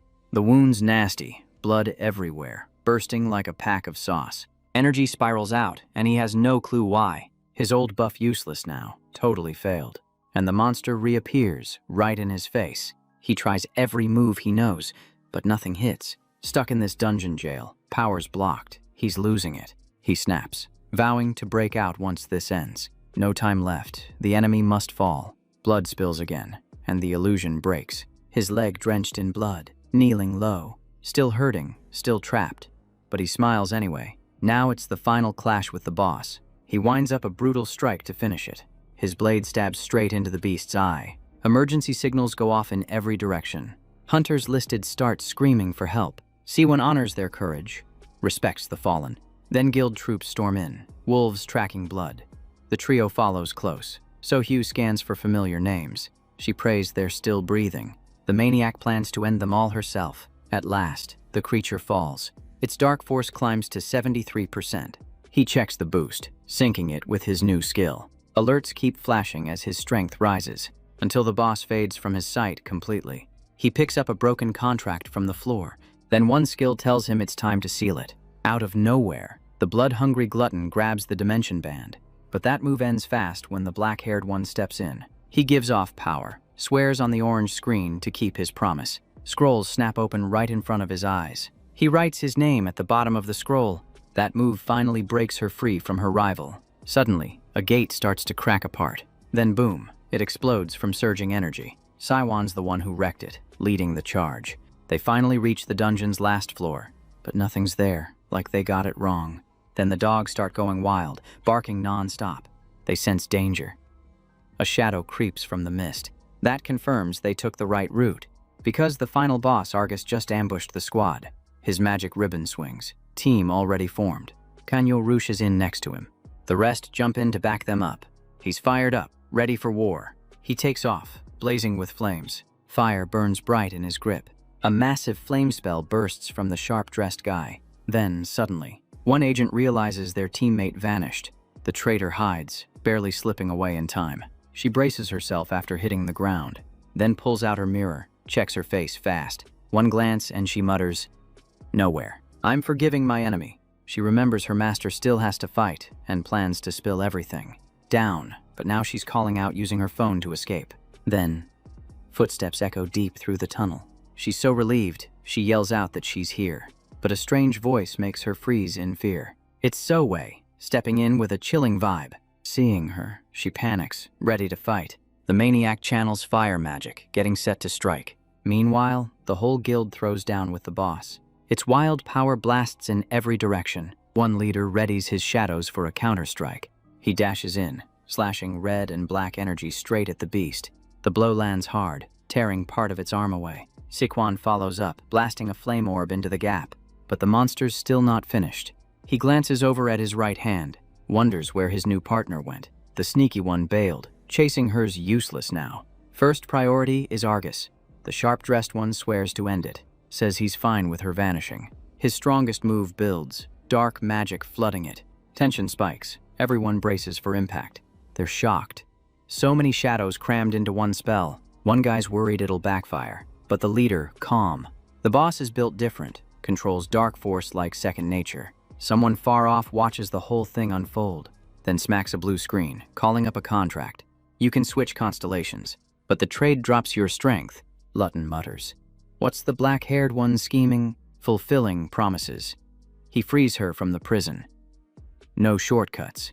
He even faced Elros to grab the item and ditch the bad constellar link. Orange alerts flare up everywhere, heating the moment. Shin's about to boost his astral abilities.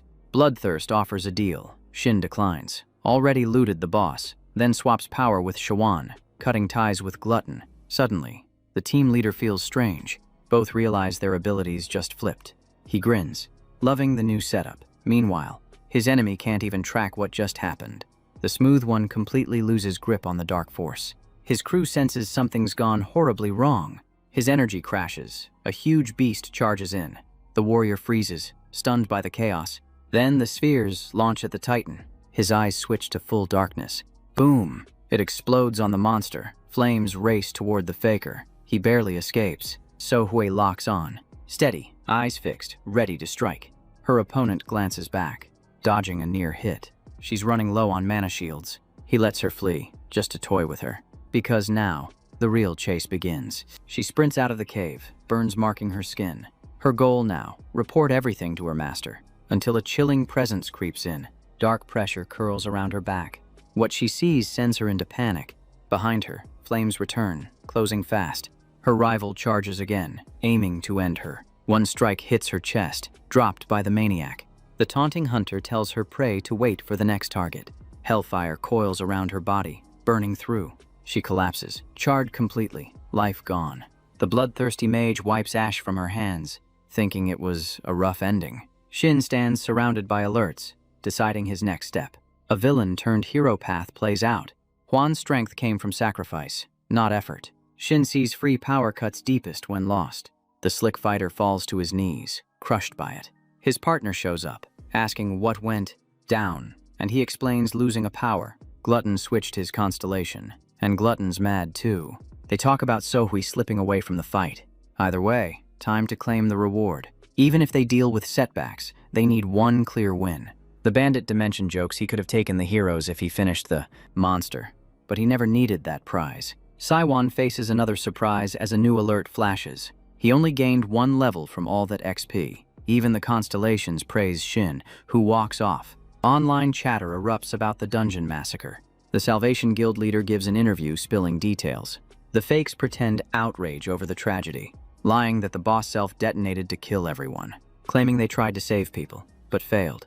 Quan Yung credits his leader, hailed again as a hero. Sadly, the public swallows every word. Only the protagonist sees the truth behind it. Of course. The scum keeps twisting the story of the fallen. A woman watches the shady broadcast from afar. Another person steps beside her quietly. This moment shocks everyone watching. Standing there are guildmasters, Casey and Chung Waiyu, the ones who saved humanity. The Salvation Guild joined forces with the International Guild Alliance. Their mission, clear, raid all dungeons and wipe out threats. Everyone cheers, except Shin, who stays quiet. He knows Siwon only cares about himself. Meanwhile, another person listens to the press event. A knock at the door. He nods for them to enter. Someone walks in, saying at least one team saved the day. And this mystery man brought everything, even if it meant spending cash.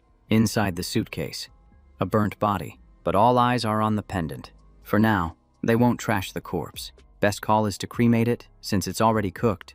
They plug a cable into a device from the case and boom! The screen lights up. The sneaky guy wants to watch. A video appears, showing the main character's face. The full fight caught on camera and sent to him. One shot suddenly throws him off. He sees dark energy swallowing the dungeon, and Si-Huan's face lit with excitement. Then the video ends. The young man instantly knows the interview was fake. This is a win for him, a huge one. They plan to blackmail Si-Huan with the footage. If he refuses, they'll reveal everything. And this is Kang's threat. But the slick man stays cool. The other person on the line panics over the call. The Eclipse Agency was built to mine mana stones in Korea. That person asks for more time, but the white-haired one shuts it down, says the big guy can handle this without effort. So they're cutting off the company and dumping the blackmail crew. After the call, it's clear the shady one's still stressed. His constellation broke, and he's still processing. He thinks Sohui recorded him losing control. Now suspects she was planted from the start. All of it just to steal his power. His partner walks in, checking on him. He carries a box filled with potion bottles. They're made from biorant herb to calm dark force effects. He's ticked off, wanted more potions, but gathering the plant's brutal. Things spiraled fast after Master Kyo ditched, and they rushed the kid in. The right hand says the boss should hide his power for now, but looking weak could get him crushed. Still, he acts like the world spins around him and he'll handle everything. He tells them to announce he's joining the joint raid with Shinto. Meanwhile, Eclipse is hunting the traitor who caught him slipping, when the guy in black suggests killing Kang. The boss shuts it down. A woman updates the crowd on the Salvation Guild's latest moves, says the agency's helping out abandoned zones now. Their first hit, Eclipse is third in command. The girl wants the main guy to join, but he fires back with a question, since she called him and dragged in the Seok squad too. Turns out the top guilds hit Eclipse hard already. Then the enemy vanished into the detention field, making it worse. That place is a fortress now. Black Lion got wrecked trying to storm it. Blue Eyes took charge, and the rookies are the strike team's support. Then the smart one asks Shin again, and he knows it's time to strike back. In the original tale, Si-Huan crushed his whole squad.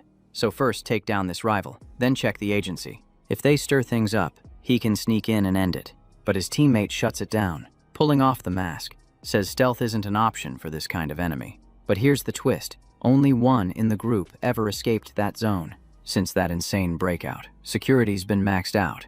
Now the hills are a trap maze with brutal terrain. Plus, guards never leave their boss alone. Everyone sees the main guy as their last shot at beating Eclipse. They won't let him walk, even after he risked everything to get out. So the black-haired guy goes, "You scared, or what?" 'Cause if they back down, they lose the only shot at revenge. Going back's the only way he clears the past and faces the traitor. He's locked in, solo or not. Only the fearless can ride with him into this storm. Then Si Young shares a sneaky route to avoid detection. The guy hesitates. It's risky, but she says, waiting's worse. If Seok dips, the revenge seeker's going in alone. No hesitation. So he sucks it up and follows the plan. That secret trail's an old hidden path they stumbled on years back, and they've got a spy deep inside with the enemy now. But once inside, things could spiral fast. Even the three of them can't break through that wall. They'll need a tank, a mage for damage, and a warrior up front. Lee's a mage and down to help, but she's leading the outer crew, so Shin plans to call a trusted friend. His friend's phone lights up, buzzing hard. He answers, and Shin goes, like, "Yo, need your help. Dongajay, only you can pull this off. Since this could go abyss-level bad, the recruit's bringing backup. Even if it's chaos," he says. "I'm in." He agrees to help and promises to send support. Shin thanks him for coming through. A kid's excited. The black-haired guy called, but her uncle says, "Get someone else." Sangmi's on a mission now, hyped to learn what's happening.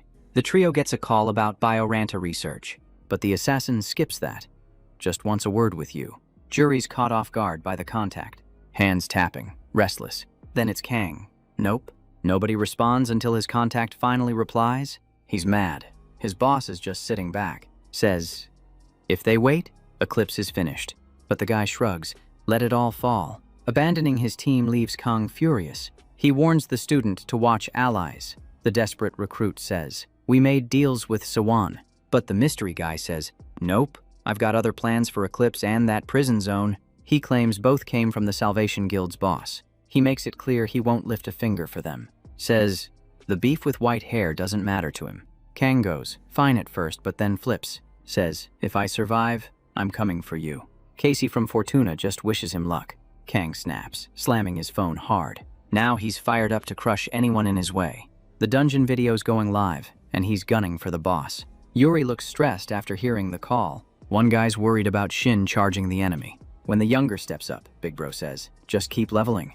Then Grandpa turns, asking, what's your call? Granddaughter. She's going, but you can see the nerves in her face. She's here because Shin once saved her life.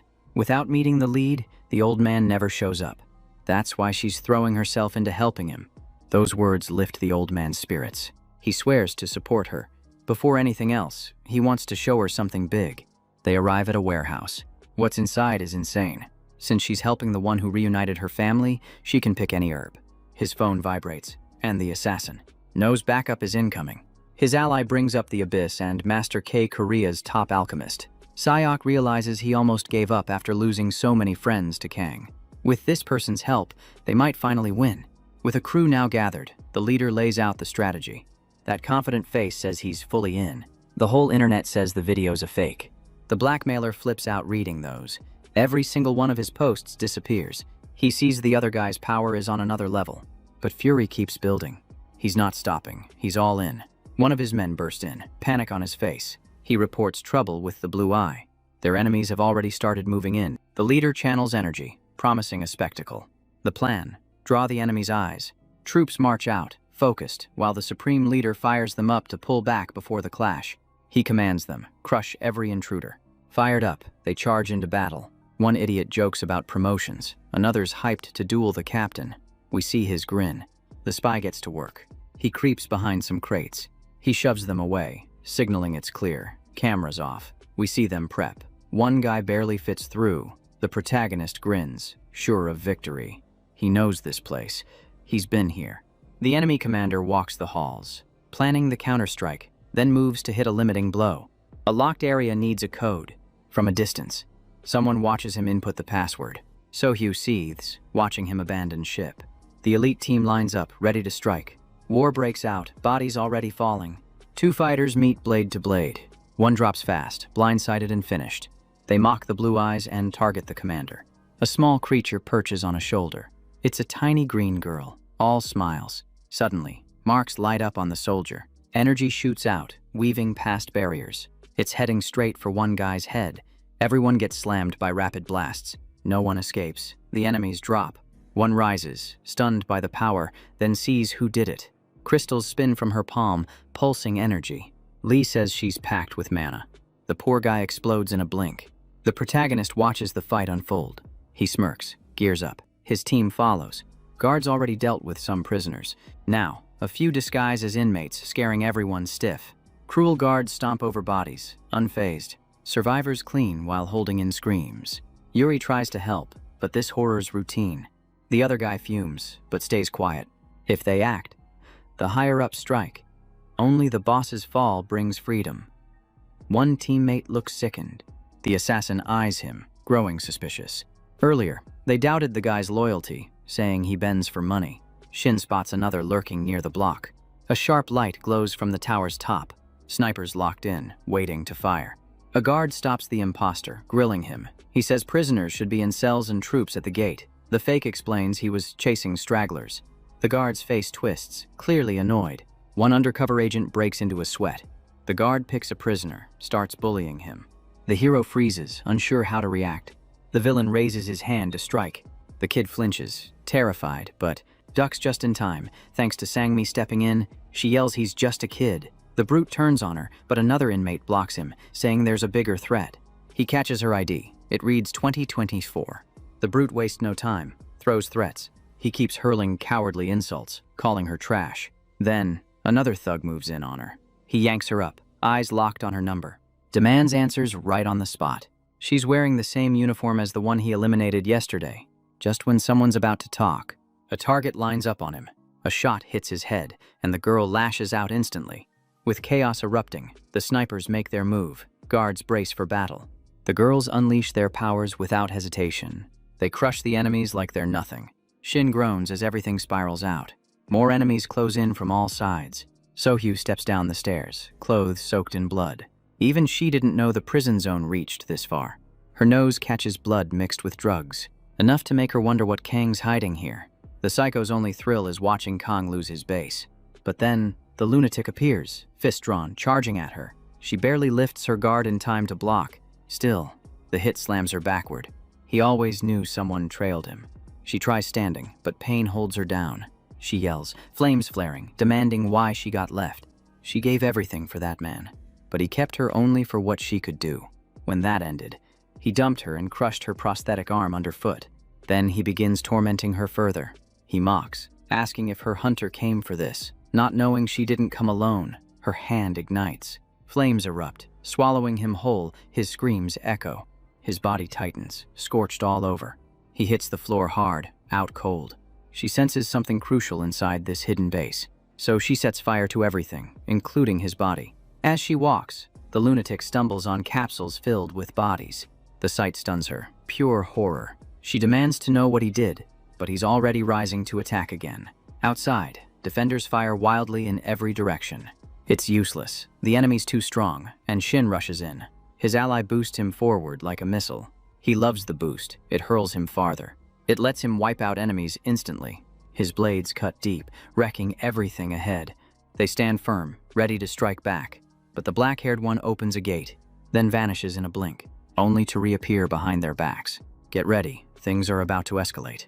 The assassin repeats the attack, again and again, grinning wide. Yuri flows with him like perfect rhythm. The gunners jump in without delay. Extras drop like NPCs in a game. The warrior swings her blade and smashes enemies non-stop.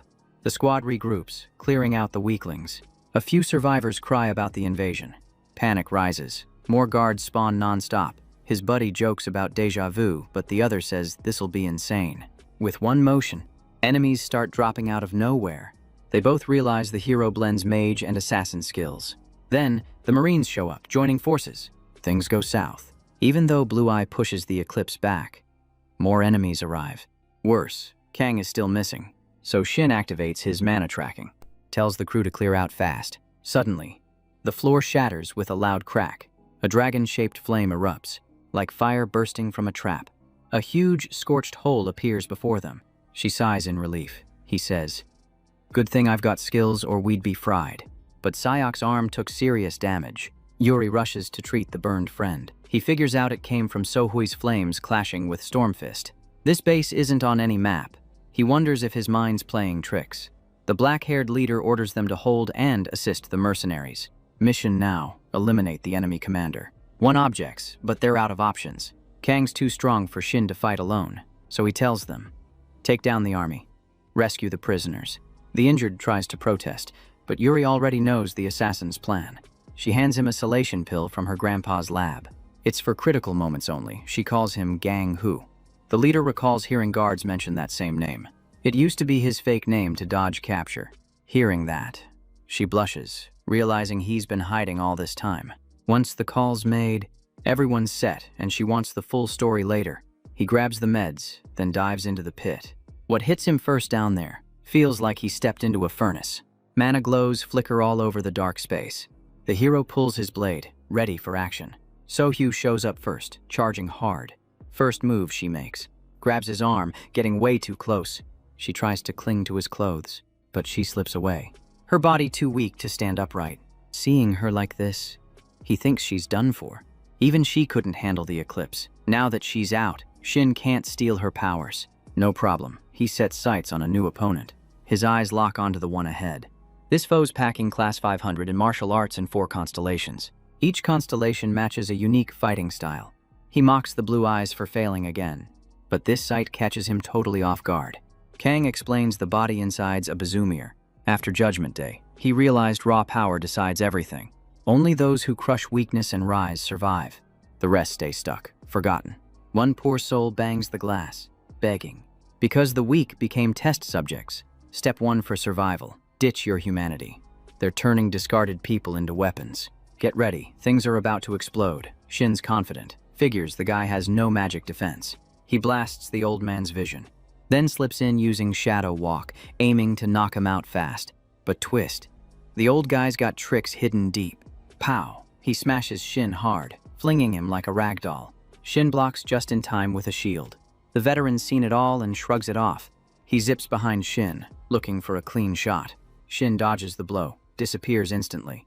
He shifts into concealment, hiding his presence. The villain mutters, "Where'd he go?" confused, then realizes Shin still lurks nearby. Shin moves in for a covert strike, but the villain catches the blade mid-swing. If Shin wanted to vanish, he'd be gone already. Kang grips Shin's face while Shin scrambles to trigger his armor. With brute strength, Kang slams him into the floor.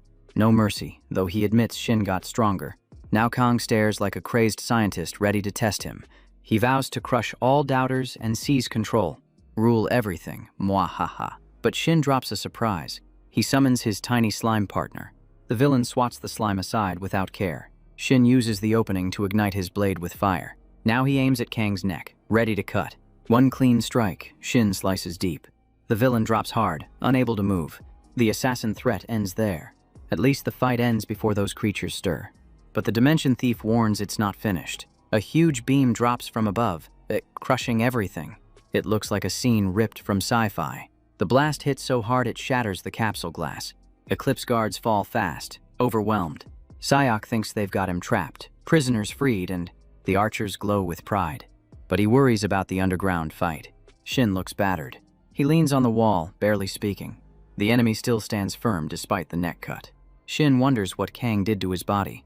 Kang says he abandoned humanity and embraced a beast form. He's basically a Bazumias with regeneration woven in. Shin refuses that path, so Kang says he'll make space. Tubes burst open as artificial beings step out. Shin freezes, facing a full army now. Kang commands them easily while two rush the fight. They charge in, intent on finishing him. These constructs hit like living weapons, packed with keen senses and total loyalty. These were built to test Xiaoan, but they're buggy, not fully done. Shin panics, needs to reach Dongjae. His punch misses the speedy target. The next strike only hits the ground. He realizes concealment and vision tricks fail with Kang's upgrades. He's down to two options, fight or rescue. He chooses to end it now, grabs the villain, teleports close, catching him unprepared. Goes full stealth, slashing with speed. But his blade hits something hard. Shin freezes, confused. Suddenly, steel hands clamp his arms. Another fist swings in fast, flinging Shin like a doll. The hit knocks his blade loose, and it's over. He drops to his knees, body shattered. The slashed enemy still stands unfazed. But now red light pulses from his wounds. Danger, boom! The bloodburst magic erupts. Shin, battered but alive, caused it. He wonders what Kang did to his own mind. Even after exploding, Kang says it was all a Russian super hunter test. His body's wrecked, but he brags about cooler tech. He ran so many tests, he's basically unkillable. Healing non-stop. The black-haired guy thinks, I could be him if I let go. Kang keeps pushing. His plan, build a lethal squad, with the hero as his top weapon. But first, he grins, revealing a new trick. Instantly swaps with his blade, stuns Shin. Fighter's back. Nightmare, in hand, warning him to check around. One of the fake beasts smacks an ally. The guy's fading fast, so the mage helps Sangmi, urging retreat. Her power surges, boosted by her comrade. Then the swordswoman cleaves the monster in two. She's thankful, while blue-eyed mercs rescue prisoners. Everyone flees, needing to buy time. Another monster shows up, wrecking the escape. Right as it hits, thunder crashes in, saving them. Yuri says chill, their leader's coming back soon. He swore to win, still fighting full force. As they talk, the monster starts rising. Just before it lunges, a bullet drops it. Band yells, stay sharp. Fight's not done. She's locked in, knowing the risk. More shots blast at the charging Bazumir. The girl breaks down, just wants this to end. A magic blast slams into an enemy's chest. It's Lee, firing from the rear. Her shot backs the sniper perfectly. But can the squad hold out all night? More beast incoming. They rush in. One of Shin's blades shatters. Kang says, I recognize that strike. He praises the black-haired fighter, calls him naive. The guy's barely standing. His healing feels too strong. Something's off. Using mana sense, they find something strange inside. A monostone, lodged in his heart, boosts him. That's why the blade clanged when Sohyue touched his chest. Now he's face to face with the enemy again.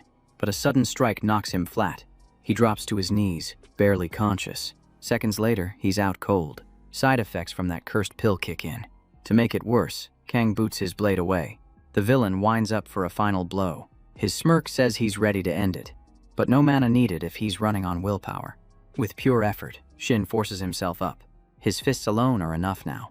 That aura stuns Kang, but he still charges. It's on, both ready for their last clash. Darkness crackles around the madman.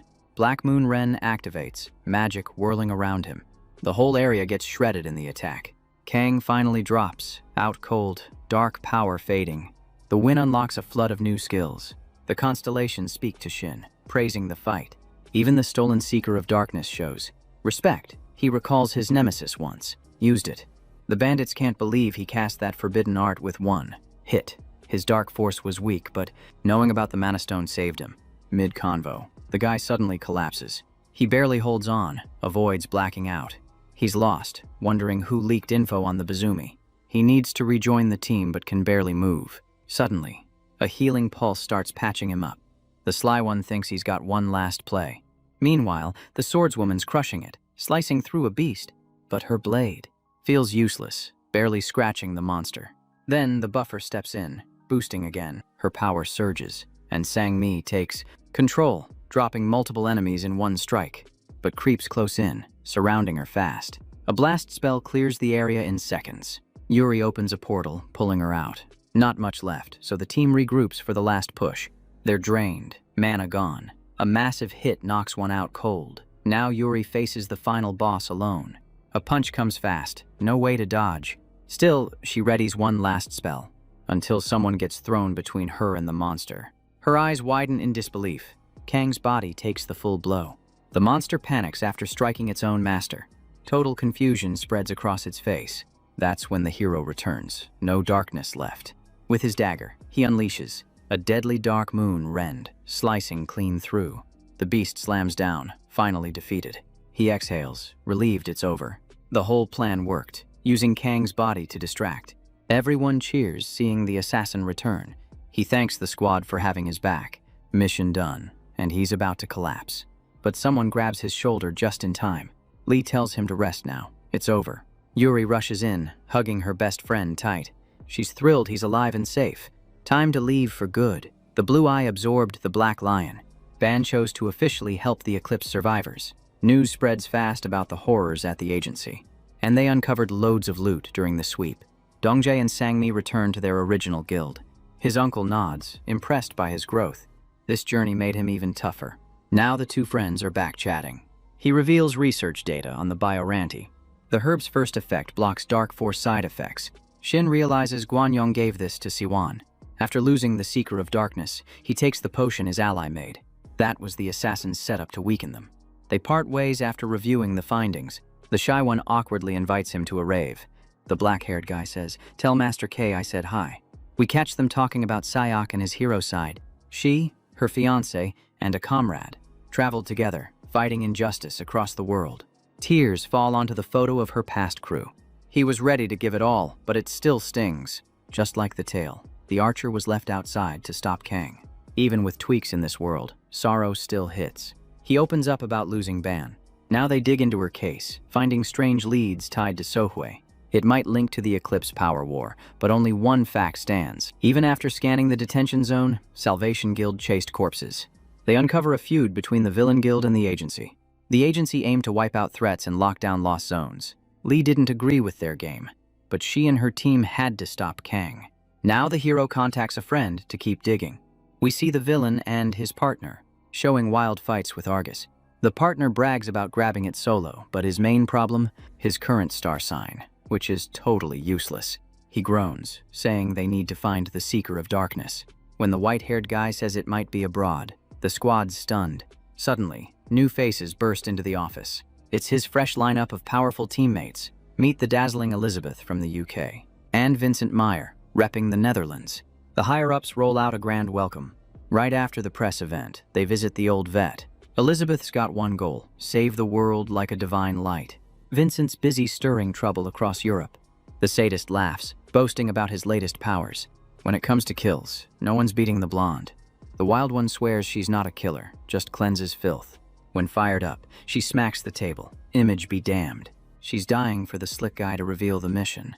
They're running dungeons, but that's just a front. It's all about recruiting elites. She guesses it's world domination, but he says it's purification. Her thrill spikes. Just another day in his chaotic crusade. Lesson learned. People always try to steal his glory. These people have the power to reshape the world. She exhales. Then he outlines the global hunter plan. Goal: expand and build a guild with global reach. The maniac swears he'll make that future real. Vincent only wants to boost his own strength. The psycho asks how many allies the white-haired guy wants. He aims for 30 elite hunters. After the talk, everything falls into place. He'll use the pair to master constellation deals, unlock truths. The swordsman doubts them, but the leader trusts their potential. Time to watch the recordings. The screen lights up, everyone leans in. They immediately catch Shin in the video. The lead speaks about the eclipse in Siwan. It's Do-hoon, a hunter. His report matches Ban's. The bearded man secretly uncovered all of it. Young-tae wasn't acting alone. Taisu and Junho also betrayed the guild. He fumes, thinking they were peacekeepers, but the black-haired guy disagrees, says justice won't work. His friends lost, so he explains. The media's owned by the enemy. No one trusts the truth. If exposed, the world would turn on him. That shakes him hard. The main guy warns, lose this man and it's all over.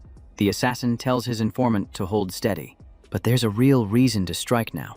He discovers global powers are contacting them. It started when he welcomed some guests. He looked sideways, nerves shot. He didn't know Vincent, but Elizabeth was familiar. Her presence confirmed the villains were gathering strength. Shin realizes they're tied to the 30-star. The slick one's moving faster than expected. They trade thanks for all the work. The redhead's all in to wipe out the Salvation Group. He only wants one thing, the dope. Bo-hoon stays breathing. His role's too important. They scan detention footage, track the lead guy, confirm his ID, and that he made it through the justice chaos. Then, the maniacs meet his top enemy, the same one Yeren had flagged. That's why the sadists. He plans to smash his pact with Blue Eye and cut ties fast, but his right hand reports fresh clues that push their mission forward. Earlier, he enjoyed quiet moments with a girl until fate dragged him away. Then the eclipse grabbed him, and she served the Blue Eye mage running the guild. His scheme uses her to extract truth and pressure that mage into cooperation. Now a black-haired man steps out, phone in hand, moving with sharp purpose. He issues strict orders, demanding rapid action to keep their plan alive. In his saga, the next powerhouse rising after Elizabeth and Vincent is confirmed. That upcoming foe is a savage barbarian warrior with raw strength in every move. To follow that fighter, the team must rush to Japan, chasing danger across borders. Our story pauses here, leaving the path ahead thick with unknown turns. If this hit your feed, drop a like and return for more chapters of the tale. He ends with a gentle farewell, a quiet bye-bye closing the moment.